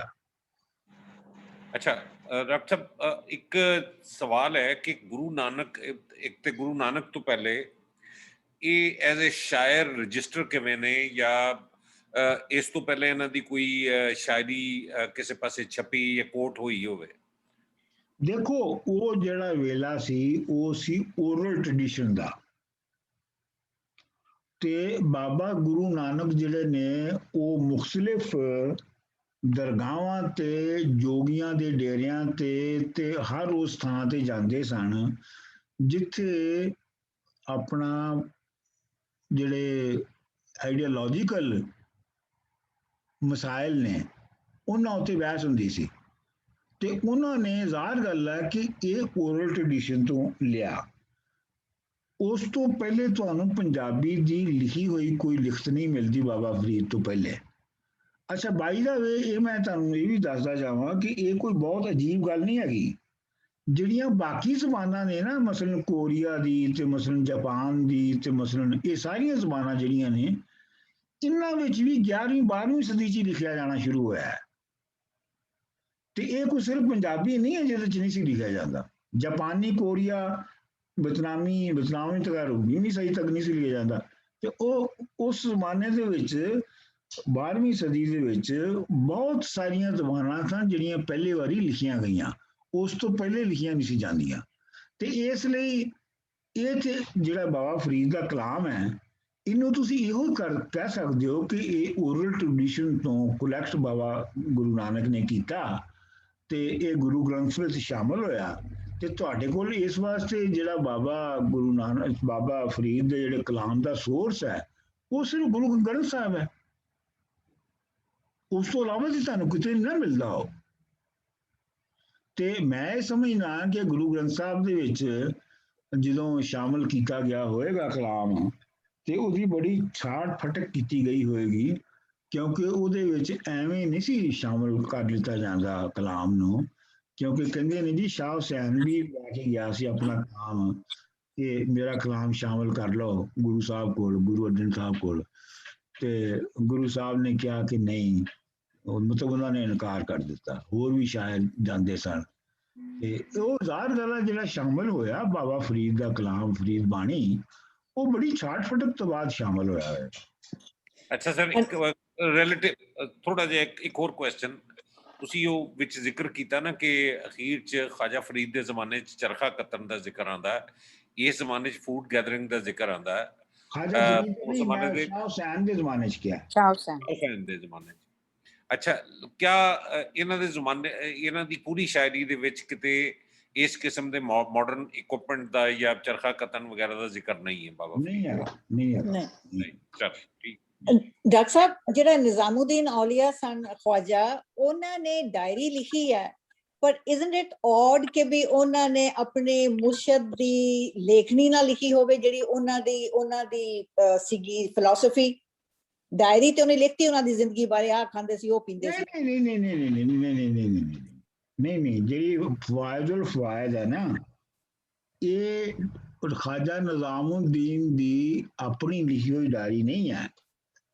ਇਹ ਇੱਕ ਹੋਰ ਬੰਦਾ ਹੈ ਸੰਜਰੀ, ਜਿਨੇ ਕਿ ਨਿਜ਼ਾਮੁਦੀਨ ਔਲੀਆ ਦੀ ਮਹਿਫਲਾਂ ਦੀ ਡਾਇਰੀ ਲਿਖੀ ਹੈ।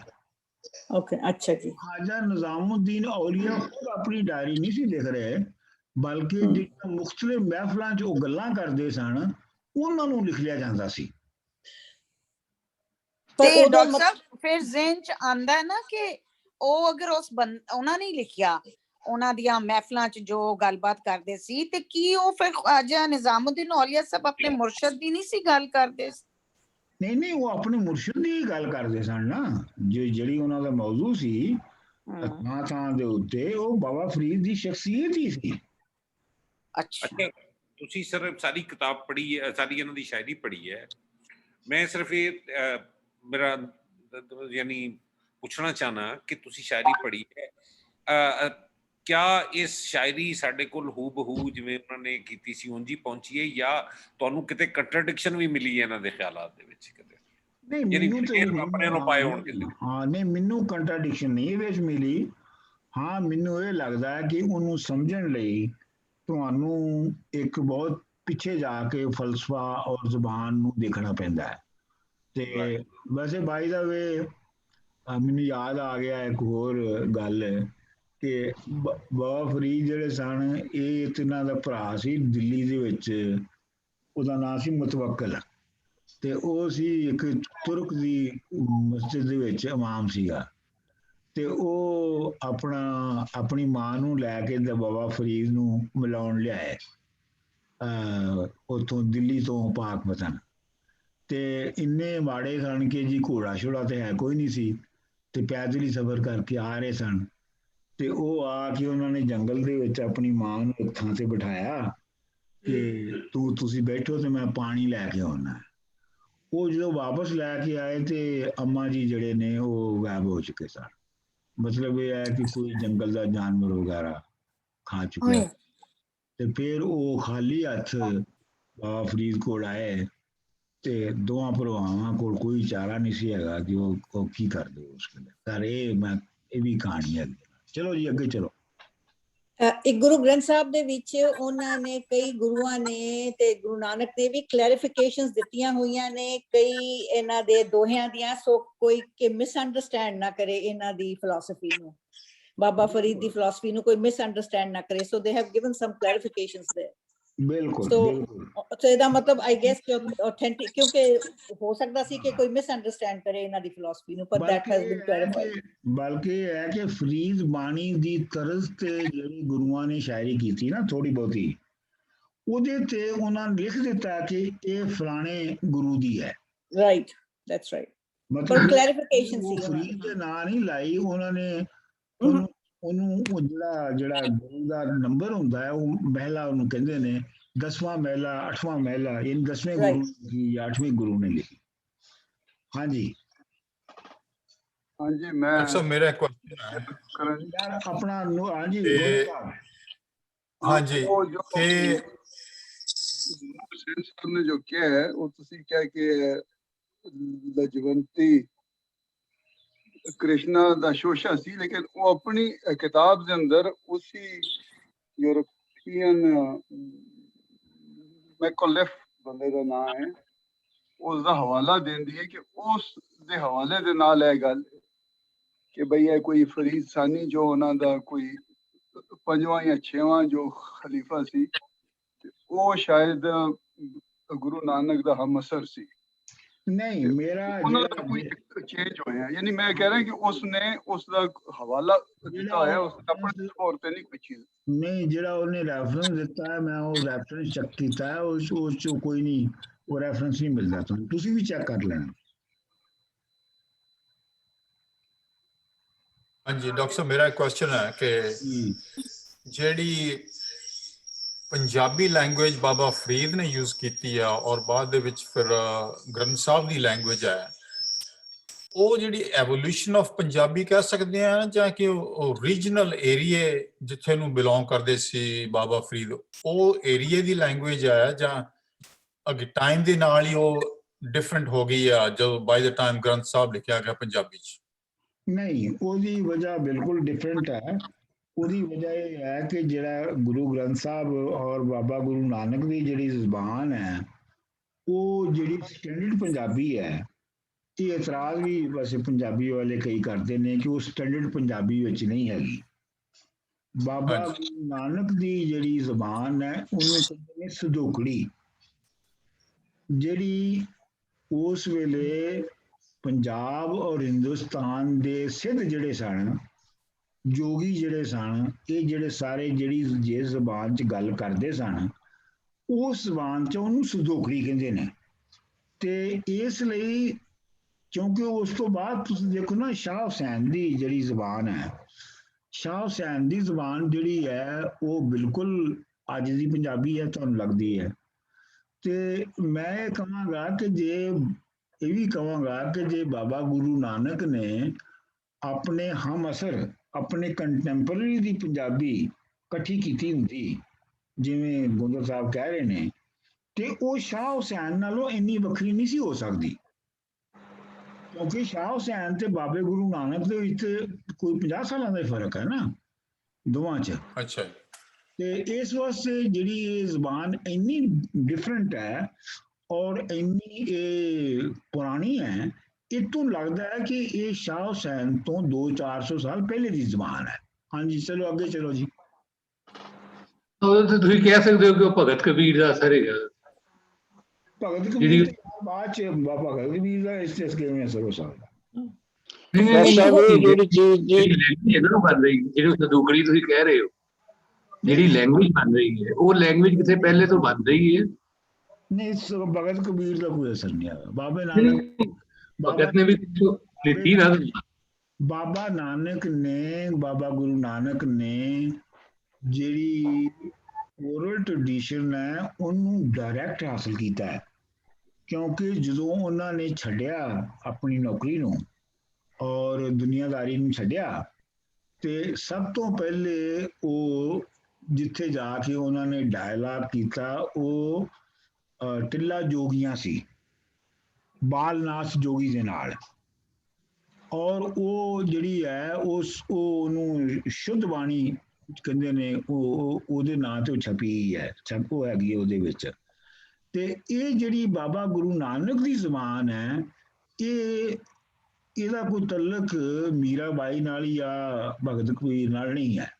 ਇਹ ਜ਼ਬਾਨ ਜਿਹੜੀ ਹੈ ਇਹ ਉਸ ਵੇਲੇ ਦੀ ਸਿੱਧਾਂ ਦੀ ਜ਼ਬਾਨ ਹੈ। अपना मंजूर साहब थोड़ी जी गल मैं करता। हाँ जी ਇਹ ਜਿਹੜਾ ਸਵਾਲ ਹੈ ਨਾ ਫਰੀਦ ਸਾਨੀ ਦਾ ਇਹ ਸਵਾਲ ਹੱਲ ਹੋ ਚੁੱਕਿਆ। ਪ੍ਰੋਫੈਸਰ ਪ੍ਰੀਤਮ ਸਿੰਘ ਨੇ ਜਿਹੜੀ ਆਪਣੀ ਕਿਤਾਬ ਆਖਰੀ ਕਿਤਾਬ ਲਿਖੀ ਸੀ ਬਾਬਾ ਫਰੀਦ ਬਾਰੇ 400 ਸਫ਼ਿਆਂ ਦੀ ਕਿਤਾਬ ਹੈ ਗੁਰਮੁਖੀ ਚ ਮੇਰੇ ਕੋਲ ਮੌਜੂਦ ਹੈ। ਅਸੀਂ ਕੋਸ਼ਿਸ਼ ਕਰ ਰਹੇ ਹਾਂ ਕਿ ਉਹਨੂੰ ਲੱਥਾ ਕਰਕੇ ਸ਼ਾਹਮੁਖੀ ਛਾਪੀਏ। ਇਹਦੇ ਵਿੱਚ ਉਹਨਾਂ ਨੇ ਬਹੁਤ ਅੱਛੇ ਤਰੀਕੇ ਨਾਲ ਬਿਹਤਰੀਨ ਤਰੀਕੇ ਨਾਲ ਇਹ ਸਾਰਾ ਜਿਹੜਾ ਇੱਕ ਉਲਝਣ ਜਿਹੀ ਪੈਦਾ ਕੀਤੀ ਜਾਂਦੀ ਹੈ ਫਰੀਦ ਸਾਨੀ ਦੀ, ਉਹਨੂੰ ਹੱਲ ਕਰ ਦਿੱਤਾ ਹੈ। ਔਰ ਉਹ ਦੋਸਤ ਜਿਹੜੇ ਇੰਡੀਆ ਤੋਂ ਨੇ ਉਹ ਕਿਤਾਬ ਉਹ ਦੇਖਣ, ਉਹਨੂੰ ਪੜ੍ਹਨ। ਇਹ 50 ਸਾਲ ਪਹਿਲੇ ਇਹ ਸਵਾਲ ਕੀਤਾ ਜਾਂਦਾ ਸੀ, ਹੁਣ ਕੋਈ ਇਹ ਸਵਾਲ ਨਹੀਂ ਕਰਦਾ ਕਿ ਬਾਬਾ ਫਰੀਦ ਜਿਹੜੇ ਸੀ ਉਹ ਕੋਈ ਸਾਨੀ ਵੀ ਸੀ ਜਾਂ ਉਹ ਕੋਈ ਹੋਰ ਸ਼ਾਇਰ ਹੈਗਾ ਸੀ। ਇਹ ਮਸਲਾ ਹੱਲ ਹੋ ਚੁੱਕਿਆ ਹੈ ਤੇ ਜਿੱਠਿਆ ਜਾ ਰਿਹਾ। ਇਹ ਤੋਂ ਮੈਨੂੰ ਯਾਦ ਆਇਆ ਤੇ ਮੇਰੀ ਹਿੰਦੁਸਤਾਨੀ ਦੋਸਤਾਂ ਕੋਲੋਂ ਦਰਖਾਸਤ ਹੈ ਕਿ ਮੈਨੂੰ ਕਿਤਾਬ ਵੀ ਲਿਆ ਕੇ ਦੇਣ, ਭੇਜਣ, ਮੰਗਵਾ ਕੇ ਦੇਣ। ਉਹ ਆਪਣਾ ਪ੍ਰੋਫੈਸਰ ਸਾਹਿਬ ਨੇ, ਪ੍ਰੋਫੈਸਰ ਪ੍ਰੀਤਮ ਸਿੰਘ ਸਾਹਿਬ ਨੇ ਆਖਰੀ ਉਮਰ ਦੇ ਵਿੱਚ ਜਦੋਂ ਮਰਨ ਤੋਂ ਪਹਿਲੇ, ਤੇ ਉਹਨਾਂ ਨੇ ਖਾਜਾ ਨਿਜ਼ਾਮੁਦੀਨ ਔਲੀਆ ਦੀ ਜਿਹੜੀ ਹੈਗੀ ਸੀ ਡਾਇਰੀ ਫਵਾਇਦੁਲ ਫਵਾਇਦ, ਉਹ ਪਰਸ਼ੀਅਨ ਤੋਂ ਪੰਜਾਬੀ ਚ ਉਹਨਾਂ ਨੇ ਉਹਨੂੰ ਟਰਾਂਸਲੇਟ ਕੀਤਾ ਤੇ ਗੁਰੂ ਨਾਨਕ ਦੇਵ ਯੂਨੀਵਰਸਿਟੀ ਤੋਂ ਛਪੀ ਹੈ। ਤੇ ਪ੍ਰੋਫੈਸਰ ਸਾਹਿਬ ਦਾ ਇੱਕ ਦਿਨ ਮੈਨੂੰ ਫੋਨ ਆਇਆ ਹਿੰਦੁਸਤਾਨ ਤੋਂ, ਉਹ ਮੇਰੇ ਕੋਲ ਰਹਿ ਵੀ ਚੁੱਕੇ ਸਨ ਇੱਥੇ, ਮੇਰੀ ਬੜੀ ਉਹਨਾਂ ਦੇ ਨਾਲ ਯਾਦ ਅੱਲਾ ਸੀ। ਤੇ ਇੱਕ ਦਿਨ ਉਹਨਾਂ ਦਾ ਫੋਨ ਆਇਆ ਮੈਨੂੰ, ਕਹਿਣ ਲੱਗੇ ਕਿ ਉਹ ਮੈਂ ਟਰਾਂਸਲੇਸ਼ਨ ਕੀਤਾ ਹੈ ਤੇ ਉਹ ਮੈਂ ਡੈਡੀਕੇਟ ਤੁਹਾਡੇ ਨਾਲ ਕਰਨਾ ਚਾਹੁੰਦਾ। ਤੇ ਉਹ ਮੈਂ ਉਹਨਾਂ ਨੂੰ ਕਿਹਾ, ਮੈਂ ਕਿਹਾ ਜੀ ਪ੍ਰੋਫੈਸਰ ਸਾਹਿਬ ਇਹ ਤੁਸੀਂ, ਮੈਂ ਇਸ ਕਾਬਲ ਨਹੀਂ ਹੈਗਾ ਤੁਸੀਂ ਮੇਰੇ ਨਾਲ ਡੈਡੀਕੇਟ ਕਰੋ, ਤੁਸੀਂ ਕਿਸੇ ਹੋਰ ਵੱਡੇ ਬੰਦੇ ਦੇ ਨਾਲ ਡੈਡੀਕੇਟ। ਨਹੀਂ ਨਹੀਂ ਮੇਰਾ ਦਿਲ ਕਰਦਾ ਯਾਰ, ਮੈਂ ਇੰਝ ਹੀ ਕਰਨਾ। ਮੈਂ ਕਿਹਾ ਤੁਹਾਡਾ ਦਿਲ ਕਰਦਾ ਤੇ ਫਿਰ ਕਰ ਲਓ। ਅੱਛਾ ਉਹ ਕਿਤਾਬ ਛਪ ਗਈ, ਪ੍ਰੋਫੈਸਰ ਸਾਹਿਬ ਮਰ ਗਏ, ਲੇਕਿਨ ਉਹ ਕਿਤਾਬ ਮੈਂ ਅੱਜ ਤੱਕ ਦੇਖੀ ਨਹੀਂ ਹੈ। ਅੱਛਾ ਜਿਹੜਾ ਭਗਤ ਕਬੀਰ ਹੈ ਉਹਦਾ ਟਾਈਮ ਪਹਿਲੇ ਦਾ ਹੈਗਾ, 1398 ਤੋਂ ਸ਼ੁਰੂ ਹੁੰਦਾ ਹੈ ਤੇ ਬਾਬਾ ਨਾਨਕ ਤੱਕ ਆਂਦਾ। ਮਤਲਬ ਕਿ ਜ਼ਾਹਿਰ ਹੈ ਮਤਲਬ ਉਹਦੀ ਜਿਹੜੀ, ਨਹੀਂ ਮੈਂ ਨਹੀਂ ਕਹਿ ਰਿਹਾ, ਮੈਂ ਗੱਲ ਜਿਹੜੀ ਕਹਿ ਰਿਹਾ ਕਿ ਜਿਹੜੀ ਲੈਂਗੁਏਜ ਯੂਜ਼ ਹੋ ਰਹੀ ਹੈ ਉਹ ਲੈਂਗੁਏਜ ਵੀ ਤਾਂ ਕਿੱਥੋਂ ਬਣ ਰਹੀ ਹੈ ਨਾ। ਜਦੋਂ ਤੁਸੀਂ ਬਾਬੇ ਗੁਰੂ ਨਾਨਕ ਦੀ ਜ਼ੁਬਾਨ ਪੜ੍ਹੋਗੇ ਨਾ ਅਗਲੀ ਵਾਰੀ, ਉਸ ਤੋਂ ਬਾਅਦ ਇਹ ਫੈਸਲਾ ਕਰਨਾ ਕਿ ਉਹ ਭਗਤ ਕਬੀਰ ਦੇ ਕਿੰਨੇ ਕੋਲ ਹੈ। ਭਗਤ ਕਬੀਰ ਦੀ ਜ਼ੁਬਾਨ ਹੀ ਬਹੁਤ ਮੁਖਤਲਿਫ ਹੈ ਬਾਬਾ ਗੁਰੂ ਨਾਨਕ ਤੋਂ। ਦੇਖੋ ਸਾਨੂੰ ਤੇ ਉਹਦੇ ਵਿੱਚੋਂ ਕੁਝ ਚੀਜ਼ਾਂ ਸਮਝ ਆਉਂਦੀਆਂ ਨੇ। ਉਹਦੀ ਵਜ੍ਹਾ ਹੈਗੀ ਹੈ ਕਿ ਇਹ ਜਿਹੜੀ ਬਾਬਾ ਨਾਨਕ ਦੀ ਵੀ ਜ਼ੁਬਾਨ ਹੈਗੀ ਹੈ, ਉਹਦੇ ਵਿੱਚ ਵੀ ਤੁਹਾਨੂੰ, ਔਰ ਭਗਤ ਕਬੀਰ ਦੀ ਜ਼ੁਬਾਨ ਦੇ ਵਿੱਚ ਵੀ ਜ਼ਾਹਿਰ ਹੈ ਉਹ ਤੁਹਾਨੂੰ ਵਿੱਚੋਂ ਕੋਈ ਚੀਜ਼ ਸਮਝ ਆਉਂਦੀ ਹੈ, ਵਿੱਚੋਂ ਸਾਰੀ ਚੀਜ਼ ਨਹੀਂ ਸਮਝ ਆਉਂਦੀ। ਹਜ਼ਰਤ ਜੀ ਲਿੰਗੁਇਸਟਿਕ ਬੇਸਿਸ ਤੇ ਬਾਬੇ ਗੁਰੂ ਨਾਨਕ ਦੀ ਜ਼ੁਬਾਨ ਦਾ ਅਗਰ ਐਨਾਲਿਸਿਸ ਕਰੋ ਤੇ ਜੇ ਤੁਸੀਂ ਭਗਤ ਕਬੀਰ ਦਾ ਕਰੋ, ਦੋਵਾਂ ਦੀ ਜ਼ੁਬਾਨ ਦੇ ਵਿੱਚ ਕੋਈ ਤਲਕ ਨਹੀਂ ਹੈਗਾ। ਬਾਬੇ ਗੁਰੂ ਨਾਨਕ ਦੀ ਜ਼ੁਬਾਨ ਬਿਲਕੁਲ ਡਿਫਰੈਂਟ ਹੈ। ਜਿਹੜੀ ਆਪਣਾ ਭਗਤ ਕਬੀਰ ਦੀ ਜ਼ੁਬਾਨ ਹੈ ਉਹ ਇੱਕ ਭੋਜਪੁਰੀ ਜਿਹੜੀ ਹੈਗੀ ਹੈ ਹਿੰਦੀ, ਉਹਦੇ ਵਿੱਚ ਹੈਗੀ ਹੈ, ਉਹਦੀ ਸਿੱਧੀ ਸਮਝ ਆਉਂਦੀ ਹੈ। ਲੇਕਿਨ ਜਿਹੜੀ ਬਾਬੇ ਗੁਰੂ ਨਾਨਕ ਦੀ ਸਦੋਖੜੀ ਹੈ ਉਹ ਸਿੱਧੀ ਨਹੀਂ ਹੈਗੀ, ਉਹ ਬਿਲਕੁਲ ਹੋਰ ਤਰ੍ਹਾਂ ਦੀ ਹੈ। ਉਹ ਅਗਲੀ ਵਾਰੀ ਜਦੋਂ ਅਸੀਂ ਕਰਾਂਗੇ ਨਾ ਉਹਨਾਂ ਦੀ ਜਦੋਂ ਸ਼ਾਇਰੀ ਦੀ ਜਦੋਂ ਟੈਕਸਟ ਕਰਾਂਗੇ ਤੇ ਤੁਸੀਂ ਆਪ ਵੇਖ ਲੈਣਾ। ਹੋਰ ਕੋਈ ਸਵਾਲ ਜੀ? ਇਸ ਤੋਂ ਅਗਲਾ ਸ਼ਾਇਰ ਕਿਹੜਾ ਅਸੀਂ ਪੜ ਰਹੇ ਜਾਂ ਇਹਨੂੰ ਕੰਟੀਨਿਊ ਕਰਾਂਗੇ ਅਗਲੇ ਚ? ਨਹੀਂ, ਅਸੀਂ ਗੁਰੂ ਨਾਨਕ ਪੜਾਂਗੇ। ਕਿਹਨੂੰ ਜੀ? ਅੱਛਾ ਇਹ ਗੁਰੂ ਨਾਨਕ।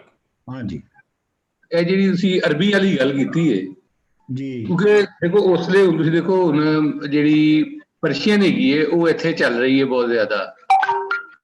ਮਤਲਬ ਪਰਸ਼ੀਅਨ ਕਸ਼ਫੁਲ ਮਜੂਬੀ ਪਰਸ਼ੀਅਨ ਚ ਹੈਗੀ ਹੈ ਤੇ ਜਨਾਬ ਪਰਸ਼ੀਅਨ ਉਸ ਵੇਲੇ ਤੱਕ ਅਜੇ ਨਹੀਂ ਚੱਲ ਰਹੀ। ਨਹੀਂ ਸਾਥ ਸਲਮਾਨ ਲਾਹੌਰੀ ਤੋਂ ਉਸ ਤੋਂ ਪਹਿਲੇ ਦਾ ਹੈ ਨਾ। ਨਹੀਂ, ਉਹ ਵੀ ਜਿਹੜੀ ਹੈ ਜਿਸ ਲੈਵਲ ਦੇ ਉੱਤੇ ਵਰਤੀ ਗਈ ਉਹ ਬਹੁਤ ਬਾਅਦ ਚ ਵਰਤੀ ਗਈ ਹੈ। ਨਹੀਂ ਤੁਸੀਂ ਕਹਿ ਰਹੇ ਹੋ ਕਿ ਸਰਕਾਰੀ ਸਤਹ ਦੇ ਉੱਤੇ, ਮੈਂ ਉਹ ਨਹੀਂ ਗੱਲ ਕਰ ਰਿਹਾ। ਸਰਕਾਰ ਤੇ ਹੈ ਹੀ ਨਹੀਂ ਸੀ, ਰਿਆਸਤ ਦੀ ਸ਼ਕਲ ਹੀ ਹੋ ਰਹੀ ਸੀ ਉਸ ਵੇਲੇ। ਜਿਹੜੀ ਪਰਸ਼ੀਅਨ ਟੈਕਸ ਸਾਨੂੰ ਮਿਲਦਾ ਹੈਗਾ ਉਹ ਤੇ ਉਸ ਜ਼ਮਾਨੇ ਚ ਮਿਲਦਾ ਹੈਗਾ ਨਾ। ਉਹ ਤੇ ਮਿਲਦਾ ਸੀ, ਉਹ ਤੇ ਹੈ ਸੀ।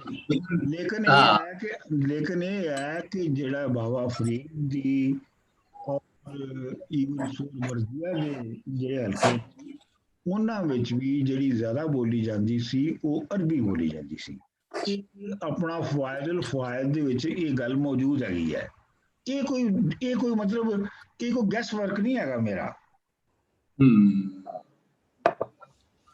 ਡਾਕਟਰ ਸਾਹਿਬ ਇੱਕ ਮੇਰਾ ਸਵਾਲ ਹੈ ਕਿ ਓਵਰਆਲ ਬਾਬਾ ਫਰੀਦ ਦੀ ਜਿਹੜੀ ਅਸੀਂ ਪੜ੍ਹਦੇ ਹਾਂ, ਸ਼ਲੋਕ ਪੜ੍ਹਦੇ ਹਾਂ, ਬਾਣੀ ਪੜ੍ਹਦੇ ਹਾਂ, ओवरऑल इंप्रेशन मिलता है कि बहुत ही सैड और डिप्रेसिव और नेगेटिव व्यू पॉइंट जिहा तकरीबन जिंदगी का मिलता है। ये गल ठीक है जाके हर चीज दे विच ਬੜੀ ਉਦਾਸੀ ਔਰ ਬੜੀ ਸੈਡ ਸਿਚੁਏਸ਼ਨ ਜੀ ਮਿਲਦੀ ਹੈ। ਦੇਖੋ ਜੀ, ਗੱਲ ਇਹ ਹੈਗੀ ਹੈ ਕਿ ਬਾਬਾ ਫਰੀਦ ਦਾ ਜਿਹੜਾ ਜ਼ਮਾਨਾ ਹੈ ਉਹਦੇ ਬਾਰੇ 'ਚ ਮੈਂ ਇੱਕ ਗੱਲ ਦੱਸਣੀ ਭੁੱਲ ਗਿਆ। ਬਾਬਾ ਫਰੀਦ ਦੇ ਜ਼ਮਾਨੇ ਦੇ ਵਿੱਚ ਹਿੰਦੁਸਤਾਨ ਦੇ ਵਿੱਚ ਗੁਲਾਮੀ ਜਿਹੜੀ ਹੈ ਉਹ ਆਮ ਹੈਗੀ ਹੈ। ਜਿਹੜੇ ਨੇ ਮੁਸਲਮਾਨਾਂ ਦੇ ਆਉਣ ਤੋਂ ਪਹਿਲੇ ਸਲੇਵਰੀ ਹਿੰਦੁਸਤਾਨ ਹੈ, ਲੇਕਿਨ ਸਲੇਵਰੀ ਕਰੋ ਜੀ ਕਿਹੜਾ ਹੈ, ਲੇਕਿਨ ਸਲੇਵਰੀ ਦੀਆਂ ਕੋਈ ਮਾਰਕੀਟਸ ਨਹੀਂ ਸੀ ਹੈਗੀ। ਜਦੋਂ ਮੁਸਲਮਾਨਾਂ ਨੇ ਆ ਕੇ ਕਬਜ਼ਾ ਕੀਤਾ ਤੇ ਫਿਰ ਸਲੇਵਰੀ ਮਾਰਕੀਟਸ ਬਣ ਗਈਆਂ। ਲਾਹੌਰ ਬਹੁਤ ਵੱਡੀ ਮਾਰਕੀਟ ਸੀ ਔਰ ਬਹੁਤ ਵੱਡੇ ਵੱਡੇ ਜਿਹੜੇ ਆਪਣਾ ਦਿੱਲੀ ਦੇ ਜਿਹੜੇ ਮਜ਼ਹਬੀ ਰਹਿਨੁਮਾ ਹਨ ਉਹ ਸਲੇਵਰੀ ਦੇ ਕਾਰੋਬਾਰ 'ਚ ਇਨਵੈਸਟ ਕਰਦੇ ਸਨ ਪੈਸੇ। ਮਿਸਾਲ ਦੇ ਤੌਰ ਤੇ ਜਿਹੜੀ ਫਵਾਇਦੁਲ ਫਵਾਇਦ ਦੇ ਵਿੱਚ 2-3 ਵਾਕਿਆਤ ਦਾ ਜ਼ਿਕਰ ਹੈ ਜਿਨ੍ਹਾਂ ਤੋਂ ਤੁਹਾਨੂੰ ਪਤਾ ਲੱਗਦਾ ਹੈ ਕਿ ਸਲੇਵਰੀ ਕਿੰਨੀ ਹੈਗੀ ਸੀਗੀ। ਮਿਸਾਲ ਦੇ ਤੌਰ ਤੇ ਆਪਣਾ ਖਾਜਾ ਨਿਜ਼ਾਮੁਦੀਨ ਔਲੀਆ ਕਹਿੰਦੇ ਨੇ ਕਿ ਜੀ ਸਾਡੀ ਹਾਲਤ ਇੰਨੀ ਮਾੜੀ ਸੀਗੀ, ਇਹਨਾਂ ਦੇ ਵਾਲਦ ਸਾਹਿਬ ਮਰ ਚੁੱਕੇ ਸਨ ਤੇ ਮਾਂ ਹੀ ਸੀ, ਤੇ ਕਹਿਣ ਲੱਗੇ ਕਿ ਇੰਨੀ ਮਾੜੀ ਸੀ ਕਿ ਸਾਨੂੰ ਇਹ ਨਹੀਂ ਸੀ ਪਤਾ ਹੁੰਦਾ ਕਿ ਸ਼ਾਮ ਦਾ ਖਾਣਾ ਕਿੱਥੋਂ ਆਉਣਾ ਤੇ ਕਿੱਥੋਂ ਨਹੀਂ ਆਉਣਾ। ਤੇ ਨਾਲ ਉਹ ਕਹਿੰਦੇ ਨੇ ਕਿ ਸਾਡੇ ਕੋਲ ਵੀ ਇੱਕ ਬਾਂਦੀ ਸੀਗੀ, ਸਲੇਵ ਵੂਮਨ ਸੀ, ਔਰ ਉਹ ਕਹਿੰਦੇ ਨੇ ਕਿ ਉਹ ਇੱਕ ਦਫਾ ਨਸ ਉਹ ਉੱਥੋਂ ਚਲੀ ਗਈ ਤੇ ਮੇਰੀ ਮਾਂ ਮਸੱਲੇ ਤੇ ਬਹਿ ਗਈ ਤੇ ਉਹਨੇ ਕਿਹਾ ਕਿ ਜਿੰਨਾ ਚਿਰ ਤੱਕ ਉਹ ਵਾਪਸ ਨਹੀਂ ਆਏਗੀ ਮੈਂ ਮਸੱਲੇ ਤੋਂ ਨਹੀਂ ਉੱਠਣਾ। ਇੱਕ ਵਾਕਿਆ। ਦੂਜਾ ਵਾਕਿਆ ਇਹ ਕਿ ਬਾਬਾ ਫਰੀਦ ਕੋਲ ਦਿੱਲੀ ਦੇ ਇੱਕ ਬੜਾ ਅਮੀਰ ਤਾਜਰ ਆਉਣ ਆਇਆ, ਮਰੀਜ਼ ਹੋਣ ਆਇਆ, ਤੇ ਉਹਨੇ ਮਰੀਜ਼ ਹੋਣ ਤੋਂ ਬਾਅਦ ਇੱਕ ਰੁਮਾਲ ਪੇਸ਼ ਕੀਤਾ ਬਾਬਾ ਫਰੀਦ ਨੂੰ, ਉੱਤੇ ਫੁੱਲ ਕੱਢੇ ਸਨ, ਤੇ ਉਸ ਬੰਦੇ ਨੇ ਕਿਹਾ ਕਿ ਜੀ ਇਹ ਮੇਰੀ ਜਿਹੜੀ ਲੌਂਡੀ ਹੈ, ਬਾਂਦੀ ਜਿਹੜੀ ਹੈ, ਇਹ ਉਹਨੇ ਤੁਹਾਡੇ ਲਈ ਤੋਹਫਾ ਭੇਜਿਆ। ਤੇ ਬਾਬਾ ਫਰੀਦ ਨੇ ਉਹਦੇ ਜਵਾਬ 'ਚ ਕਿਹਾ ਕਿ ਅੱਲਾ ਉਹਨੂੰ ਆਜ਼ਾਦੀ ਦੇਵੇ। ਤੇ ਉਹ ਜਿਹੜਾ ਟ੍ਰੇਡਰ ਸੀ ਉਹਨੂੰ ਪਤਾ ਲੱਗ ਗਿਆ ਕਿ ਬਾਬਾ ਫਰੀਦ ਕੀ ਚਾਹੁੰਦੇ ਨੇ, ਤੇ ਉਹਨਾਂ ਨੇ ਫੌਰੀ ਤੌਰ ਦੇ ਉੱਤੇ ਉਸੇ ਵੇਲੇ ਹੀ ਉਹਨੇ ਕਹਿ ਦਿੱਤਾ ਕਿ ਜੀ ਮੈਂ ਉਹਨੂੰ ਆਜ਼ਾਦ ਕਰਨਾ ਹੈ। 2 ਵਾਕਿਆਤ। ਤੀਸਰਾ ਵਾਕਿਆ ਇਹ ਹੈਗਾ ਕਿ ਬਾਬਾ ਫਰੀਦ ਜਦੋਂ ਰਹਿੰਦੇ ਸੀ ਨਾ ਹਾਂਸੀ 'ਚ, ਤੇ ਉਹਨਾਂ ਦਾ ਇੱਕ ਬਹੁਤ ਯਾਰੇਗਾਰ ਸੀਗਾ, ਉਹਦਾ ਨਾਂ ਕੀ ਸੀ ਮੈਨੂੰ ਨਾਂ ਜਾਮਲ ਕਿ ਜਮੀਲ ਨਹੀਂ ਮੈਨੂੰ ਨਾਂ ਭੁੱਲ ਰਿਹਾ, ਬਹੁਤ ਯਾਰੇਗਾਰ ਸੀ। ਤੇ ਉਹ ਕਹਿੰਦੇ ਨੇ ਕਿ ਜੀ ਉਹਨਾਂ ਦੇ ਉਹਦੇ ਕੋਲ ਇੱਕ ਲੌਂਡੀ ਸੀਗੀ, ਇੱਕ ਲੌਂਡੀ ਉਹਨਾਂ ਦੇ ਘਰ ਸੀਗੀ, ਤੇ ਬਾਬਾ ਫਰੀਦ ਉਹਨੂੰ ਭੁੱਖਿਆਂ ਦੀ ਮਾਂ ਕਹਿੰਦੇ ਸਨ ਉਸ ਲੌਂਡੀ ਨੂੰ। ਅੱਛਾ, ਫਿਰ ਉਹ ਜਦੋਂ ਮਰ ਗਏ ਆਪ, ਉਹ ਜਿਹੜੇ ਯਾਰ ਸਨ ਉਹਨਾਂ ਦੇ, ਮੈਨੂੰ ਨਾਂ ਕਿਉਂ ਭੁੱਲ ਰਿਹਾ, ਤੇ ਉਹ ਜਿਹੜੀ ਲੌਂਡੀ ਹੈ ਉਹ ਉਹਨਾਂ ਦੇ 12 ਸਾਲ ਦੇ ਬੱਚੇ ਨੂੰ ਲੈ ਕੇ ਤੇ ਬਾਬਾ ਫਰੀਦ ਕੋਲ ਆਈ ਤੇ ਉਹਨਾਂ ਨੂੰ ਕਿਹਾ ਕਿ ਜੀ ਇਹ ਉਹ ਮਰ ਗਏ ਨੇ ਤੇ ਹੁਣ ਤੁਸੀਂ ਦੱਸੋ ਕੀ ਕੀਤਾ ਜਾਵੇ। ਤੇ ਬਾਬਾ ਫਰੀਦ ਨੇ ਉਹਨੂੰ ਸੰਦ ਦੇ ਦਿੱਤੀ ਆਪਣੇ ਵੱਲੋਂ ਉਸ ਬੱਚੇ ਨੂੰ 12 ਸਾਲ ਦੇ ਨੂੰ। ਤੇ ਉਹਨੇ ਕਿਹਾ, ਬਾਂਦੀ ਨੇ ਕਿਹਾ, ਉਹਨੇ ਕਿਹਾ ਦੇਖੋ ਗੱਲ ਇਹ ਹੈਗੀ ਹੈ ਕਿ ਇਹ ਬਹੁਤ ਛੋਟਾ ਹੈ ਤੇ ਇਹ ਇੰਨਾ ਭਾਰ ਨਹੀਂ ਚੁੱਕ ਸਕਦਾ ਖਲਕਤ ਦਾ। ਤੇ ਬਾਬਾ ਫਰੀਦ ਨੇ ਕਿਹਾ ਕਿ ਚੰਦ ਵੀ ਜਦੋਂ ਪਹਿਲੇ ਦਿਨ ਚੜ੍ਹਦਾ ਤੇ ਬੜਾ ਛੋਟਾ ਹੁੰਦਾ ਹੈ, ਫਿਰ ਹੌਲੀ ਹੌਲੀ ਹੌਲੀ ਹੌਲੀ ਵੱਡਾ ਹੁੰਦਾ ਜਾਂਦਾ ਹੈ। ਸੰਦ ਕੀ ਹੁੰਦੀ ਡਾਕਟਰ ਸਾਹਿਬ? ਵਾਟ ਇਜ਼ ਸੰਦ? ਸਰਟੀਫਿਕੇਟ। ਅੱਛਾ, ਜਸਟ ਅੱਛਾ ਡਾਕਟਰ ਸਾਹਿਬ, ਜਿਹੜੀ ਤੁਸੀਂ ਇਹ ਗੁਲਾਮੀ ਵਾਲੀ ਗੱਲ ਕੀਤੀ ਹੈ ਨਾ ਜੀ, ਪੰਜਾਬ ਦੇ ਸਾਡੇ ਇਲਾਕੇ 'ਚ ਇਹ ਲਹਿੰਦੇ ਪਾਸੇ ਜਿਹੜਾ ਅਸੀਂ ਚੁੱਕੇ ਉੱਥੇ ਬਚਪਨ ਜਿੱਥੇ ਗੁਜ਼ਾਰਿਆ ਹੈ, ਉਹਦੀ ਮੇਰਾ ਖਿਆਲ ਹੈ ਇੱਕ ਪ੍ਰਿਮਿਟਿਵ ਸ਼ਕਲ ਜਾਂ ਕੋਈ ਉਹਦੀ ਸ਼ਕਲ ਜਿਹੜੀ ਆਖਰੀ ਸ਼ਕਲ ਮੌਜੂਦ ਸੀ ਸਾਡੇ ਪਿੰਡਾਂ 'ਚ। ਮੈਂ ਕਮ ਸੇ ਕਮ 2-3 ਜ਼ਿਮੀਂਦਾਰਾਂ ਨੂੰ ਜਾਣਦਾ ਸੀ ਜਿਨ੍ਹਾਂ ਨੇ ਬੰਦੇ ਰੋਟੀ ਕੱਪੜੇ ਤੇ ਬੰਦੇ ਰੱਖੇ ਸਨ। ਸੋ ਇਹਦਾ ਮਤਲਬ ਉਹਨਾਂ ਨੂੰ ਰੋਜ਼ਗਾਰ ਨਹੀਂ ਸੀ ਮਿਲਦਾ ਤੇ ਕਈ ਲੋਕੀ ਉਹਨਾਂ ਦੇ ਘਰ ਕੰਮ ਕਰਦੇ ਸਨ ਰੋਟੀ ਕੱਪੜੇ ਤੇ। I'm talking of 1960 ਯਾਰ, ਸਾਡੇ ਆਪਣੇ ਘਰ ਕਈ ਬੰਦੇ ਕੰਮ ਕਰਦੇ ਸਨ ਰੋਟੀ ਕੱਪੜੇ ਤੇ। ਜੀ ਬਿਲਕੁਲ ਰੋਟੀ ਕੱਪੜੇ ਤੇ ਕੰਮ ਕਰਨ ਨੂੰ ਹੁਣ ਅਸੀਂ ਸੋਚ ਵੀ ਨਹੀਂ ਸਕਦੇ। ਮਤਲਬ ਅਸੀਂ ਜਿਹੜਾ ਸਟੈਂਡਰਡ ਹਲੇ ਵੀ ਕਰਦੇ ਨੇ, ਹਲੇ ਵੀ ਕਰਦੇ ਨੇ। ਸੂਬਾ ਸਰਹੱਦ ਦੇ ਵਿੱਚ ਬੇਸ਼ੁਮਾਰ ਐਸੀ ਜਗ੍ਹਾ ਹੈਗੀਆਂ ਨੇ ਸ਼ਬ ਕਦਰ ਸਮੇਤ ਕਿ ਜਿੱਥੇ ਦਾ ਕਾਰੋਬਾਰ ਹੁੰਦਾ ਉਹ ਕਾਨਾਂ ਦੇ ਵਿੱਚ ਲੋਕ ਕੰਮ ਕਰਦੇ ਨੇ, ਉਹ ਸਿਰਫ ਰੋਟੀ ਕੱਪੜੇ ਤੇ ਕਰਦੇ। ਦੇਖੋ ਜੀ ਸਾਡੇ ਨੂੰ ਮਿਲਿਆ ਕੁਛ ਸਾਡੇ ਸਾਡੇ ਸਾਡੇ ਸਾਡੇ ਬਾਈ ਬੀਜੀ ਚ ਸਾਡਾ ਜਿਹੜਾ ਅਸੀਂ ਸਾਂ ਸਟੈਂਡਰਡ ਅਸੀਂ ਇੱਕ ਜਾਂ ਦੋ ਨੌਕਰ ਰੱਖਦੇ ਸਾਂ ਤੇ ਉਹ ਆਮ ਤੌਰ ਤੇ ਕ੍ਰਿਸਚੀਅਨ ਹੁੰਦੇ ਸਨ ਤੇ ਉਹਨਾਂ ਦੀ ਵੇਜ ਕੀ ਹੁੰਦੀ ਸੀ? ਉਹਨਾਂ ਦੀ ਵੇਜ ਹੁੰਦੀ ਸੀ ਕਿ ਤੁਹਾਨੂੰ 2 ਵੇਲੇ ਦੀ ਰੋਟੀ ਮਿਲੇਗੀ, 2 ਜੋੜੇ ਕੱਪੜਿਆਂ ਦੇ ਮਿਲਣਗੇ, ਐਗਜ਼ੈਕਟਲੀ ਇੱਕ ਜੁੱਤੀ ਮਿਲੇਗੀ ਤੇ ਸਿਰਫ ਇੰਨੀ ਵਾਧਾ ਹੋ ਗਿਆ ਸੀ ਕਿ ਤੁਹਾਨੂੰ ਮਹੀਨੇ ਦੀ 1 ਬੋਰੀ ਦਾਣੇ ਮਿਲਣਗੇ, ਯਾਨੀ 2.5 ਮਣ ਦਾਣੇ ਮਿਲਣਗੇ ਉਹਨਾਂ ਦੇ ਘਰ ਵਾਲਿਆਂ ਦੇ ਪਾਲਣ ਲਈ। ਤੇ ਇਹ ਹਾਲਤ ਸੀ ਉਸ ਅਜੇ 60 ਦੀ ਮੈਂ ਗੱਲ ਕਰ ਰਿਹਾ। ਤੇ ਲੇਕਿਨ ਜਿਹੜੇ ਬਾਬਾ ਫਰੀਦ ਦੇ ਜ਼ਮਾਨੇ ਦੇ ਵਿੱਚ ਜਿਹੜੀ ਹੈ ਉਹ ਬਹੁਤ ਹੀ ਜਿਹੜੀ ਹੈ ਉਹ ਆਮ ਸੀ। ਔਰ ਜਿਹੜਾ ਅਰਫਾਨ ਹਬੀਬ ਹੈ ਉਹਨੇ ਗੁਲਾਮਾਂ ਦੀ ਕੀਮਤ ਵੀ ਜਿਹੜੀ ਹੈ ਉਹ ਦੱਸੀ ਹੈ ਆਪਣੀ ਕਿਤਾਬ 'ਚ। ਉਹਦਾ ਕਹਿਣਾ ਹੈ ਕਿ ਜਿਹੜੇ ਸਭ ਤੋਂ ਘੱਟ ਅਹਲੀਅਤ ਦਾ ਗੁਲਾਮ ਹੁੰਦਾ ਸੀ ਜਾਂ ਗੁਲਾਮ ਹੁੰਦੀ ਸੀ ਔਰਤ, ਉਹਦੀ ਕੀਮਤ ਬੱਕਰੀ ਦੇ ਬਰਾਬਰ ਸੀ। ਤੇ ਜਿਹੜੀ ਸਭ ਤੋਂ ਆਲਾ ਦਰਜੇ ਦਾ ਗੁਲਾਮ ਹੁੰਦਾ ਸੀ ਉਹਦੀ ਕੀਮਤ ਉਹ ਆਪਣਾ ਘੋੜੇ ਦੇ ਬਰਾਬਰ ਸੀ। ਤੁਹਾਨੂੰ ਮੈਂ ਇੱਕ ਹੋਰ ਦਿਲਚਸਪ ਗੱਲ ਕਿੱਸਾ ਸੁਣਾਉਂਦਾ ਜਾਵਾਂ ਇੱਥੇ। ਜਿਹੜਾ ਅਲਤਮਸ਼ ਸੀਗਾ, ਬਾਦਸ਼ਾਹ ਅਲਤਮਸ਼ ਜਿਹੜਾ ਸੀ, ਇਹ ਵੀ ਇਹਦਾ ਕਿੱਸਾ ਵੀ ਬੜਾ ਅਜੀਬ ਹੈ ਕਿ ਇਹਨੂੰ ਭਰਾਵਾਂ ਨੇ ਅਲਤਮਸ਼ ਨੂੰ ਇਹਨੂੰ ਕਿਸੇ ਚੋਰੀ ਕਰਕੇ ਸਾੜੇ ਦੇ ਨਾਲ ਦੁਸ਼ਮਣੀ ਦੇ ਵਿੱਚ ਇਹਨਾਂ ਨੇ ਕਿਸੇ ਤਾਜਰ ਨੂੰ ਉਹਨੂੰ ਜਾ ਕੇ ਵੇਚ ਦਿੱਤਾ। ਉਹ ਜਿਹੜਾ ਤਾਜਰ ਸੀ ਉਹਨੇ ਉਹਨੂੰ ਪਾਲਿਆ ਅਲਤਮਸ਼ ਨੂੰ, ਤੇ ਜਦੋਂ ਉਹ ਜਵਾਨ ਹੋ ਗਿਆ ਤੇ ਫਿਰ ਉਹਨੂੰ ਵੇਚਣ ਲਈ ਗਜ਼ਨੀ ਲਿਆਇਆ ਸ਼ਹਾਬੁੱਦੀਨ ਗੌਰੀ ਜਦੋਂ ਹੁਕੂਮਤ ਕਰ ਰਿਹਾ ਸੀ। ਤੇ ਸ਼ਹਾਬੁੱਦੀਨ ਗੌਰੀ ਨੇ ਉਹਦੀ ਕੀਮਤ 1 ਲੱਖ ਦਿਰਹਮ ਲਾਈ ਅਲਤਮਸ਼ ਦੀ। ਤੇ ਜਿਹੜਾ ਤਾਜਰ ਸੀ ਉਹਨੇ ਕਿਹਾ ਕਿ ਜੀ ਮੈਨੂੰ ਨਹੀਂ ਵਾਰਾ ਨਹੀਂ ਖਾਂਦਾ, 1 ਲੱਖ ਘੱਟ ਹੈ, ਵੱਧ ਦਿਓ। ਤੇ ਉੱਥੇ ਆਪਣਾ ਜਿਹੜਾ ਕੁਤਬੁੱਦੀਨ ਐਬਕ ਸੀਗਾ ਜਿਹੜਾ ਉਹਦਾ ਗੁਲਾਮ ਵੀ ਸੀ ਸ਼ਹਾਬੁੱਦੀਨ ਗੌਰੀ ਦਾ ਤੇ ਹਿੰਦੁਸਤਾਨ ਦਾ ਰੂਲਰ ਸੀ, ਉਹ ਵੀ ਬਾਈ ਚਾਂਸ ਵਿਜ਼ਿਟ ਕਰ ਰਿਹਾ ਸੀ। ਤੇ ਸ਼ਹਾਬੁੱਦੀਨ ਗੌਰੀ ਨੂੰ ਕਿਹਾ ਕਿ ਬਾਦਸ਼ਾਹ ਸਲਾਮਤ ਮੈਂ ਖਰੀਦ ਸਕਦਾ ਇਹਨੂੰ? ਤੇ ਉਹਨੇ ਸ਼ਹਾਬੁੱਦੀਨ ਗੌਰੀ ਨੇ ਕਿਹਾ ਤੂੰ ਇੱਥੇ ਤੇ ਨਹੀਂ ਇਹਨੂੰ ਹੁਣ ਖਰੀਦ ਸਕਦਾ, ਕਿਉਂਕਿ ਜੇ ਮੈਂ ਕੀਮਤ ਲਾਤੀ ਹੈ ਤੇ ਮੇਰੇ ਤੋਂ ਵੱਧ ਕੋਈ ਨਹੀਂ ਹੁਣ ਲਾ ਸਕਦਾ। ਤੇ ਇਹਨੂੰ ਪੰਜਾਬ ਲੈ ਜਾਵੇ ਇਹ ਤਾਜਰ, ਤੋਂ ਉੱਥੇ ਜਿੰਨੇ ਦਾ ਮਰਜ਼ੀ ਖਰੀਦ ਲਈ। ਉਹ ਫਿਰ ਉਹਨੂੰ ਅਲਤਮਸ਼ ਨੂੰ ਪੰਜਾਬ ਲਿਆਂਦਾ ਗਿਆ ਤੇ ਪੰਜਾਬ ਦੇ ਵਿੱਚ ਲਿਆ ਕੇ ਫਿਰ ਕੁਤਬੁੱਦੀਨ ਐਬਕ ਜਿਹੜਾ ਉਹਨੂੰ ਖਰੀਦ ਲਿਆ। ਫਿਰ ਕੁਤਬੁੱਦੀਨ ਐਬਕ ਨੇ ਆਪਣੀ ਧੀ ਵੀ ਉਹਦੇ ਨਾਲ ਵਿਆਹ ਦਿੱਤੀ ਤੇ ਫਿਰ ਉਹ ਬਾਦਸ਼ਾਹ ਵੀ ਬਣਿਆ। ਤੇ ਮਤਲਬ ਇਹ ਗੁਲਾਮੀ ਦੇ ਜਿਹੜੇ ਕਿੱਸੇ ਨੇ ਉਸ ਜ਼ਮਾਨੇ ਦੇ ਬਹੁਤ ਆਮ ਨੇ।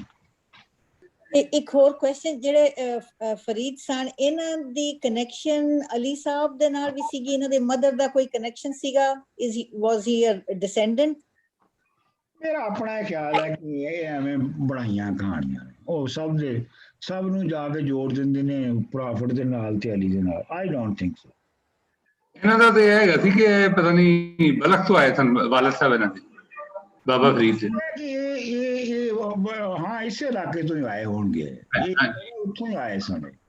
ਬਾਖਤਰ ਦਾ ਵੈਸੇ ਵੀ ਸਿਲਸਿਲਾ ਬੜਾ ਵੱਡਾ ਹੈ। ਬਿਲਕੁਲ ਬਿਲਕੁਲ, ਨਹੀਂ ਸਹੀ ਗੱਲ ਹੈ। ਬਾਬਾ ਫਰੀਦ ਦੇ ਦਾਦਾ ਆਏ ਜੀ ਅਫਗਾਨਿਸਤਾਨ ਤੋਂ ਬਣਿਆ ਨਾ, ਉਹ ਤੇ ਬਾਖਤਰ ਬਲਖ ਵੱਡੀ ਸਿਆਸਤ। ਤੁਸੀਂ ਸਹੀ ਕਹਿ ਰਹੇ ਹੋ ਕਿ ਉਸ ਵੇਲੇ ਉਹ ਨਾਂ ਨਹੀਂ ਸੀ। ਜਿਹੜਾ ਮੇਰੀ ਰੀਡਿੰਗ ਹੈ ਨਾ, ਮੇਰੀ ਰੀਡਿੰਗ ਇਹ ਹੈਗੀ ਹੈ, ਅੰਦਾਜ਼ਾ ਮੇਰਾ ਇਹ ਹੈਗਾ ਕਿ ਇਹਨਾਂ ਦੀ ਫੈਮਿਲੀ ਉਸ ਤੋਂ ਵੀ ਬਹੁਤ ਪਹਿਲੇ ਇੱਥੇ ਹੋਵੇਗੀ। ਇਹ ਵੀ ਜਿਹੜਾ ਰੈਫਰੈਂਸ ਹੈ ਨਾ ਕਿ ਉਹਨਾਂ ਦੇ ਦਾਦਾ ਆਏ ਸਨ, ਤੇ ਮੈਨੂੰ ਵੀ ਕੋਈ ਨਾ ਅਪੀਲ ਨਹੀਂ ਕਰਦਾ, ਲੇਕਿਨ ਮੈਂ ਕੁਝ ਕਹਿ ਨਹੀਂ ਸਕਦਾ ਇਹਦੇ ਬਾਰੇ ਚ। ਤੁਹਾਡੇ ਜੋ ਕਿਸੇ ਨੂੰ ਚਾਹੀਦਾ ਕਿ ਬਾਬਾ ਫਰੀਦ ਦੀ ਜ਼ਿੰਦਗੀ ਦੇ ਉੱਤੇ ਕਿਤਾਬ ਲਿਖੇ, और जे तुसीं तुहाडे चों कोई लिखना चाहे तो मैं ਉਹਦੀ हेल्प कर सकदा। डॉक्टर साहब थोड़ा जिहा और पढ़ लईए जी, फिर कोशिश करांगे। बहुत ਵੱਡਾ ਕੰਮ ਹੈ ਜੀ, ਏਡੇ ਵੱਡੇ ਦਾਨਾ ਨੇ ਉਹਨਾਂ ਦੇ ਬਾਰੇ ਚ ਲਿਖਣਾ, ਨਾਲੇ ਬਹੁਤ ਤੁਹਾਡੇ ਤਰ੍ਹਾਂ ਬਹੁਤ ਸਮਝ ਵਾਲੇ ਲੋਕ ਲਿਖ ਕੇ ਨੇ। ਮੈਂ ਜਿਹੜਾ ਤੁਹਾਡੇ ਨਾਲ ਇੱਕ ਥੋੜਾ ਜਿਹਾ ਰੇਜ਼ ਕੀਤਾ ਸੀ ਪੁਆਇੰਟ, ਡਾਕਟਰ ਨਜ਼ੀਰ ਸਾਹਿਬ ਨੇ ਐਗਜ਼ੈਕਟਲੀ ਉਹ ਸਾਰੀਆਂ ਚੀਜ਼ਾਂ ਲਿਖੀਆਂ ਨੇ ਜੀ ਆਪਣੀ ਕਿਤਾਬ ਵਿੱਚ ਜਿਹੜੀ ਉਹਨਾਂ ਬਾਬਾ ਫਰੀਦ ਲਈ ਲਿਖੀ ਹੈ, ਕਲਾਮ ਬਾਬਾ ਫਰੀਦ। ਐਗਜ਼ੈਕਟਲੀ ਉਹਨਾਂ ਤੁਹਾਡੀਆਂ ਸਾਰੀਆਂ ਚੀਜ਼ਾਂ ਇੰਡੋਰਸ ਕੀਤੀਆਂ ਨੇ ਜੀ, ਉਹ ਜਿਹੜਾ ਨਾ ਉਹ ਫਰੀਦ ਸਾਨੀ ਦੇ ਬਾਰੇ ਚ, ਕਿ ਨਹੀਂ ਉਹ ਗੱਲ ਸਹੀ ਨਹੀਂ। ਮੈਂ ਅਸਲ ਦੇ ਵਿੱਚ ਜਦੋਂ ਬਾਬਾ ਫਰੀਦ ਦੇ ਉੱਤੇ ਰਿਸਰਚ ਕਰ ਰਿਹਾ ਸਾਂ ਨਾ, ਬਹੁਤ 10 ਸਾਲ 15 ਸਾਲ ਪਹਿਲੇ, ਤੇ ਉਸ ਵੇਲੇ ਮੈਂ ਖੁੰਝ ਗਿਆ ਇਸ ਗੱਲ ਤੋਂ। ਉਸ ਵੇਲੇ ਤੇ ਸਾਰੇ ਰੈਫਰੈਂਸ ਮੇਰੇ ਸਾਹਮਣੇ ਸਨ, ਕਿਤਾਬਾਂ ਸਾਹਮਣੇ ਸਨ, ਤੇ ਉਹ ਵਿੱਚੋਂ ਫਿਰ 10 ਸਾਲ ਹੁਣ ਲੰਘ ਗਏ ਨੇ। ਹੁਣ ਮੈਂ ਜੇ ਕਰਾਂ ਤੇ ਮੈਨੂੰ ਫਿਰ ਦੁਬਾਰਾ ਤੋਂ ਉਹ ਸਾਰੀਆਂ ਕਿਤਾਬਾਂ ਇਕੱਠੀਆਂ ਕਰਕੇ ਪੜ੍ਹਨੀਆਂ ਪੈਣਗੀਆਂ। ਇਸ ਲਈ ਜੇ ਕੋਈ ਤੁਹਾਡੇ ਵਿੱਚੋਂ ਕਰੇ ਤੇ ਬੜਾ ਅੱਛਾ ਹੈ। डॉक्टर साहब ये मिकालिफ कौन सी जी, ਇਹਦੇ ਬਾਰੇ ਚ ਕੁਝ ਦੱਸੋ। ਜੀ ਇਹ ਅੰਗਰੇਜ਼ ਕੋਈ ਮੁਹੱਕਿਕ ਹੈ ਮੁਖਾਲਿਫ ਜੀ, ਮਿਕਾਲਿਫ ਜਿੱਦਾਂ ਡਾਕਟਰ ਨਜ਼ੀਰ ਸਾਹਿਬ ਨੇ ਰੈਫਰੈਂਸ ਦਿੱਤਾ ਕਿ ਉਹਨੇ ਇਹ ਚੀਜ਼ ਰੇਜ਼ ਕੀਤੀ ਹੈ ਕਿ ਭਾਈ ਇਹ ਕਲਾਮ ਜਿਹੜਾ ਹੈ ਉਹਨਾਂ ਨੂੰ ਫਰੀਦ ਸਾਨੀ ਦਾ ਬਾਬਾ ਜੀ ਦਾ ਨਹੀਂ। ਨਹੀਂ, ਇਹਦੀ ਬੇਸਿਕ ਸੋਰਸ ਉਹੀ ਹੈ ਨਾ, ਰਾਧਾ ਕ੍ਰਿਸ਼ਨਾ ਜਿਹੜੀ ਹੈ ਫਾਜ਼ਲ ਫਾਇਦ ਜੀ। ਹਾਂਜੀ, ਉਹ ਬੇਸਿਕ ਸੋਰਸ ਉਹੀ ਹੈ।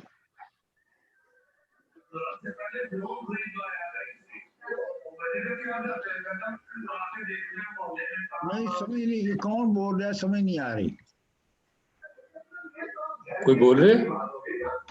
मेरा ख्याल है कि मीटिंग काफी हो गई है, 12 हो गए ने, ते हुण असीं मेरा ख्याल है कि एक दूजे नूं रब रखा आखीए ते अगले संडे नूं असीं मिलांगे बाबा गुरु नानक जी दे कलाम ते। जी थैंक यू जी। एक आखिरी क्वेश्चन कि भी इन्हां दे कलाम च किते भी औरत दी इक्वालिटी बारे किते नहीं रखिया। इज इट ट्रू पर बिलीव करदे सन राइट इक्वालिटी ऑफ वुमेन? वो ते आप औरत बन गए, आप औरत बन के राइट। अच्छा ते वो ਉਹਨਾਂ ਲਈ औरत कोई दूसरी शय नहीं ना हैगी जी, ਜਿਹਨੂੰ ਬਰਾਬਰ ਕਹਿੰਦੇ। ਜਿਹੜਾ ਬੰਦਾ ਆਪ ਆਪਣੇ ਆਪ ਨੂੰ ਔਰਤ ਕਹਿ ਰਿਹਾ ਹੈ ਤੇ ਸਭ ਤੋਂ ਵੱਡਾ ਸਬੂਤ ਇਹੋ ਹੀ ਹੈ ਕਿ ਔਰਤ ਦੀ ਬਰਾਬਰੀ ਨੂੰ ਮੰਨ ਰਿਹਾ। सही। Thank you. ओके जी, okay. Thank you Dr. Saab, thank you so much, and Rab Rakha to all the class. रब रखा जी, रब रखा।